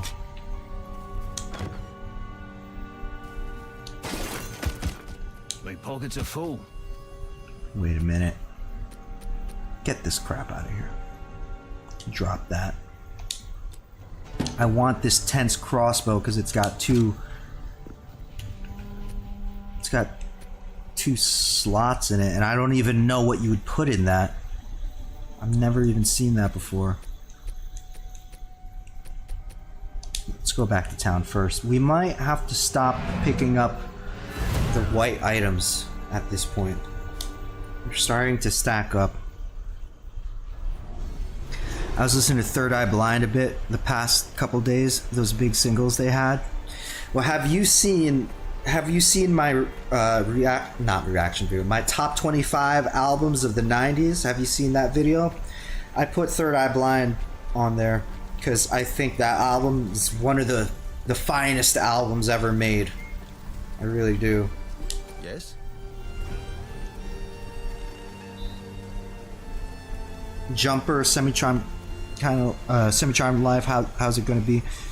Seriously, like, that album has so many good singles, but even the songs that aren't singles are really good. And apparently he's friends with Fred Durst. When I was reacting to Chocolate Starfish and the hot dog flavored water, there's a little part there with what's his name, Stephen Jenkins from Third Eye Blind. Not sure what I'm gonna do with it, but cheers. I don't know what these two sockets, what does that mean? Like, what would you put in there? I think I'll take it off your hands. I think I'm gonna throw it in my stash Farewell. for the time being until I know what that's used for.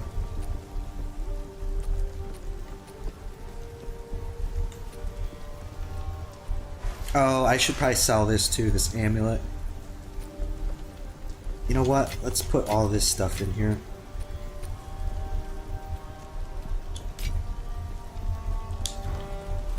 And then Tired of the slaughter yet?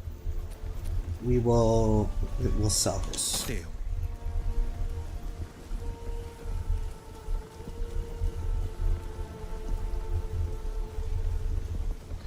Dude, I just saw Third Eye Blind with Yellow Card, and it was probably the best show I've ever been to. Sounds like a cool combo. Did they play together recently? I had no idea. You know, the Yellow Card song, Gifts and Curses, totally epic. I was about to say that. Great interlude. Gifts and Curses is definitely my favorite Yellow Card song. Their drummer was pretty sick too. I have not heard any Yellow Card past that. I don't know if it's their first album, but whatever one I reacted to, I haven't heard anything after that. I wasn't sure if I should check out more of their stuff. Because I really only know that one single. I like when they're not heavy, but like they're more energetic tracks, they're more punk sounding tracks. I like those. But if their later stuff is more like poppy, I don't know if how interested I would be in that.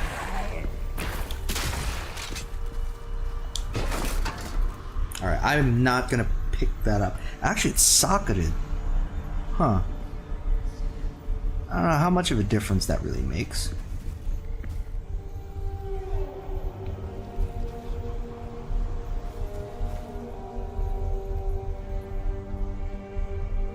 I used to sing that song during my singing lessons. Those high notes in the chorus were tough though. Yeah, they did. Wasn't even expecting much from the show either, and Third Eye Blind completely blew my mind. Nice. I had the Spider-Man 2 soundtrack on CD, and it was one of my favorite songs from that album. The movie studio messed up not using that song in some epic Spider-Man scene.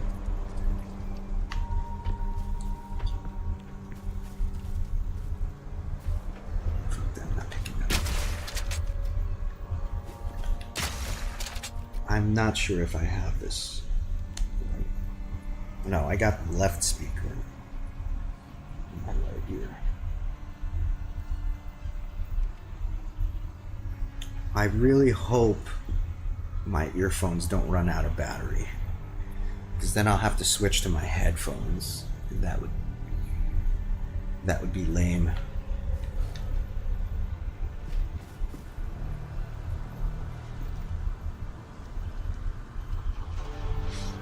It's a shame Gifts and Curses is not on Spotify or Apple Music. Oh, really such a great song.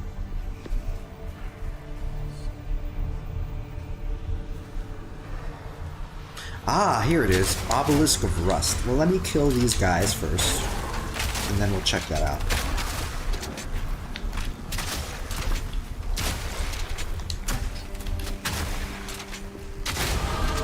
Nice! Level 7 achieved. Let's do it. Let's level it up now. Okay, should I keep going this route, or should I... Oh, maybe I should pick this up. Yeah, you know what? Let's pick that up. Feel no pain. Well, we can't pick it up now. But we can build towards it. We'll get... Huh. Area of effect. Projectiles have a 10% chance to chain an additional time from terrain. That sounds cool. But you know what? Let's focus a little bit on the defense. So we'll pick this up for now. Oh, and then we could go down this path too. But this is melee damage. We don't need that. That's intelligence. Here's some projectile damage we could get. Attack speed. Okay. I've got my eye on this ricochet and volatile catalyst, but we don't have cooldown stuff really. I guess we do when we need to reload. I like Papa Roach a bit too, the Infest album, mostly for a couple songs. The riff were also solid. Papa Roach is another band I have seriously been thinking when. It's not a matter of if, it's a matter of when I'm going to react to that. Because I used to make fun of Papa Roach so much. So much. When that song came out, when their single came out, oh man. We used to like think of different lyrics like cut my cake into pieces, this is my last dessert, or cut my test into pieces, this is my last report. Yellowcard is another band that I don't think has put out a bad album. I haven't listened to the most recent, but every single album I've heard is really good. Really. They are pretty good songwriters in my opinion. From the songs I've heard, I haven't kept up with them. Yeah, they're really good. The singer's underrated.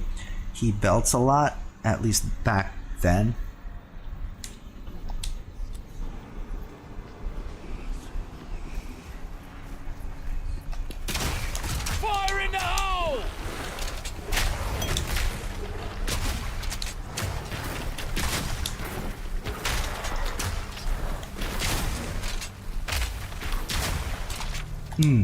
Scroll of Wisdom.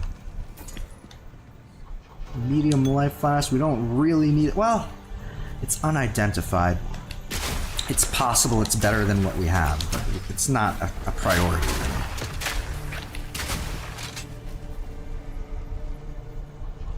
Gilded Staff. And it grants a skill. Is that worth picking up? I don't know if I like how it pauses the game when you go into the inventory. I mean, I guess it's better. It's more convenient, but I kind of like how you can open the inventory and still move around, and it's time still flows. I guess it's all right. I guess this is technically more convenient.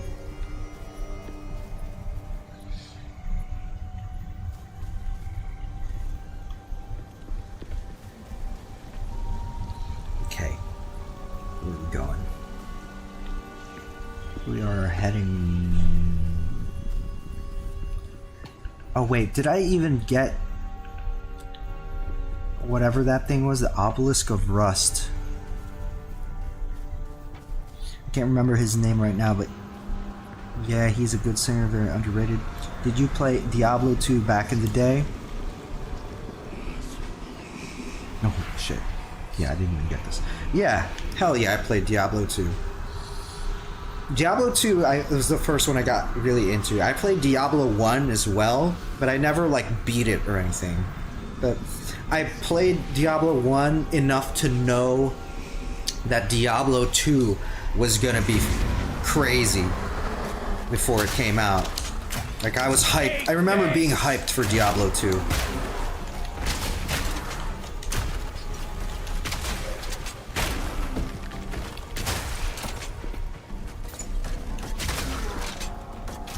I never played the remake though. I wish I did, but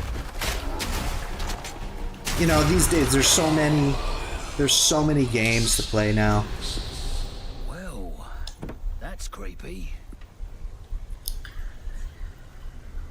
Ryan Key, I think is his name. Not me. I stopped playing video games a while back when I got into songwriting. Oh yeah. You're saying that.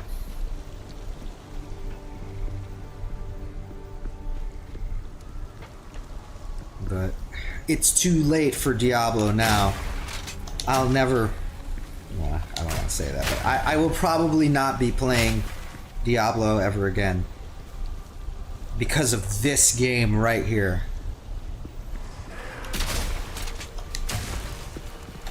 Now I just feel like, what's the point?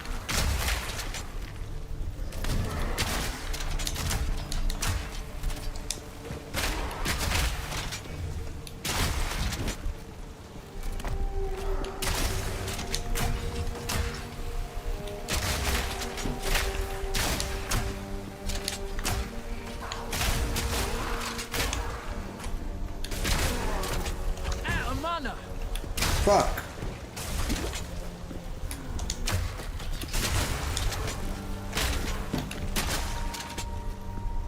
Ooh, that guy was tough. Alright, it's going much more smoothly now. I'm ignoring these white items. Diablo 2 was such an insane game for its time. The PvP trading system was also good. I'm sure I definitely missed out on many epic games.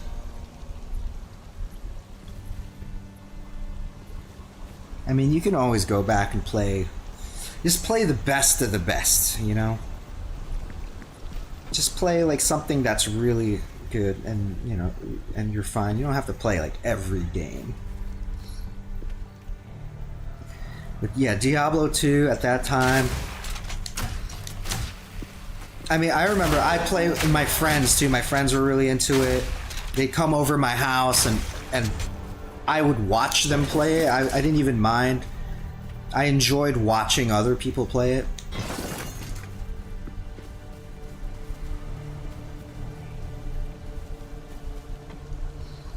I'm sure the remake was cool, but I just never got around to getting that.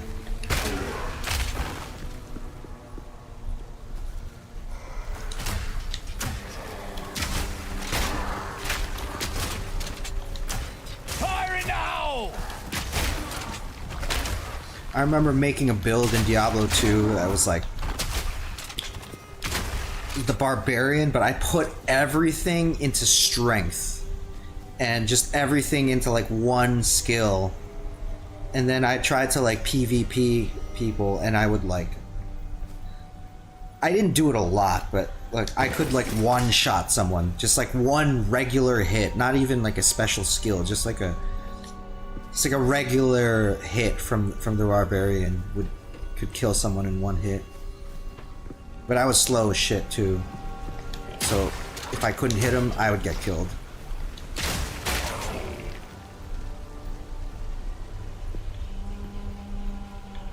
All I played was Diablo 2 and Counter-Strike 1.6. I know Counter-Strike is huge, but I could never get into it, but I remember seeing people playing it all the time at like internet cafes and stuff. For me, it was racing or fighting. I liked F-Zero on the SNES. That's probably my favorite racing game. Yeah, the old school F-Zero. Fighting right now, actually, I am planning to play, well, I don't know how much time I'll have, but I was planning to play Guilty Gear, whatever the latest one is, Strive. I already have it, and I got pretty good with the character ABA, but I only played it very briefly. But I want to play, they have a DLC character, they have Lucy from Cyberpunk, the anime. So they're doing a crossover, and they're adding Lucy from Cyberpunk to Guilty Gear. So I would like to play and at least get good with her just to see it. Although to be honest, I really don't even want to play any other games right now. Like, I think this game is so good, and I've only been playing it for a few hours. But I'm like so hyped for what this game is gonna bring. This thing fucking sucks.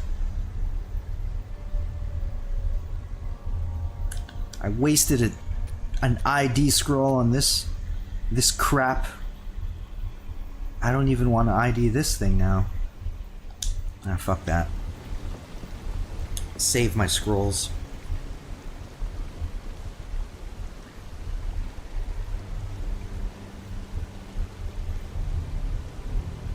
I don't know how I used to play video games, write songs, go to the gym and lift, work, school, hang out with friends, all at once back then. I mean, it's all about your scheduling. Now I feel I can barely go to the grocery store and the day is over. Yup. I hear that.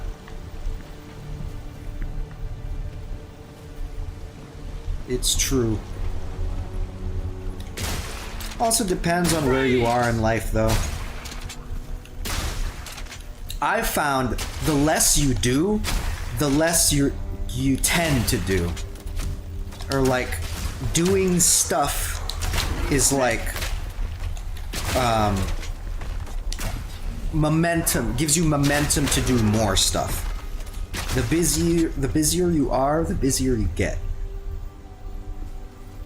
So counterintuitively, paradoxically, it's like the more free time you have, the less motivation you have to do stuff, you know, in this weird way. Like if I wake up and I have one chore to do, then I'm gonna like procrastinate and I just feel like shit doing it. I'm gonna do it so slowly. But if I wake up and I have a really busy day, then that's when I really get shit done, and I'm like go go go, you know. Ah, the last one.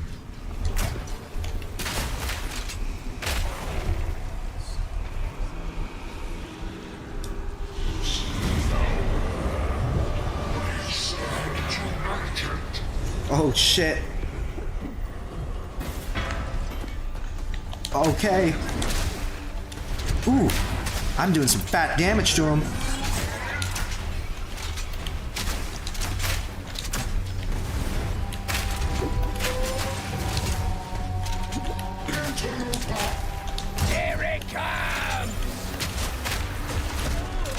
Oh, okay, that's what it does.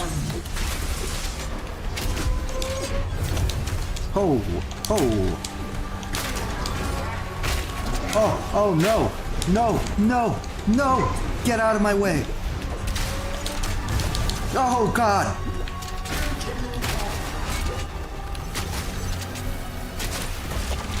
Gotta get between those nails. Oh, God. I need more mana.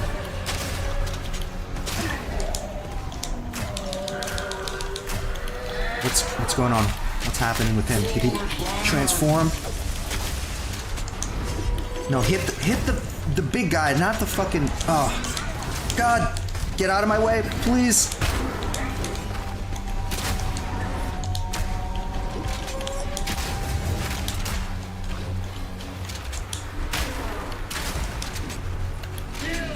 He's almost dead.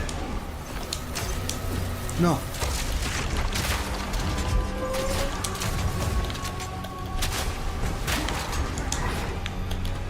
Got him! Fuck yeah! As a Fuck yeah! never give up a fight, I expected no less. Oh shit. Oh my god. No room. No. Oh, we'll make room. Get this shit out of here.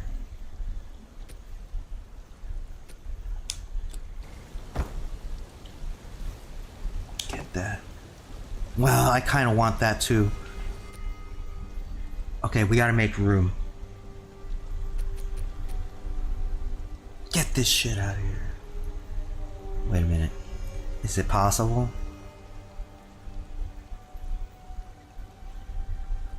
Let's drop that.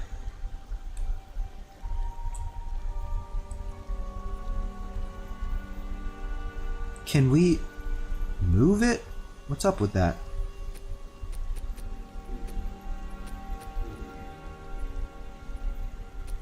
Let me pick up, put it here. I have 111 of these. I might as well use this now. Rounds can break enemy armor.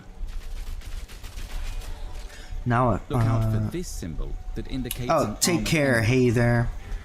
See you next time. Thanks for hanging out. Armor is broken. Fragmentation rounds pierce through enemies. Frozen enemies will shatter in an icy explosion. Permafrost bolts shatter on impact, hitting enemies behind. Bolts from incendiary shot shatter on impact, also hitting enemies behind the target. High-velocity rounds pierce through enemies and deal bonus damage to bolts from incendiary shot shatter on impact, also hitting enemies behind the target. Flash grenades can blind and bolts from incendiary so I can get one of these shatter on impact, also hitting enemies behind the target. I'm gonna get that.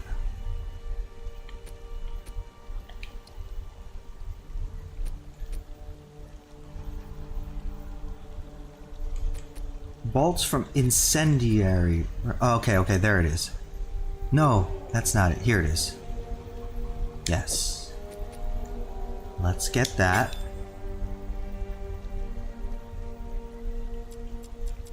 And then I will bind it to, let's say, here.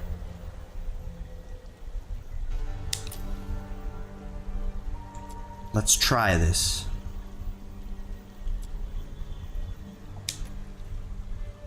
Let's try this out.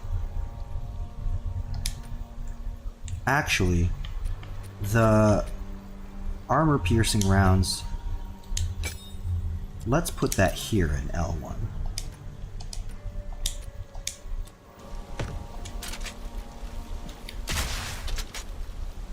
Okay. Here's the new weapon. Well, it's not the new weapon. It's the new shot. I don't know if it'll be better than... Well, okay, because the freezing shot has those skill shards in it. I don't know if we can move that.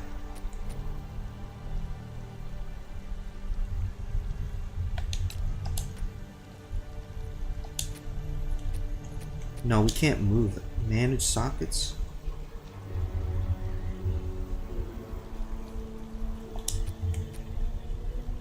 Like, okay, I could move this. Oh, okay, cool, cool. I can move it. Oh, I could even put Frost Nexus on this. Shit. Okay, okay. I mean, it's level 5. Cost 9 mana. Okay, this could be cool. This could be cool.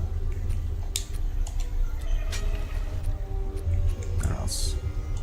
Let's move this here. Here. Last 4 seconds.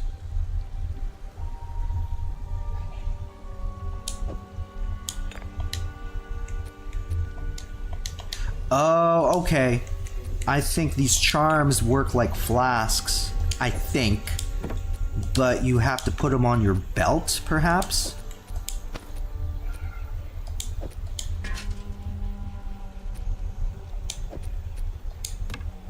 This short bow's annoying.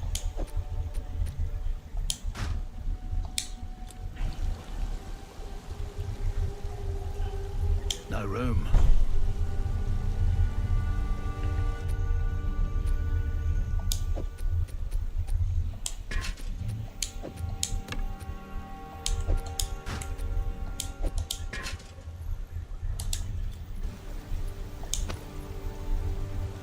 Okay.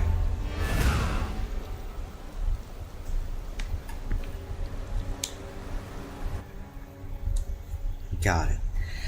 All right. Nice. So we got a new attack.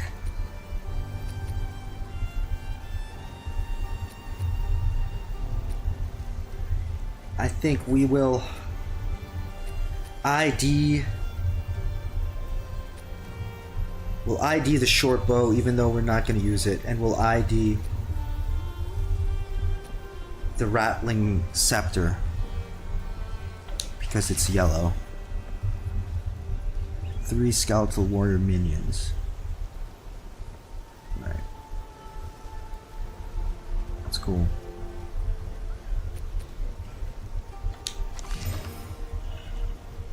Beast Arc.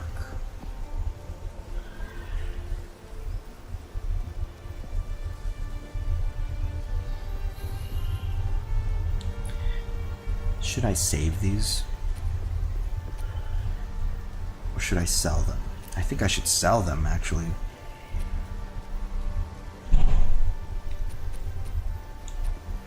Wish I had a belt.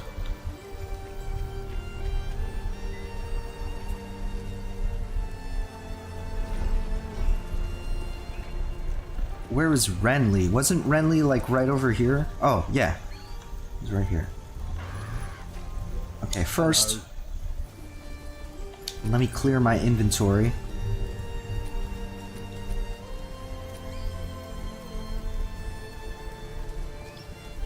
Deal. I'm selling it. I'm selling it. It's still a very early game. There's no need to hold on to this stuff now. It's very low level.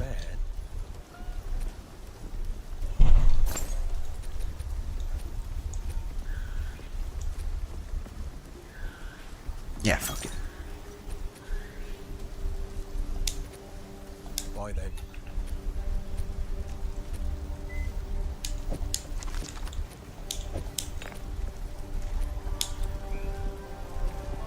Nice.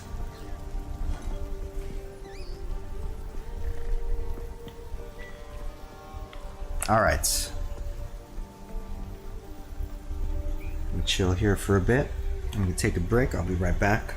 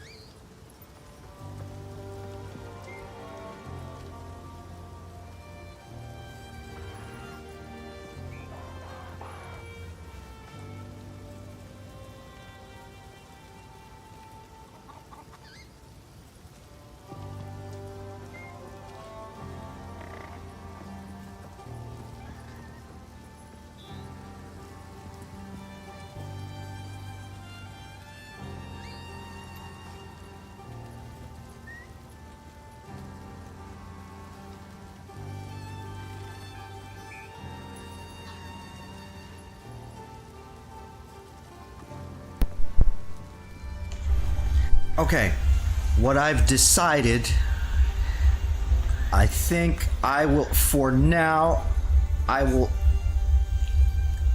let's do this quest thing. And then I'm gonna end the stream and jump back on because I think somebody's coming here.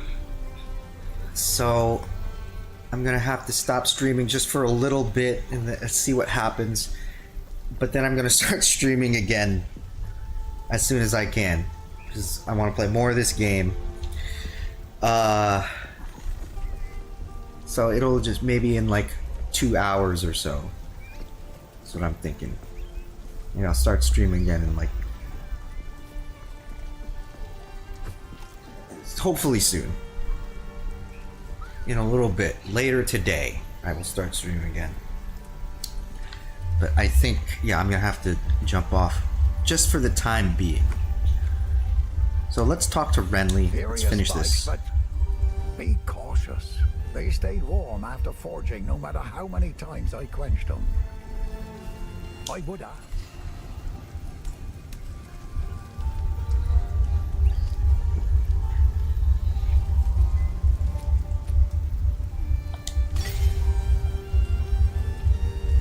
If you find a pint out there, do bring it back. Use the rune spikes.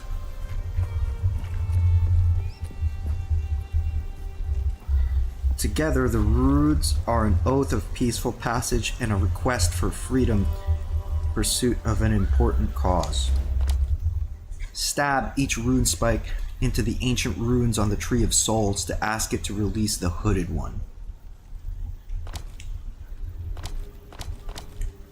Right. Sure. Well, now where is that? I don't know. Maybe in the Grim Tangle? I guess. I don't know. I have no idea. Show quest. It's the ancient ruins of the Tree of the Soul. I have no idea where that is. It's either in Grellwood or Grim... No, it's probably in Grim Tangle. Alright, anyway. I'm gonna end it here because I think my controller needs to recharge and my earbuds need to recharge as well, so... Thanks for watching, y'all. I'll see you very soon. Very soon. We're gonna play more of this game.